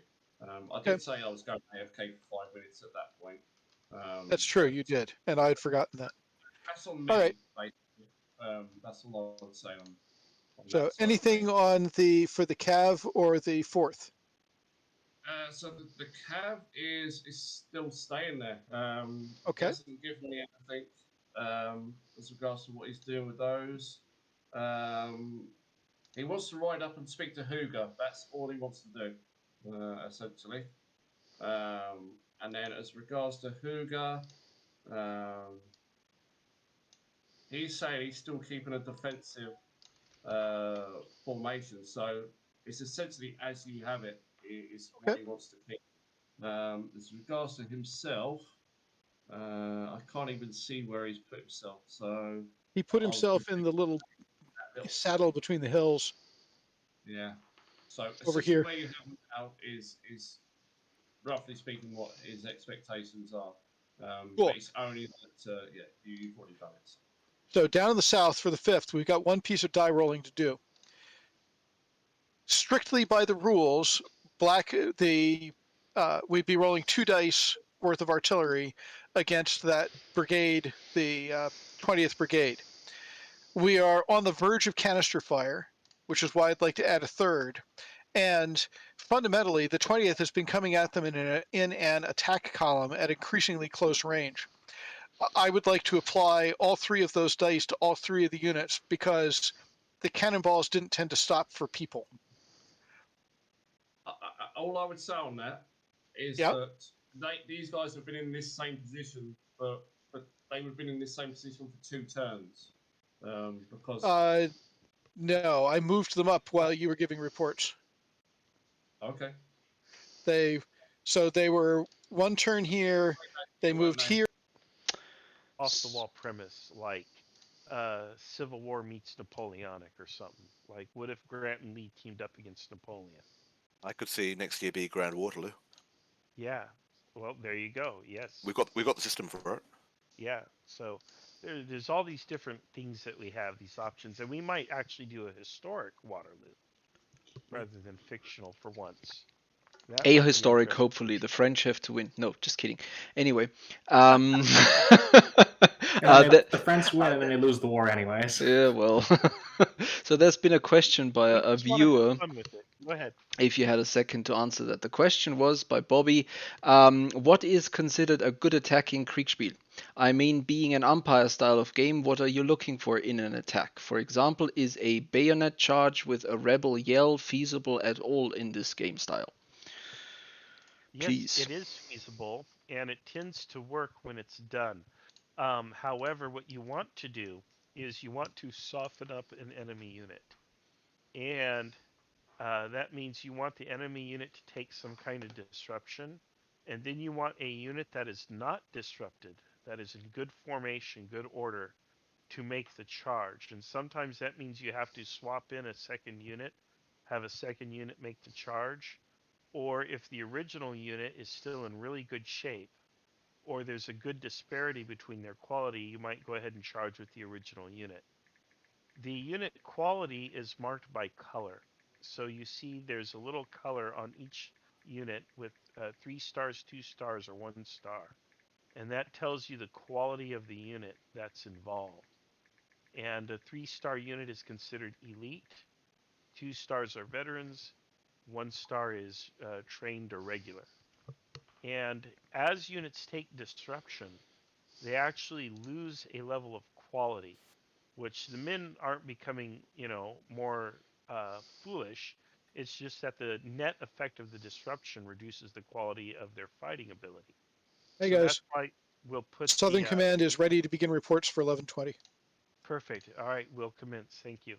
Thank you. All right, starting the player turn.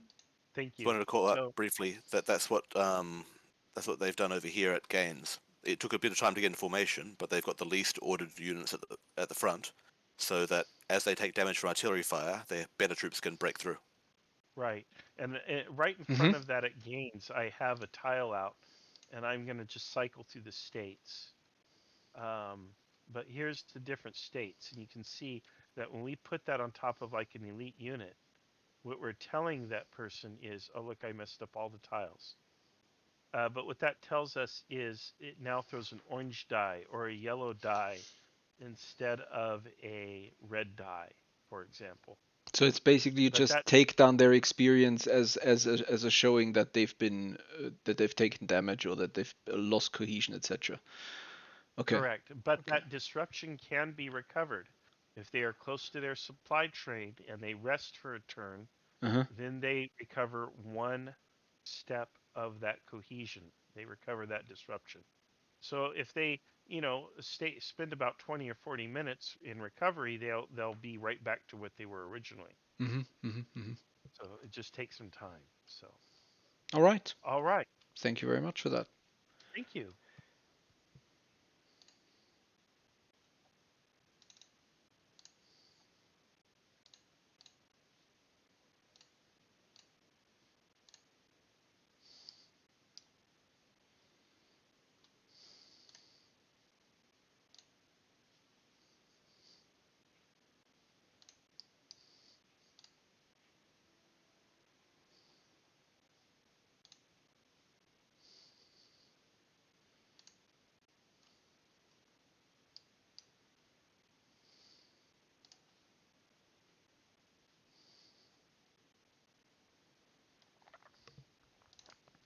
All right, let's take this quick break in the resolution phase of orders as umpires move around the counters to actually take a closer look how the attack is developing.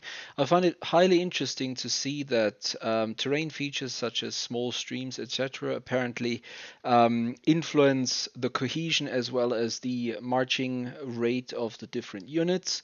It was very clear that the master umpire in charge of the southern sector has deliberately sort of moved back the rear brigade, giving the front brigades more time to cross the stream, get back in order, rejoin the formation, regain cohesion, and then the rear brigades would attempt to do the same, but that would result, as we can see here, in a wider gap between the units. It will definitely slow them down to have to cross a stream before they actually get into charge range. I guess they will charge. They may as well start shooting as well. They are obviously under constant fire by now, under canister fire. And as we can see here, apparently the intention of the southernmost division of the Red forces is to not actually directly collapse the leftmost flank of the blue forces, but actually go in a wider flanking movement around that. They're going to have to cross that stream again, and then most likely they will angle their attack vector towards Mount Dumpling, which, as we by now know, has been confirmed as the main objective by the Red Army Commander-in-Chief. I'm actually surprised that the attack is going so well. I would have expected more counters to lose cohesion. I would have expected more losses to happen. So far, we've only had one brigade of very low quality troops being routed and another one disrupted, whereas the artillery, which is again surprising, is while their troops advance is frantically trying to catch up and redeploy. We're gonna see how it actually works with friendly fire, because in this sort of position it should not be possible for the artillery to actually be effective in support unless they unlimber in canister range, which again is a possibility. As we've heard as well from Red Army Command, the center is only a holding position. He's basically using the terrain to defend his own flank. We've discussed that there may be a flanking move on him if he decides to attack, because he doesn't see those troops up in the north apparently. This isn't his plan, and it's also been solved why the cavalry is amassed here. It's not a sort of complete failure of using them to reconnoiter up north. No, he actually wants to use this cavalry to make a break for the objective once he has dislodged the blue troops from their position around Mount Dumpling. The north, as such, seems to have stopped completely. They are recovering losses. They are reforming. There seems to be a complete difference in dispositions. The best troops from 1st Division are up front, whereas the best troops for 2nd Division are in the rear. As we've just been informed, this is the way to go, because you want your less experienced troops to take the damage, whereas your more experienced troops are then ready for the actual attack. So I think the north is basically decided. Nothing's going to happen. The center may join the charge to take some pressure off in case the blues decide to move troops south, and the decision will be made in the south, and we're going to follow those decisions now quickly by readjoining the southern command umpires, and let's see how it works out. Yep, they're to advance to medium musket range, engage, and continue to advance. So he wants them. He wants a rolling advance, fire, and then continue to advance. Okay, I have to check what musket range is assumed to be in this system, but 400 paces strikes me as being effectively good. 400 paces should be long musket range, but I would say 200 paces right. should. Yeah, we're in agreement. I would not give them more than 400. So they aren't there yet. Yep. But next bound, they could get into that range, stop and fire, and eat it from the artillery. Well, I guess he's hoping his artillery is going to have done something. The dice will tell us. Oh, very much so. Yeah. Also, you've got the D6 out for the blue 6th.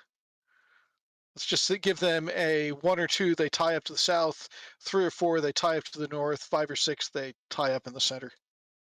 Natural 1. Oh, you got a D6 out. Okay.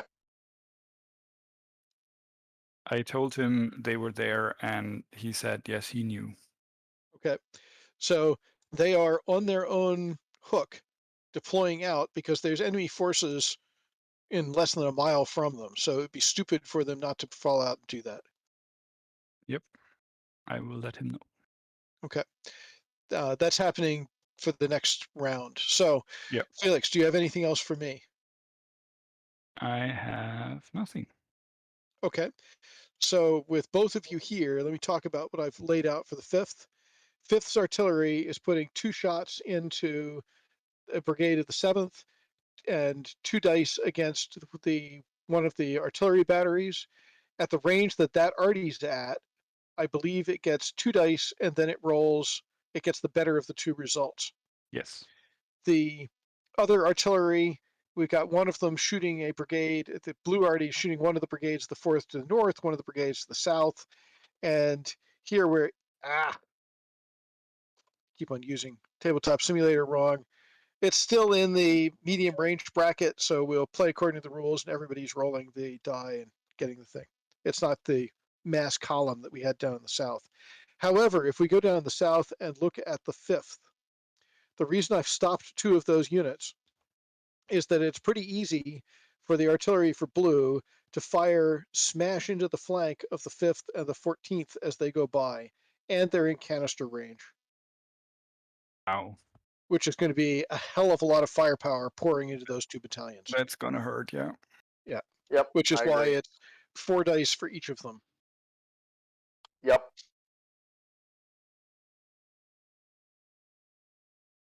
All right. And Peter, you're back. Do you have anything for us? Right. So from the 5th division. He knows his left brigade is taking a beating, so he wants them to withdraw. And then he wants his other guys to start to wheel round. Obviously, he's not fully aware of the canister that's being fired upon his two middle brigades. So what he's currently doing is executing the prior order of moving towards Beckham in order to wheel around and roll them up from the south. That's correct. But So the other thing is for that left element is now to withdraw, basically. yeah, so I've got them doing that now. Okay.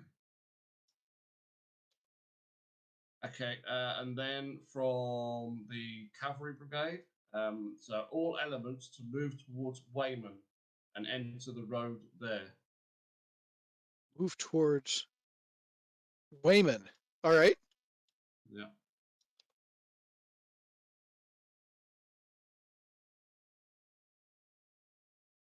One, two.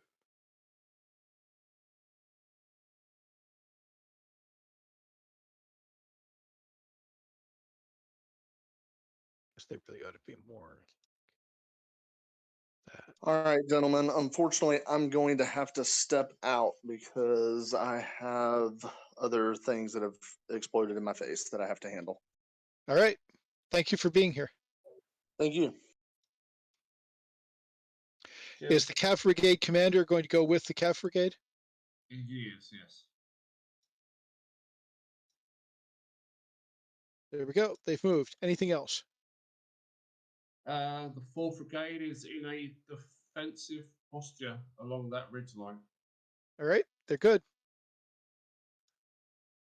I think at that point we're ready to roll dice.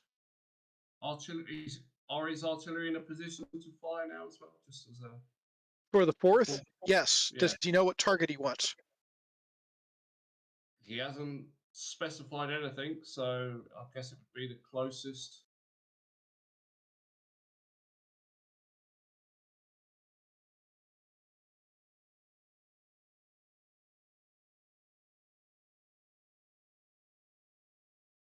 Oh. He'll be happy with those. What the hell did I just do?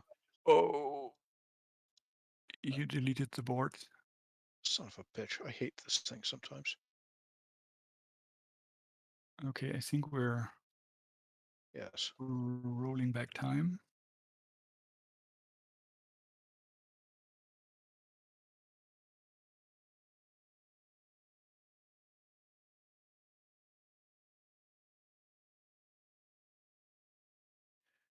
All right.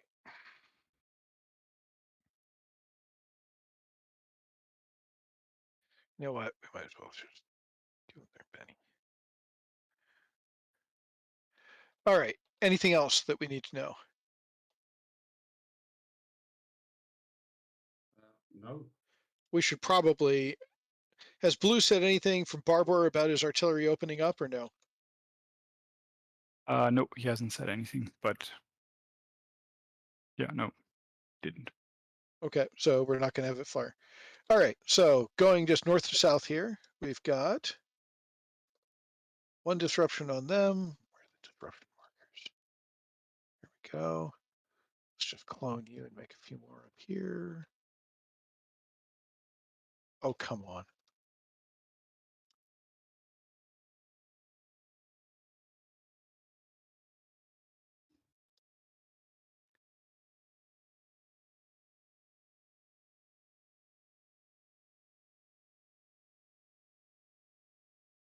And we'll roll those. And that does 2 disruptions, which is going to hurt. And coming down here, so we're now down near Dumpling. That'll be a lost state on them, which also includes a disruption.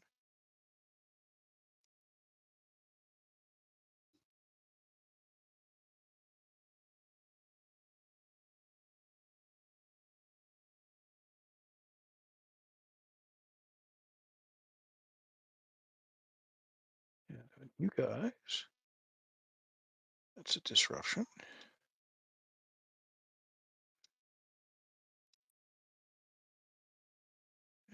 you guys, totally ineffective. And for you guys, there'll be a disruption. And down here, we've got a boatload of dice to roll. I'm going to move them apart so that it's clear which group is which brigade.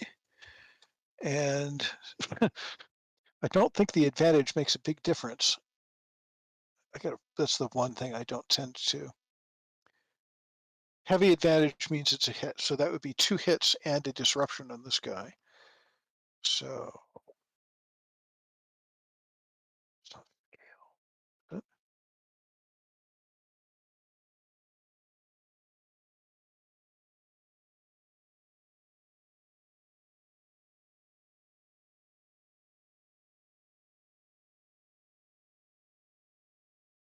there we go. All right, so he starts at orange. So that'd be red, orange. Takes 1 from the disruption, 1 from each of the hits.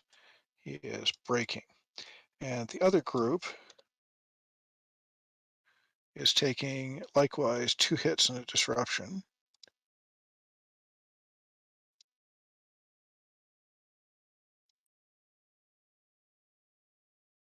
Except, given that he is a slightly better unit, that should be there.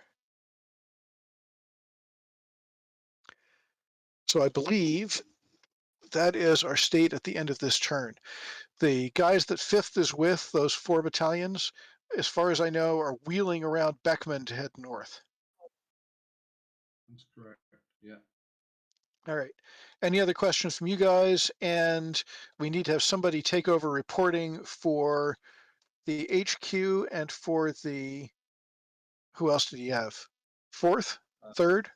Third brigade. 3rd Brigade. All right. You want me to do that? If you've got the, if you can, yeah, that'll be good for me. All right. And let me look at Discord for a minute. So red 3rd is who? So red 3rd is Robin. And So red 3rd is Robin and red commander is Eli, yeah?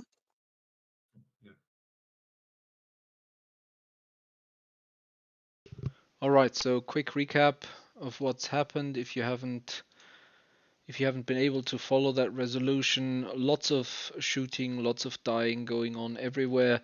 It would appear that the how should we call it? That's 3rd division here. That's 5th division here. 5th division has lost 1/3 of its effective strength. Apparently there was some artillery that wheeled about and poured canister into the flank of these poor fellas.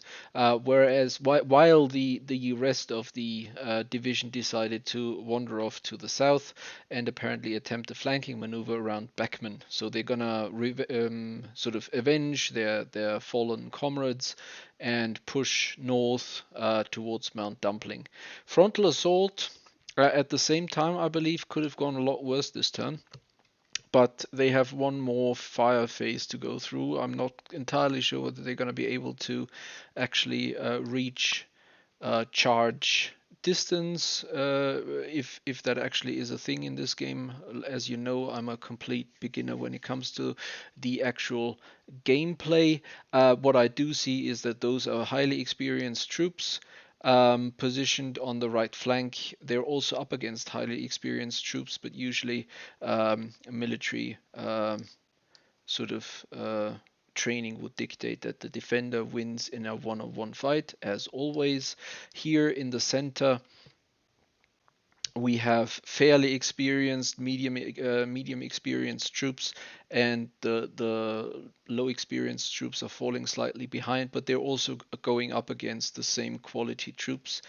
So basically, if they can get rid of the guns, they should have a good chance of probably breaking through. But I don't see what you definitely want to have as a attacking force commander, you want to have local superiority. And if we look at that, I don't see that happening anywhere. Even if I take those 4s, they go up against 2 guns, 2 infantry brigades. Those 4 have to go up against 6, and until those actually come into effective range to be able to, it should be a close call. But I don't see the superiority the Red Army commander has informed us about that he has. I don't see it, especially since a very large brigade, a very large division of his is completely out of the fight, not doing anything. So yeah. Let's see how this turns out in the next turn. It's going to be resolved. It should be very interesting. Again, quickly looking up north. Nice that they're reinforcing their positions. There's been some short fighting going on. Apparently a cavalry charged the rear guard of that infantry brigade that supported the guns along that ridgeline, if you recall. And there the infantry is facing off against some more experienced cavalry on the flank. Now, we don't see any offensive movement here so far, which is understandable because it's going to take a while until they actually approach the hills and push through. And the main concentration point here in the center, it never happened. We're going to do an after action report later on probably, or something's going to be written up for sure to give you a summary. But at this particular moment, I don't see the red attack punch through those lines. Now we see it. Okay, they're advancing. There's some movement going on there. Slowly, hesitantly, they're going up against each other. There's going to be some losses here, but where are they going to go? They're not going to cross the river under heavy fire. There's cannon there that are nicely positioned already. That fort is going to be defended. There's plenty of reserves. Those units are probably going to fall back and defend this fort, I guess, maybe. And I don't think any local artillery superiority is going to be enough to blast those troops out of their positions in order to be able to ford the river. Although we have checked, apparently the Hazel River is more of a small stream, if you even want to call it a stream. But on the map it appears big, so it's only crossable on fords. All right, so let's jump back into the Southern Command and let's find out what's actually happening.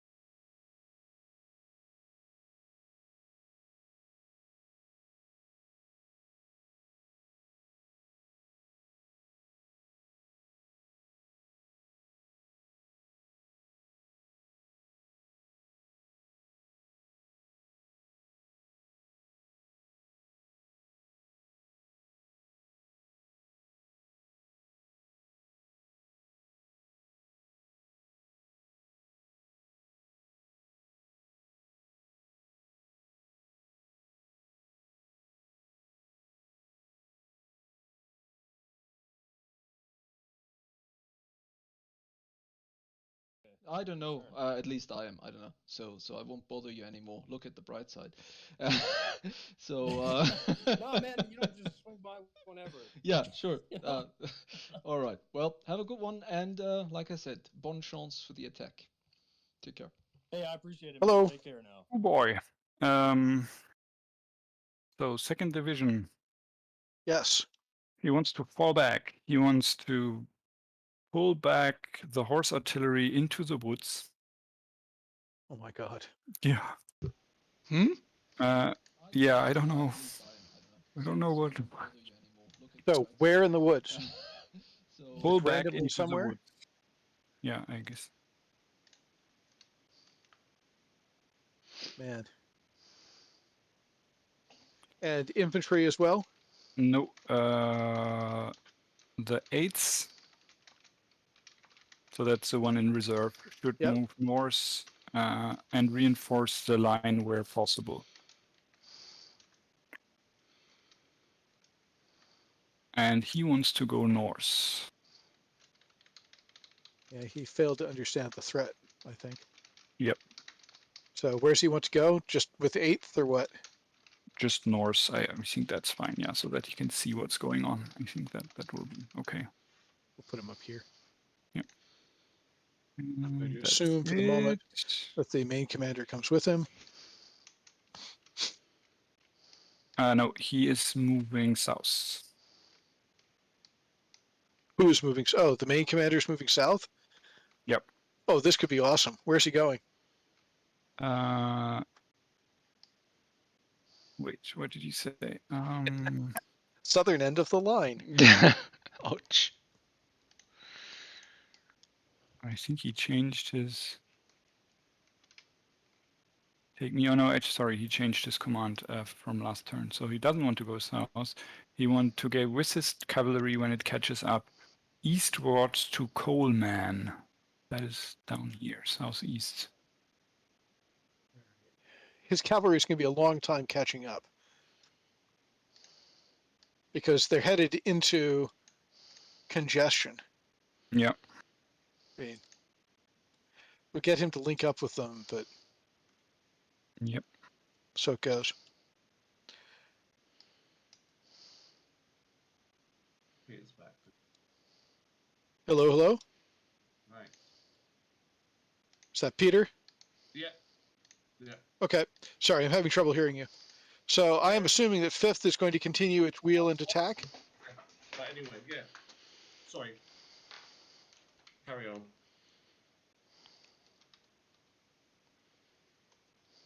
You want to know what Mackay's doing? The 5th Brigade? Yeah, are they changing their order? No. It's still for that force to wheel Beckham and hopefully roll up the flank of the enemy through the forest. He did say about leaving one of the rear elements at Beckham as a kind of a southern screening force as well. So he's kind of dropping off elements as he's moving along to screen his flank. So you want So much for strength on the right. Yes, yeah. So he wants the 2 elites and one of the veterans to move north through the forest and to leave one of the veteran units at Beckham to screen Done. to cover the flank. And then These guys are not total idiots, so they're going to refuse the flank when they see the threat coming. Yeah. But and then his other flanking force is continuing to try and get to Beckham and screen. Yeah, they're they're working it. There. That cav should have moved. How's it going, James? Hey, we're working through things. We had an umpire drop out, so I'm reporting for 2 people now as well. Oh, okay. All right. Anything in the north? Yes. So, Cavalry Brigade is going up the road by Wayman, and it's going to try and cross the bridge, across the river at the Deep Ford. Okay, so for the time being, it's headed towards the word Munford along the road via Wayman. Copy that? Okay. That's going to be interesting. And in fact, I think I did not do that this turn, so let me make it happen. That's at least roughly where they'd be able to march. Clear path there. Okay, so I'll Say again, you're breaking up. He believes there's going to be a clear path from there. He seems as if you can get across the river really easily, but obviously not the case. So well, I should let him know. All right. And what else? Hugo's just quite happy to hold his position. So cool. So the 1st Division of Blue, he himself wants to fall back to Fleetwood. Okay. The 1st Brigade is to fall back to Smith.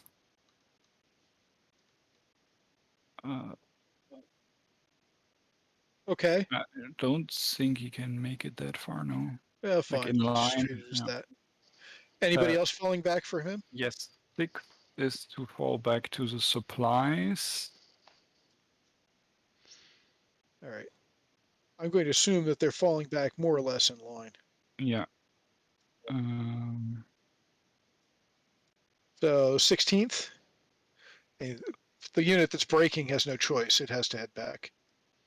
Yeah, and then the rest is to fall back behind the hill. Okay. And the artillery is to fall back to the western slope of the hill. That would be to here.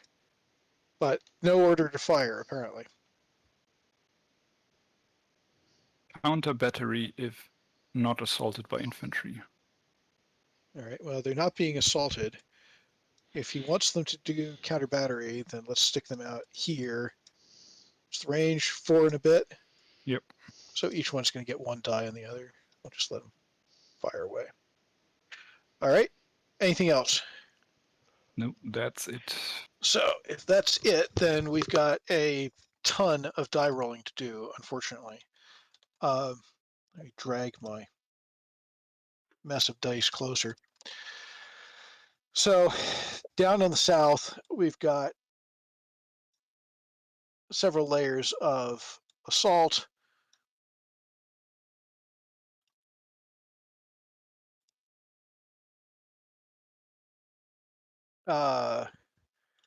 I'm going to assume that that guy could put in These a are round of fire while he's at it. I mean, in assault, they normally should get both die. So their normal die and the green die, according to the how Alex runs it.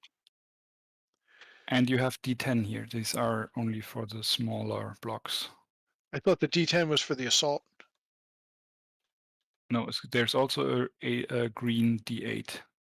Oh.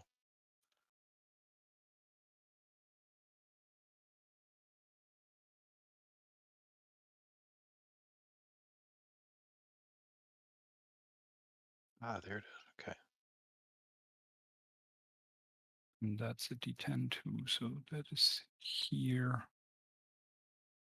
Because it's a small block, so that gets a D10. Okay. And also the green one. Is it okay if I correct you here? No, correct whatever needs to be corrected. Okay, good. Okay. All right. And I'm missing fires dice in some of this. It always strikes me as deeply odd that units get to charge and fire at the same time. Yeah. Okay, there's the... So we'd have one of them here, one of them here, yeah? Say again? I'm just away for 5 minutes. Okay. All right. But there's only 2 units that would fight here from the red team, no? Yeah, but there's 2 targets, so how do you split that up? They would go for 1. Okay. I mean, that's how I would do it. I don't know. Hey, it's cheap, it's fast, it's good enough. All right. So the advantage would be an addition against that cav from the 13th. I think they are. The fire against them is advantage to my mind. Okay. So that would mean they're taking a loss as well, yeah? If it's heavy advantage, otherwise it's just disruption. They were on a screening mission. So, yeah, I would call it a loss as well.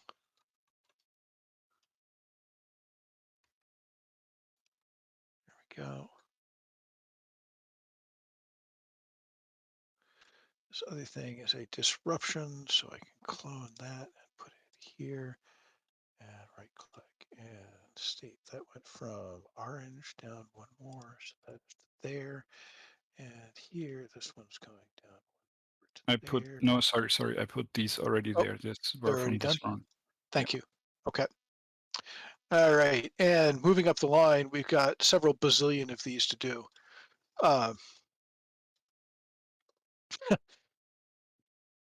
This is, to my mind, for what it's worth, a side note. This is not the interesting part of Kriegsspiel. Yeah, maneuver is yes. All right. So we've got a whole bunch of orange dice to roll.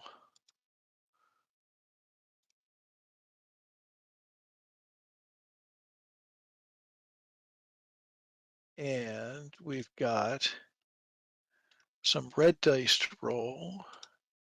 I'm putting them behind the targets one way or another. Whoops. Those weren't the ones we need behind the targets. Let's just make you go away because I'm afraid of deleting the map. Do we have yellow D8s? Yes. So clone for 2, 3. All right. And I already allocated out the arty dice where I think they need to go. So these two are results against these arty. This guy's got a disruption now.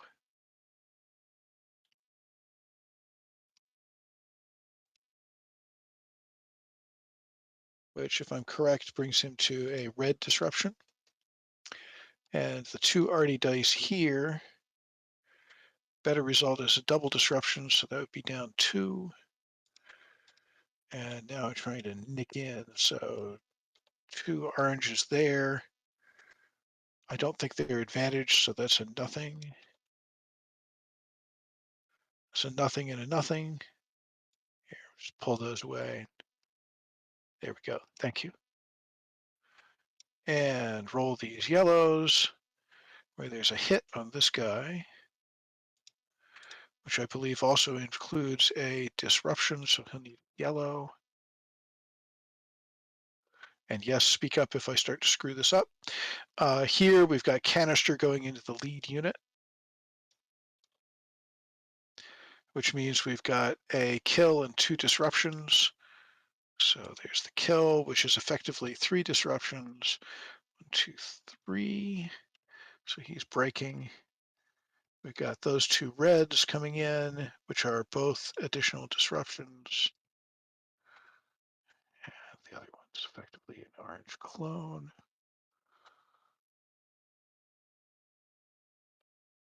That one gets rolled, gets a hit. Status 2, which is effectively an orange clone disruption. And did we forget to roll this orange die? I think we did. So it's a hit on this guy as well.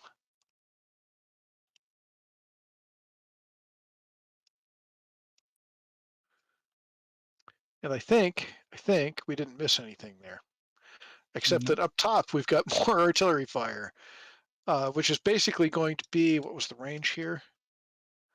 Now is a bit over 4, so it's going to be 1 die against each. Mm-hmm. So that's going to be yet more. Back. Say again? I'm back. Sorry. I was AFK for 5 minutes. I'm back.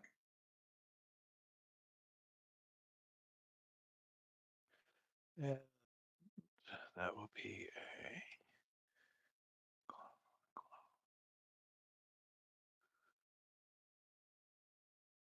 And there we go. Yep. Checking. All right, so we've certainly got a mess. Yep, but I think we're through with it now. Yep. All right, let's check in with, oh, Marshall is here. Hey, Marshall, I think we are finally ready to give reports for this round. Perfect.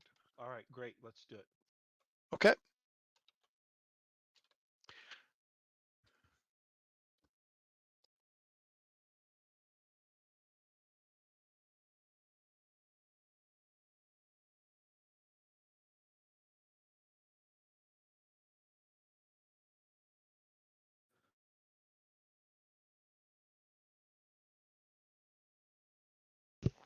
All right, so let's see what happened during this round quickly.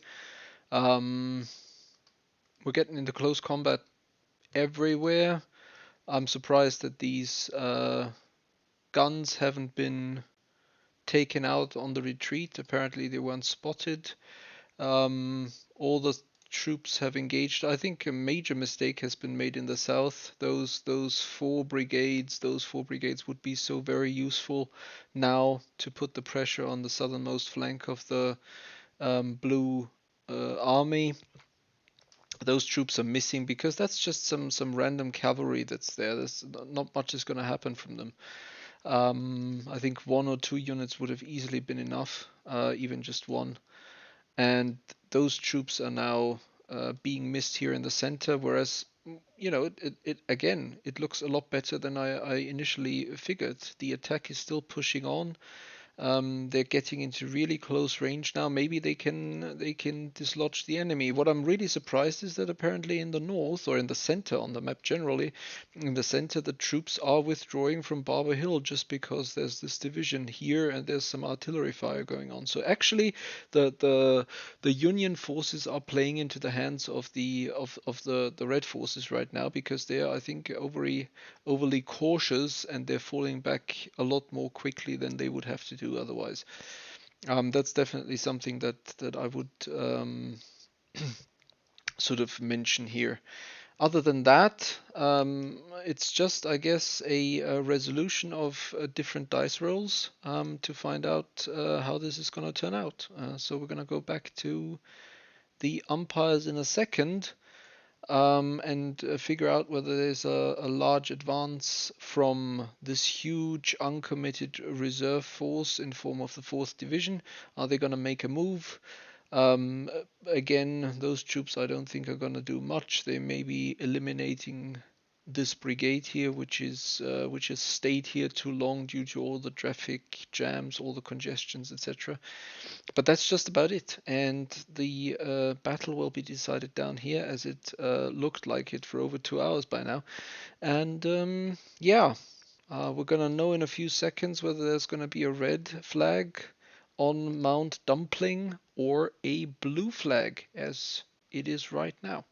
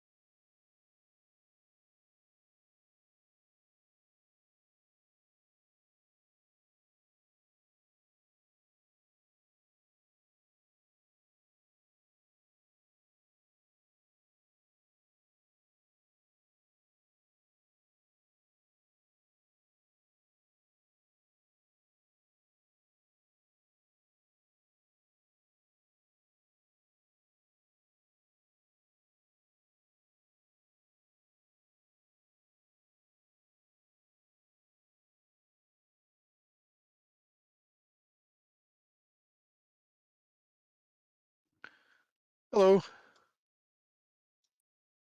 Hello. So, how are you doing with reporting this dice roll mess down in the south? We've reported it, and keep in mind that in large measure, I just let the results basically speak for themselves, and off they go. Yeah, so I don't know what you think of the situation down here. I think big mistake was made in the south, in the very south 5th Division, leaving half the force that could now be used to punch up or to roll up the left flank of blue. Yeah, keeping that hook strong and powerful. Yep. And focusing would have been better. Definitely. But it's also always easy for us to say in retrospect, well, I would have done. Of course, definitely. Yeah. It's also interesting to see that the blue forces are kind of playing into the hand in the center by falling back and not knowing the intentions of that 4th Division, which is, I don't know, that force has been uncommitted basically the entire game. So. Yeah, I do not claim to understand everything that's going on here. Yeah. But equally, one of the key things that Kriegsspiel teaches you, this is the flip side of this, is that people always make decisions based on what they know. Yep. And if you don't know what they know, you can't really understand it. And despite the fact that we're reporting to them, it's not clear to me that we necessarily fully grok what it is they think they know. Oh yeah, that definitely a few things that I found out that I never would have thought when talking to them just now, and certain things they don't know, and certain things they assume, which is definitely fascinating. Yeah. Yep. Going busily sort of shifting forces along here. Mm-hmm.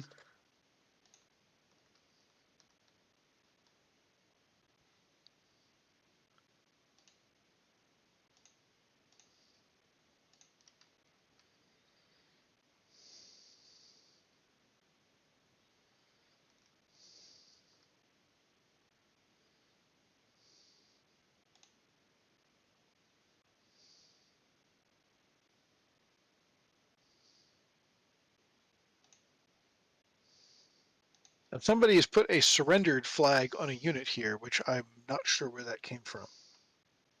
Could it have been just one click too much? Maybe.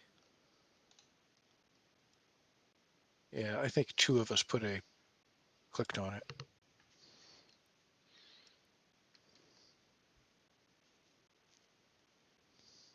We're gonna have to talk about that because I don't think they were that badly off.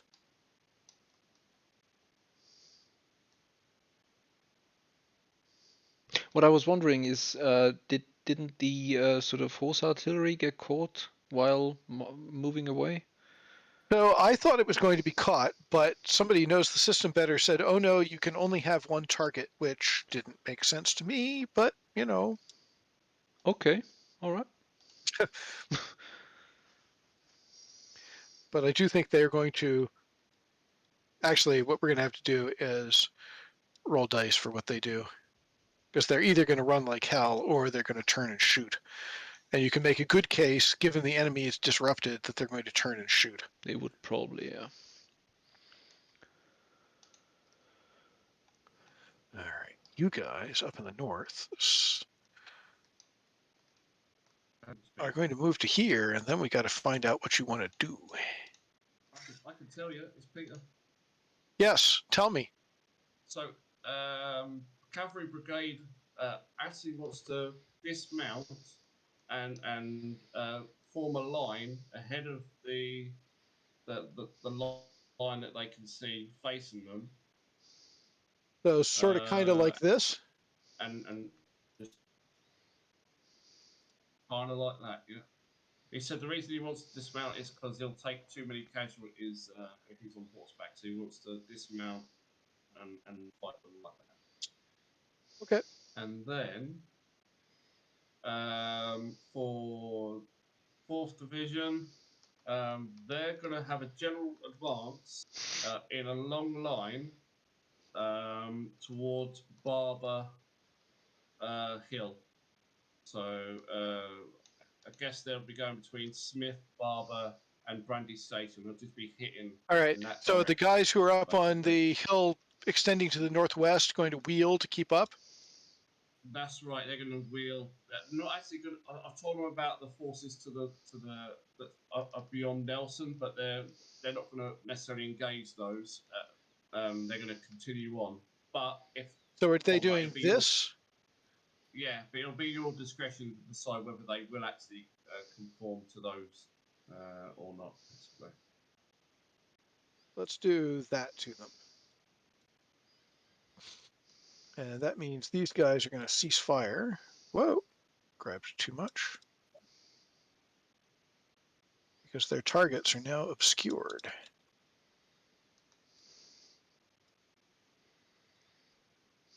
The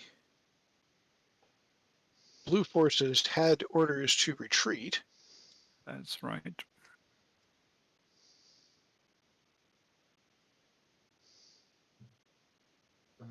What do you guys think we're going to play for? Maybe one more turn, 2 more turns?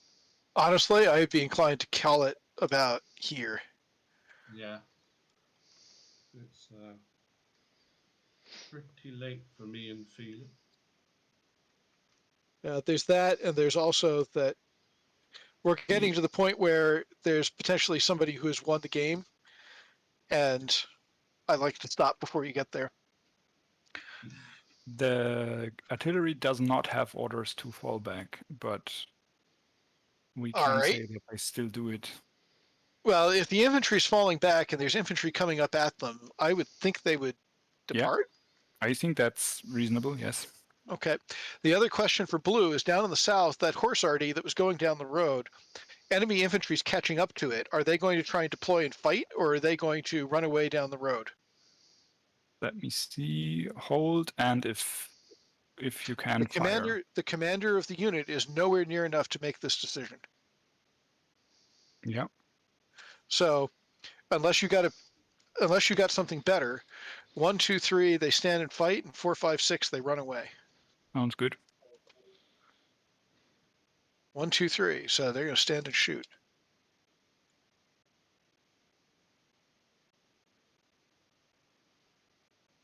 Which could turn out ill for them, but we'll find out. Just something more from the 5th Brigade with what little he's got left to command. Yep. He wants his unused flanking brigade to form up and support his advance through the forest, whilst leaving that single element at Beckham. Okay. Beckman.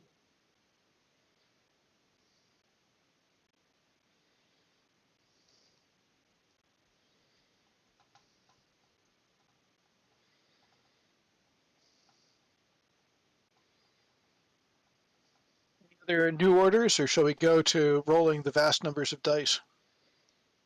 I have some more orders for 2nd Division. I'm just checking what of it makes sense.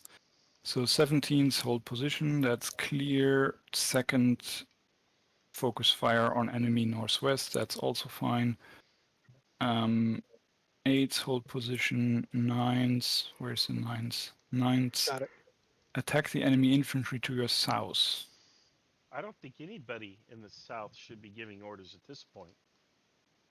At this point, it's just roll until there's a resolution, until one side breaks. Yeah, these were actually not engaged, but otherwise I agree. That's what I was saying. I need to make sense. Yeah, Well, they tell us what they want to do, and then we do our best to do it. If he wants 9th Brigade to attack south, then step 1 of that is this guy wheeling. They're not engaged. This guy I don't think is going to do it because he's got a threat to his front. Yeah.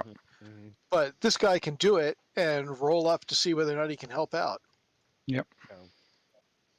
And then the horses, the cavalry here is to go east up the hill. These guys? No, the reserve commander with his entourage. Oh, these guys. Yeah. Right, are going up the hill to the east. Yeah. Does he have a stop location or no? Nope. Whee! Executing the runaway plan. I think we're at this point ready to roll dice. And Marshall, would you rather stop it before or after we roll the bazillions of dice? Go ahead and roll it, and then is this going to be it? That would be my inclination. Either one side or the other is going to be shattered at the end of this, I suspect. Yeah, roll it and let's see who shatters. Okay. And I'll start bringing everybody into the same room. How's that? Okay. Okay. So rolling vast numbers of dice here. Actually, I'm going to strip some of these out because I don't think this horse arty on the far east is going to get in much. But are we all coming in? Oh, they're bringing everybody in our channel. Oh my god. All right. So that's 2 disruptions, 3 disruptions, and a shrink. 1, 2, 3. What's going on? What happened? We're just gonna. It's partly what happened. It's partly what's happening. Yeah. We're still We're finishing. need a yellow to add in. Finishing rolling the dice for the big engagement in the south, and then we'll end the game. Okay. So big sad. Come on. So what happened? Did I get Yeah. pulled into another channel? Got it. Oh, okay. What happened? Yeah, we're rolling the last combat of the battle. Okay. And we're going to see what the outcome is here in the south, and then the game. We're sort of working south to north as we go here. Yeah. Oh, do you Is somebody have your streaming it? stream up? Yeah. Let's get a stream going. Yeah. Yes. Just join We have an the. official stream, so let's let the official stream run while the umpires do their work.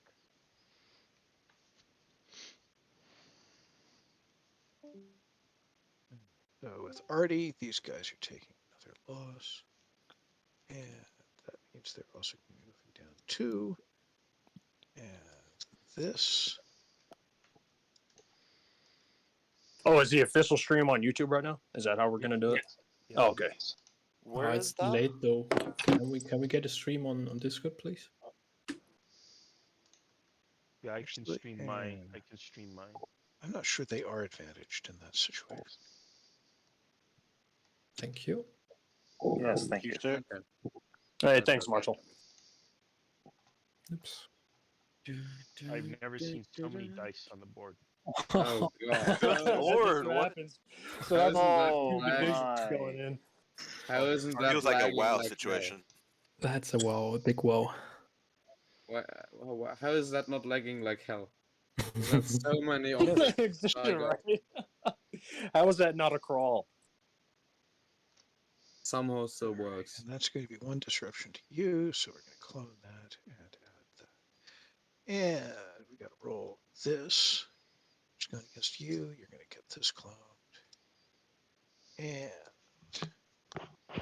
oh no, that was against you. Let's pull this back off. This is going up by 1 state. There. And all of those get rolled against the 13th. That's going to be down 1 and 2 disruptions, which means it's going to be a white, which means that goes to there. Stop being sticky. And we're going to roll these 2, and we get nothing and nothing. And we roll these 3 for a little bit more. Whoops. That's not adjusting that one. That would be... Actually, that'd be cloning this one. On to you. And I think we have resolved that part of it. No, we've got 2 dice to throw here from the longer range Artie, which is going to disrupt these guys yet again. And they're going to be running. And then we have to go up north, I think. No, up north, there's no more shooting. So there you go. There's the massive battle for Mount Dumpling. Wow. Well, all right. That turned into a hot fight down there, didn't it? I was right. Holy crap, that was a big fight down there. I'm dragging out by the the way, dice. they just completely cut off the Northern Division. Like, all of it. Which division? The second one. Like, if you look, like, into the north... I just sent you, Gray, I just sent you a message about that. What's that? I got... What is happening? We're just cleaning up the board so we can look at it, and then we're going to give a little bit of a critique. Okay. And then that will be that. We'll kind of do the rounds, and everyone will have a chance to speak if they wish. But the post-battle critique is a very important part of Kriegsspiel. It's where you get your constructive criticism and your learning.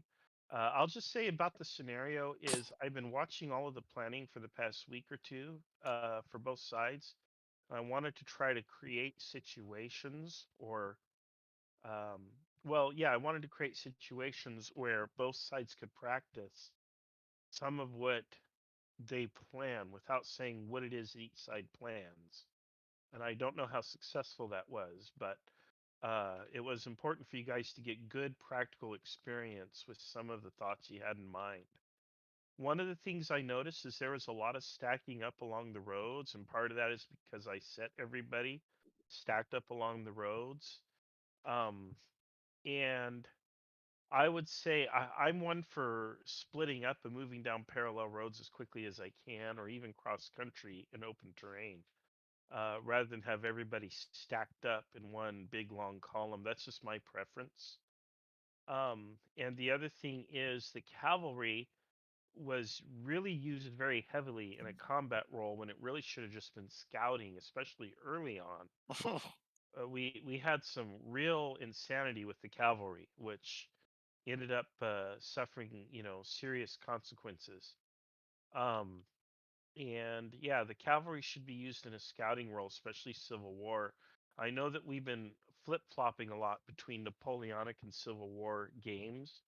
And in the Napoleonic games, they are used kind of in a shock force role where they actually charge into units. Well, here in the Civil War, that's not something they really did so much. So we deliberately keep cavalry formations small and weak for that very reason. We want them to be your eyes rather than your fist. So I think it's important to think of them that way. I think everybody did pretty well. For the most part, the plans and orders were coherent and straightforward. I don't know how consistently the official orders format was used. I didn't see too much of it, and I should be seeing it 100% of the time.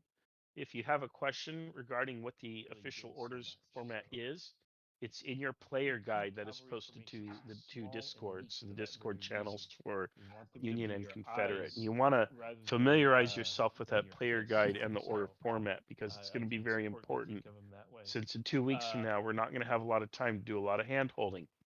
2 weeks from now, it's going to be very fast, very stressful, and regardless of whatever problem or hiccup you have, we're rolling, folks, just like a real battle. We're rolling with or without you, and you'll have to work real hard to catch up. So make sure that you have your stuff in order, which is why we ran this game. There were some challenges that we identified that we'll work to resolve. So this was a very helpful experience. We had probably around 30 people online at one time, which is about half of what I think we should have on Grand Gettysburg.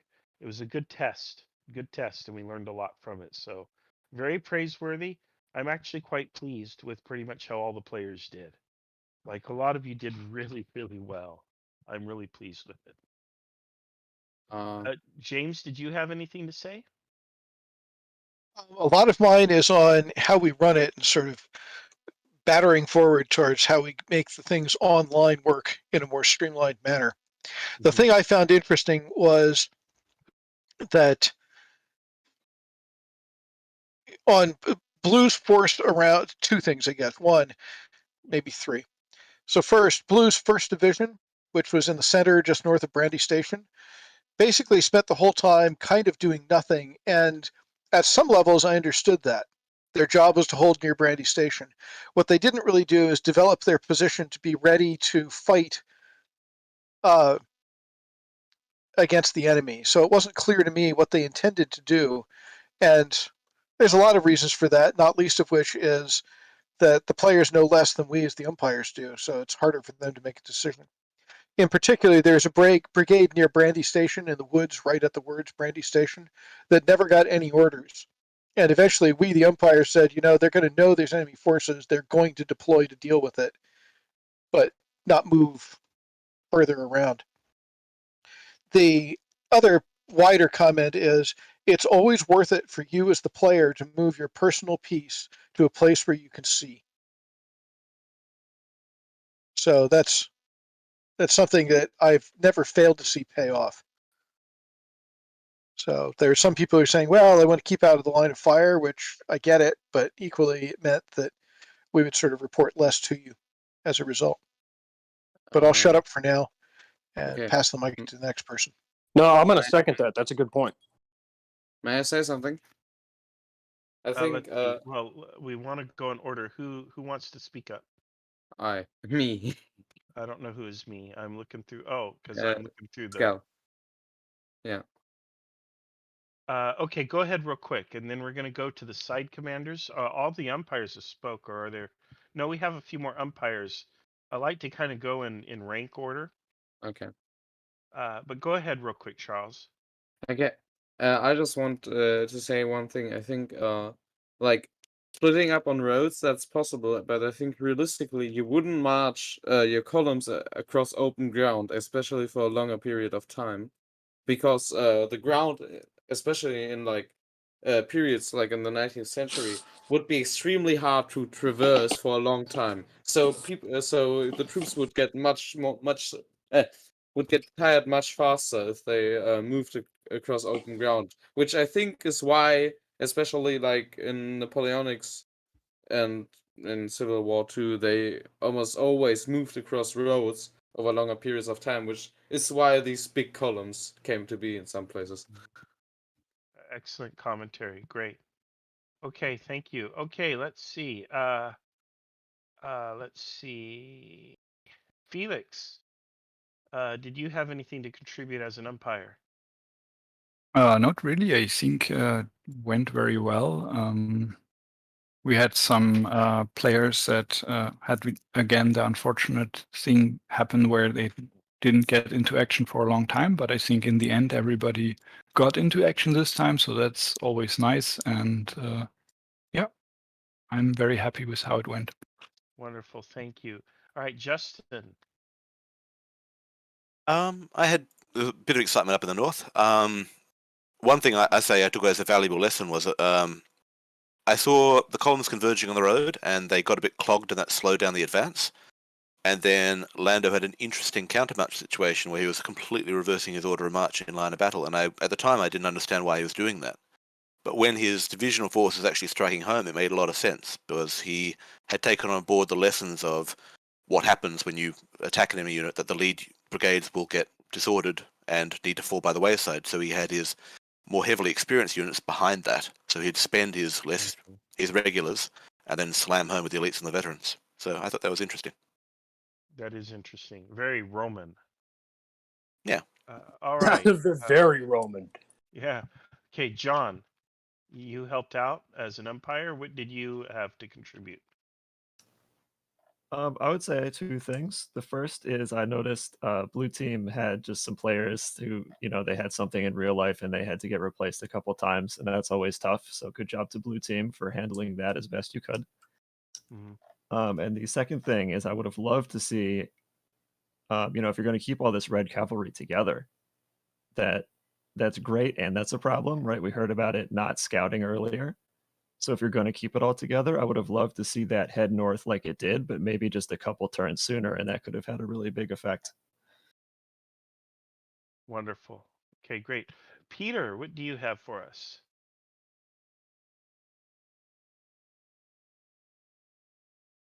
Peter is AFK, it seems. Nodding off in the back of the class. What do you do? Sam, what do you have to say?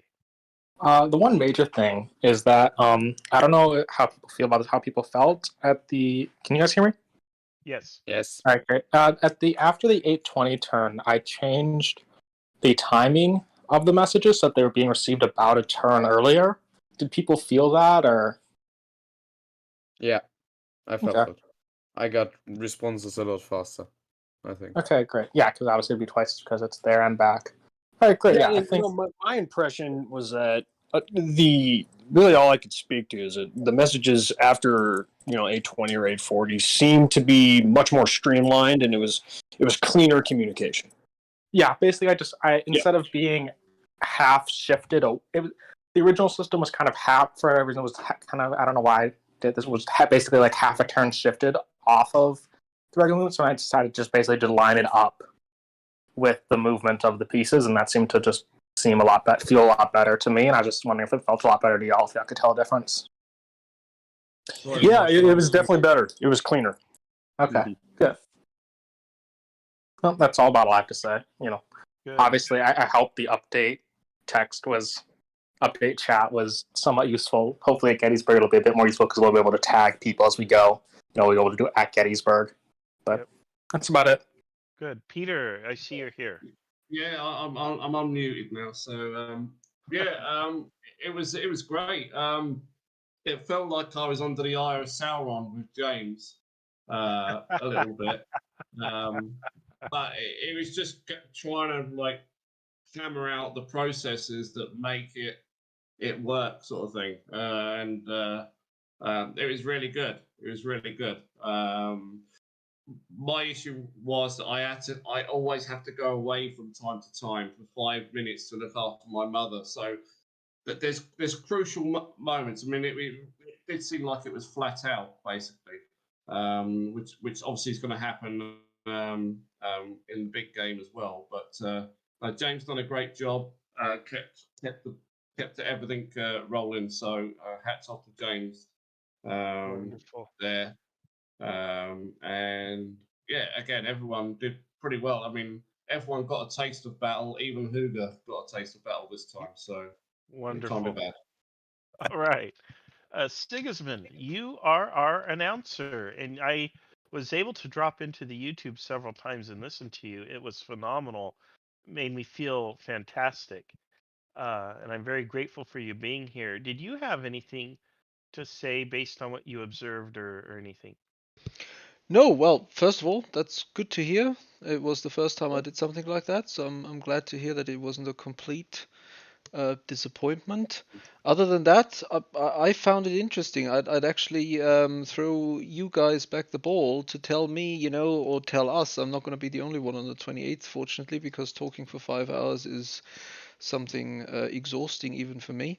That if you have any ideas, any suggestions, anything that could be improved for the next time, definitely let me, us, whoever can get in contact with me know, so that those things can be adjusted for next time.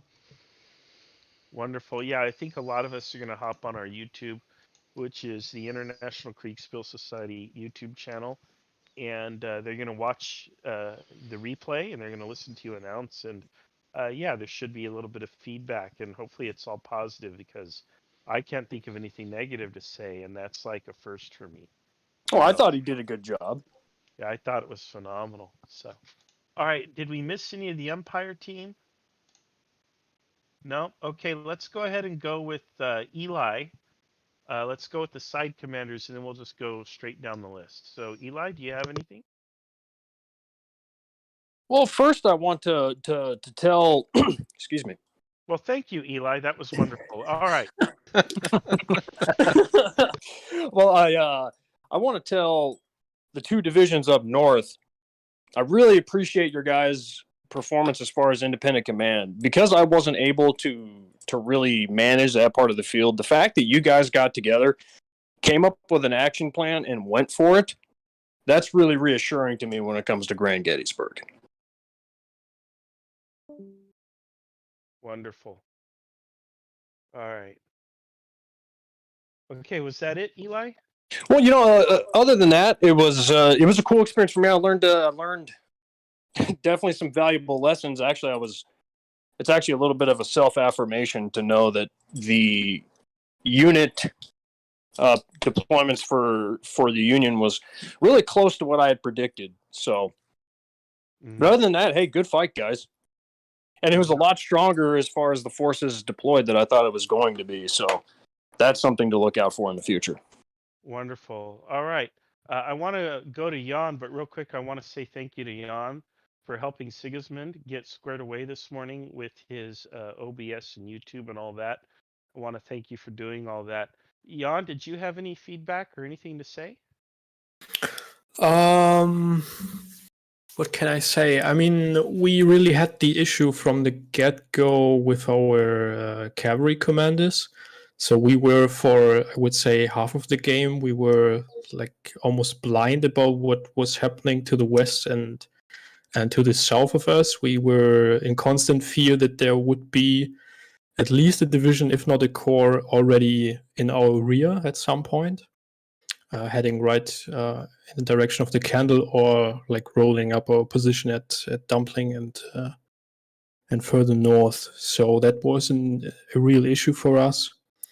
And that's also the reason why we were so passive in the center, like holding these positions the whole time. And yeah, thanks to Dave for jumping in and taking command there eventually. That's all right, mate. And yeah, and to the north, I think we had some command issues there. The plan to fall back to the hills, yeah, seems not to. Seems like that it wasn't followed there, and because I was at this point in time, I was calculating with a reserve, so the 3 brigades of I believe 4th Division or what, to be around Stringfellow already, so to be able to throw them in the gap at Brandy Station, and like deal a counter blow there. But yeah, I can see why that did not happen. All right. Okay, let's just kind of go down the list. Sam Miller.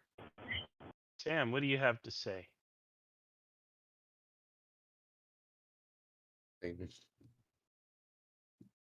No, you're not coming through. All right. Well, Sam, if you get your connection working, go ahead and speak up, and we'll hand it back to you. But we're not hearing you. I'm hearing you secondhand. But okay, Lando, what do you have, sir? I mean, just great fight. Lots of fun in the north. Definitely had a good time cooperating with my fellow division commander, and Umpire did an excellent job handling us. So appreciate it. Wonderful, good job. All right, General Burger. Yes. I mean, I had a great time too. We had some complications all around, but it ended up going well. Good. It's going to be interesting to hear what Sam has to say about his cavalry shenanigans where he got captured. And Yeah. then I believe he took another cavalry and left again, and then Damon had to take over as division commander. So, yeah. Yeah. And the capture was fair and square. It was based on a die roll, so.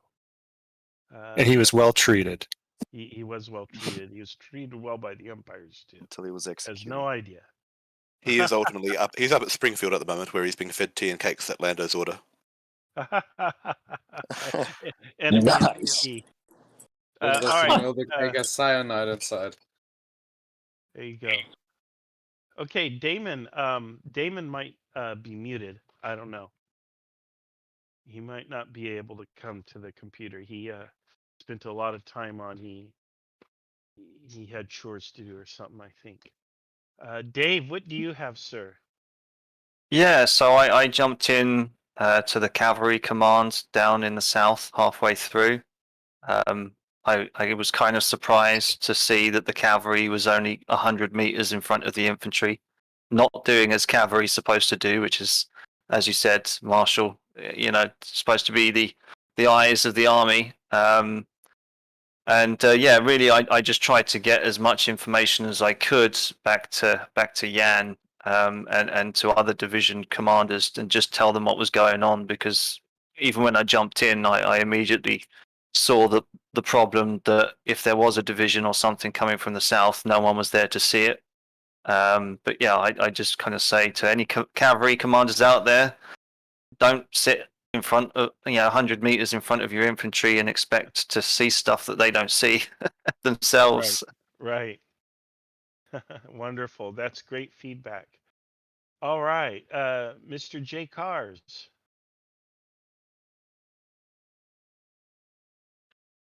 This was my first time in a long time doing something like this. So yeah, it's very interesting. Kind of learned the rhythm of it. The umpires were very helpful.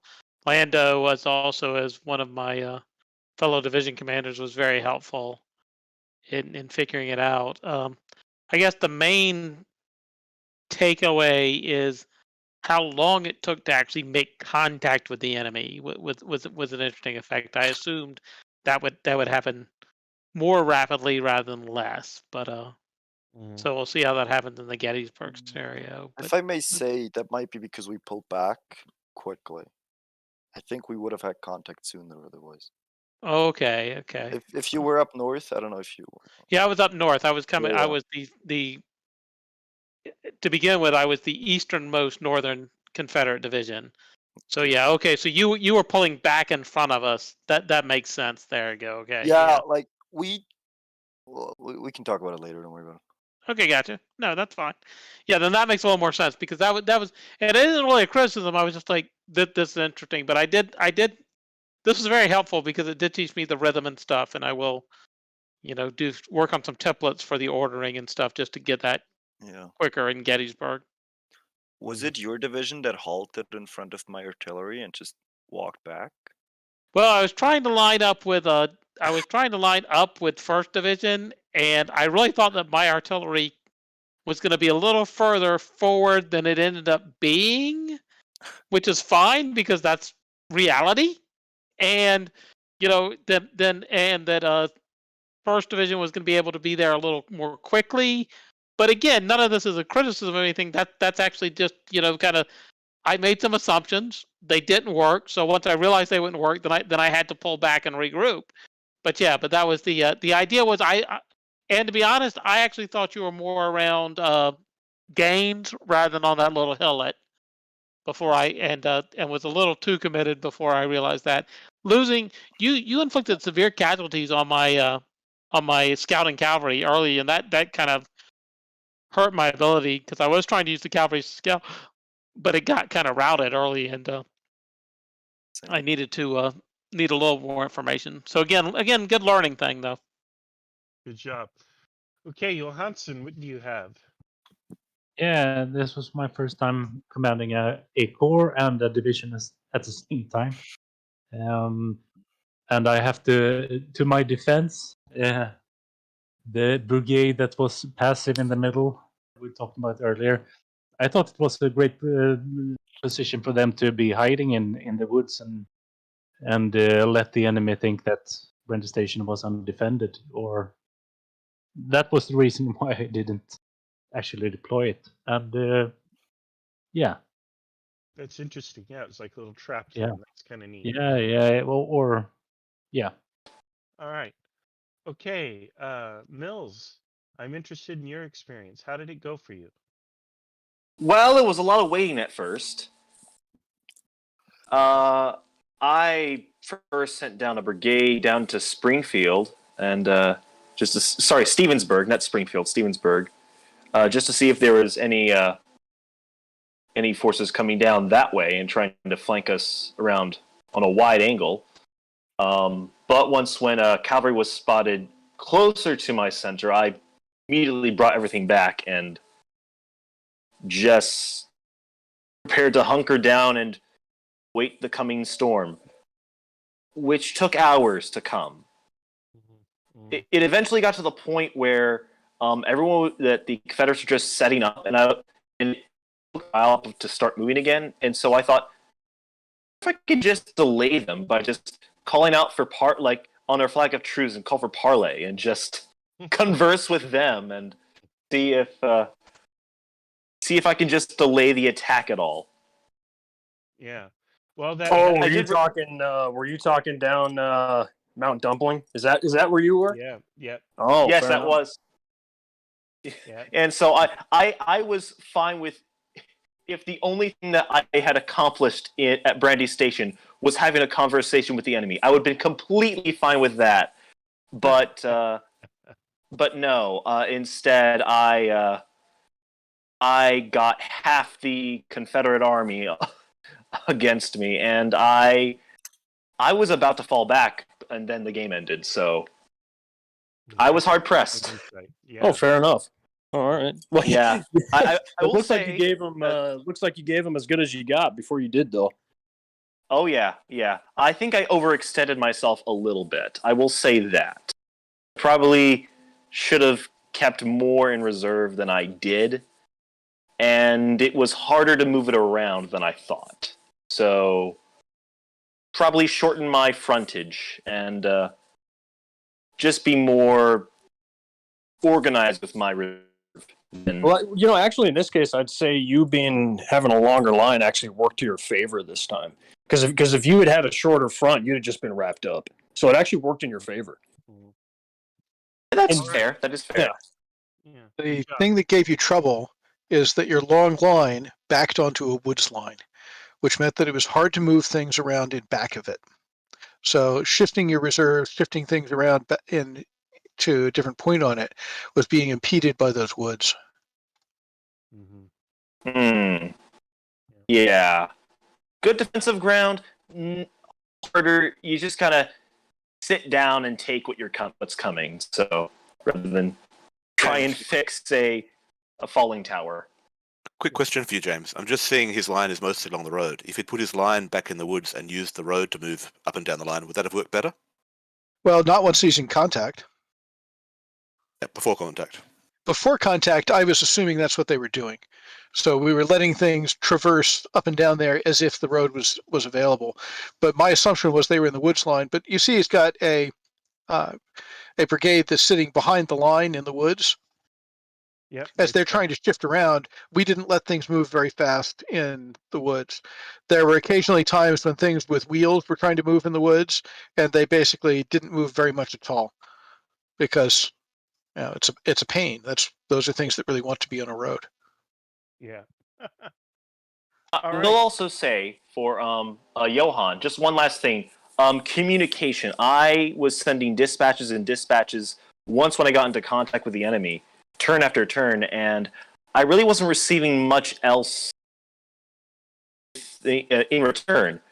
It was only once when the cavalry commander got there, the reserve commander got there, that I realized that, you had shifted your line. So some more communication is critical in in fights like these. Yeah, it's all about the right communication, though. It's not necessarily a question of less or more. It's the right communication, and you can get in trouble either way. If you have too little or too much, it can be problematic.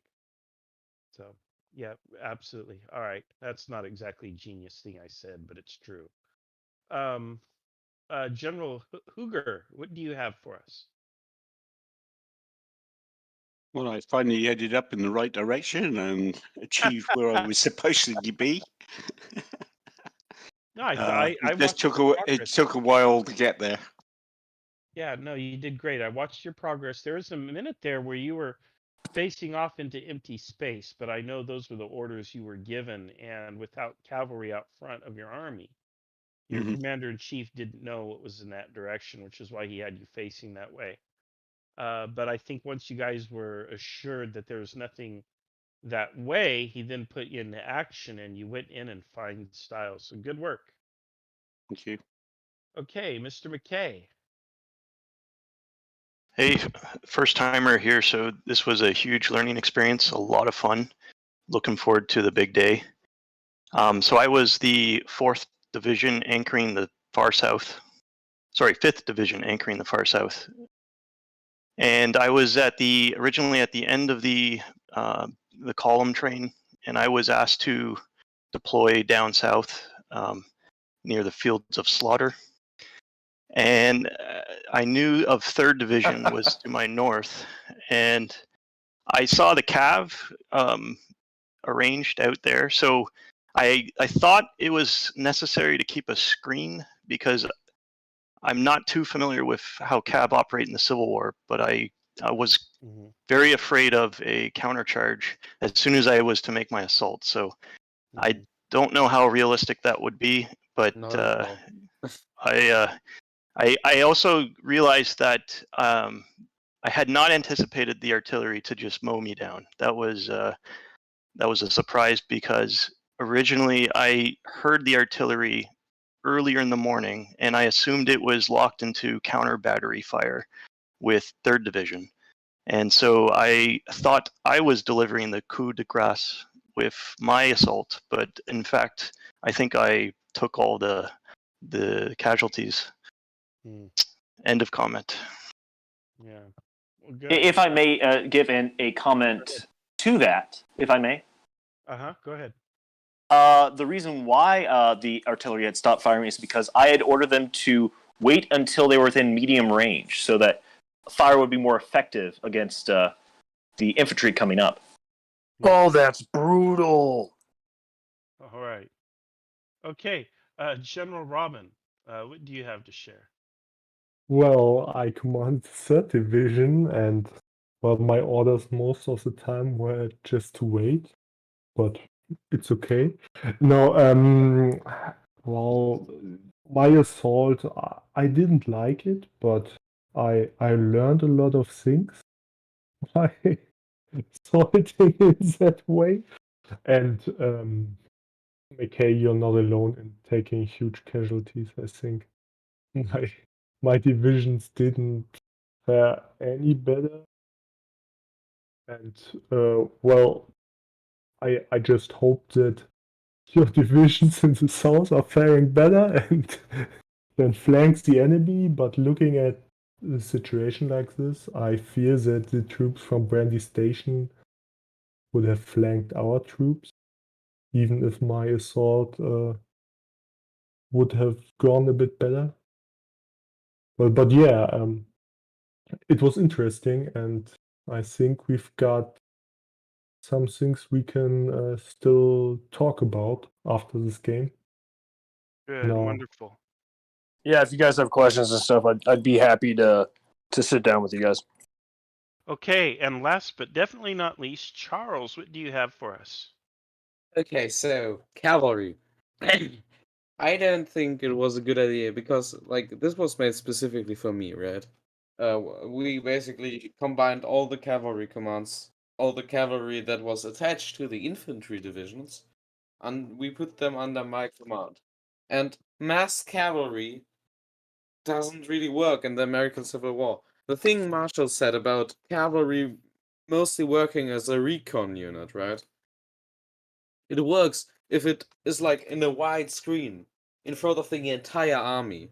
But because I was commanding all of the cavalry, I that wasn't a good choice. Looking back on it, I pulled all of the cavalry on one pile, which meant that the literal eyes and ears of the army were in one small space, which really doesn't work. So I think cavalry is best used if you have specific attachments that are that are attached to an infantry division and commanded by the division commander, so he can reconnoiter the area he wants to deploy in or whatever.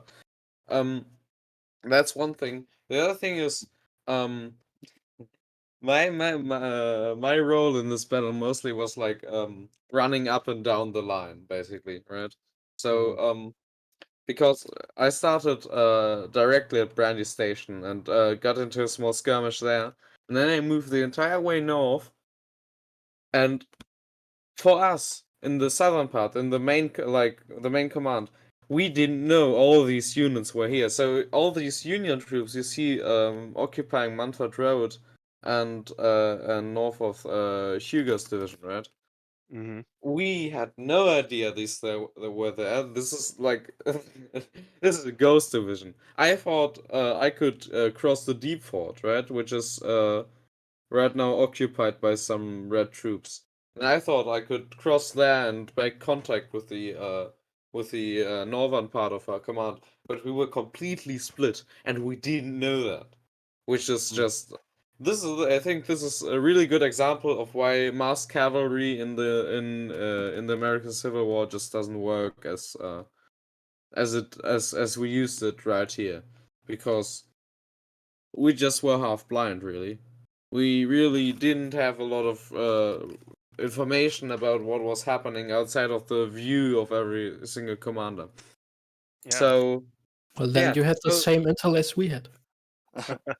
Yeah, basically. You know, that's those are really, really good points. I'm going to keep those in mind for Grand Gettysburg. Yeah. Those Hey, are good points. I appreciate it. I want to Yeah, just so- real quick see if Sam is back. Are you here, Sam? Sam Miller? Hello? Yeah, go ahead. What Oh. did you have? Because we missed you because we couldn't hear you. Yeah, my connection broke up. Yeah, so basically, this battle, I didn't even command my division. I literally just took command over my cavalry brigade. And in the beginning, I always charged the enemy. with my brigade, and at first it was successful, but then I was captured. Yeah. Then I played another one, and then I did the same thing basically. Well, at least you tried. Yeah. All This right. time I tried something different. Right. I believe Damon is back too. Yeah. Are you here, Damon? Go ahead real quick, Damon. And then I'm going to wrap us all up. And then after I wrap us up, if folks want to continue talking about it, they can. But I want to dismiss everyone who's here. We've been here a long time. So Sure. go ahead real quick, Damon. Yeah, I'll try to be diplomatic. So That's a good yeah. point. So I was the commander of the Second Corps north of the river, and our orders were to, as an army, of course, hold the was it the Orange and Alexandria Railroad crossing on the other side of the Hazel River. So we were in a tactically isolated place that really didn't serve any purpose overall. So right from turn one, the main objective was to get south of the river and try to hold the enemy at the fords, and then reconnect with the rest of the army. And it didn't start out well because I had 3rd Division up by McDonald's getting chicken nuggets, and then I had 4th Division down to the southeast, like kind of around the Gaines farm. And so I had ordered 3rd Division to, kind of retreat southwest via the bridge near Coon House and the Deep Ford. And then I ordered 4th Division to create a rear guard, kind of like on the Jones-Gaines axis, kind of anchored on the hilltop there, and try to hold it off. Excuse me. And so then I guess that order wasn't quite followed, in part because the division commander kind of abandoned his command and rode off with the cavalry. So then instead of marching to the southwest as they were supposed to, they all took the southern road, which basically clogged up everything, because then my entire corps was trying to filter across a single ford instead of the 3 I was trying to use. So it was basically, that was supposed to be 4th Division's route of retreat, and 3rd Division took it instead. And because I didn't have the commander, I couldn't exactly fix that. And then it was only later that I realized that 3rd Division commander was captured. So, because I had ordered all the cavalry north just to scout and screen, with specific orders not to engage, and they were instead charged into, they were commandeered and charged into the enemy and kind of obliterated. So I ended up losing my entire scout force. So it was interesting. The traffic jam, of course, took basically the entire game trying to get my corps to the south side of the river. So because, it was just a massive traffic jam, but I think Berger did a great job of holding off, basically with one brigade and all of my artillery holding off both the enemy divisions as the rest of the corps got across to the other side.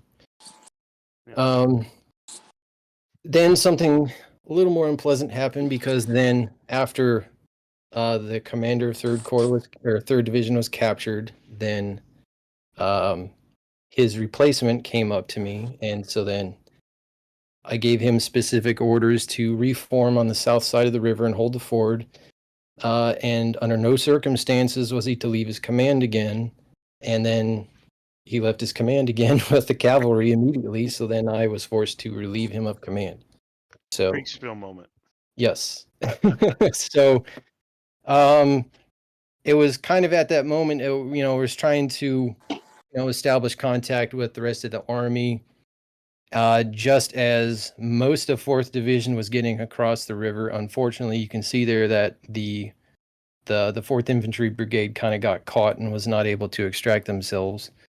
But then I'd received word from my commanding general Heinemann to pull my 4th Division back to was it Stringfield or something to the southeast. At the time I got that order happened to coincide with when 4th Division was deploying west of the Welford Green Hill, because at that point we spotted an entire enemy division to my south. So obviously I don't want to disobey orders, but I asked for clarification of the order just because, you know, with Fog of War, he doesn't know what my situation is, and I don't know what his situation was. So I was afraid of a Chickamauga moment where, like, the 4th Division was the only thing protecting the rear of 3rd. So at the time, my order was hold the fords, like Deep Ford and Major Ford, but pull 4th Division down to Stringfellow.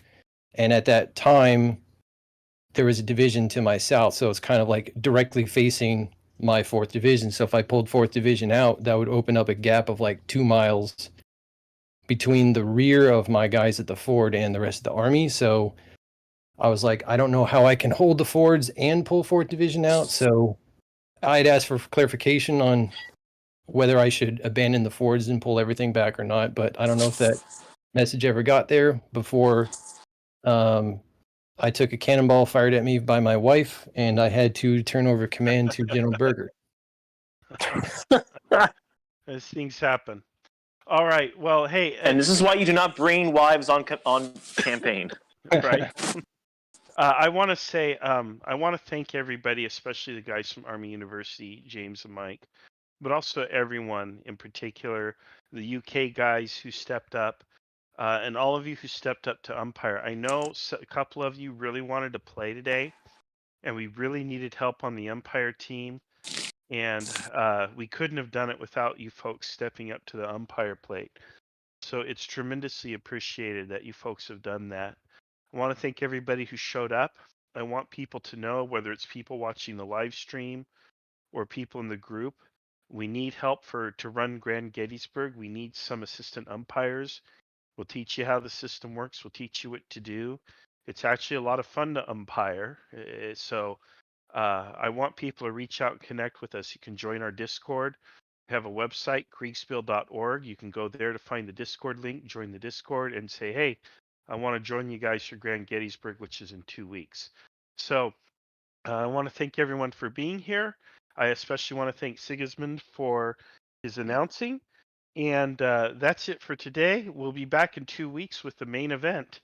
And I look forward to seeing you all then. We're going to go ahead and wrap up the live stream. I'll let Sigismund do that. He might just jump out into another channel to do it, if he hasn't done it already.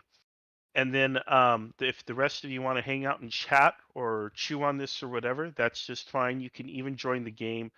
The game is IKS Kriegsspiel.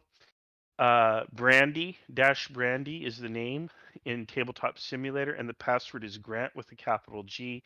You guys, I'll leave this up for a bit. You can all fall in here and look things over, draw on the map or whatever, screenshot, whatever you want to do. Feel free to hop in. And All I do right, have some final notes. And on this perfect note, I would like to thank everyone who stuck with us till the end. And hopefully this is something that got you interested for the grand event, Gettysburg, on the 28th of August. It will again be live streamed. There's going to be 2 of us, so I don't have to talk that much. You don't have to listen to me that much. And we're going to be able to cover even more with 2 of us commenting on the entire battle, which is going to involve apparently over 60 players, or at least 60 people. There's going to be like 32 players, and the rest is going to be umpires and assistants and helpers and whatnot. So it should be a very interesting and a truly large and huge and entertaining, hopefully, event with lots of action and lots of fun. If you're interested, please tune in, and I'll see you then, guys.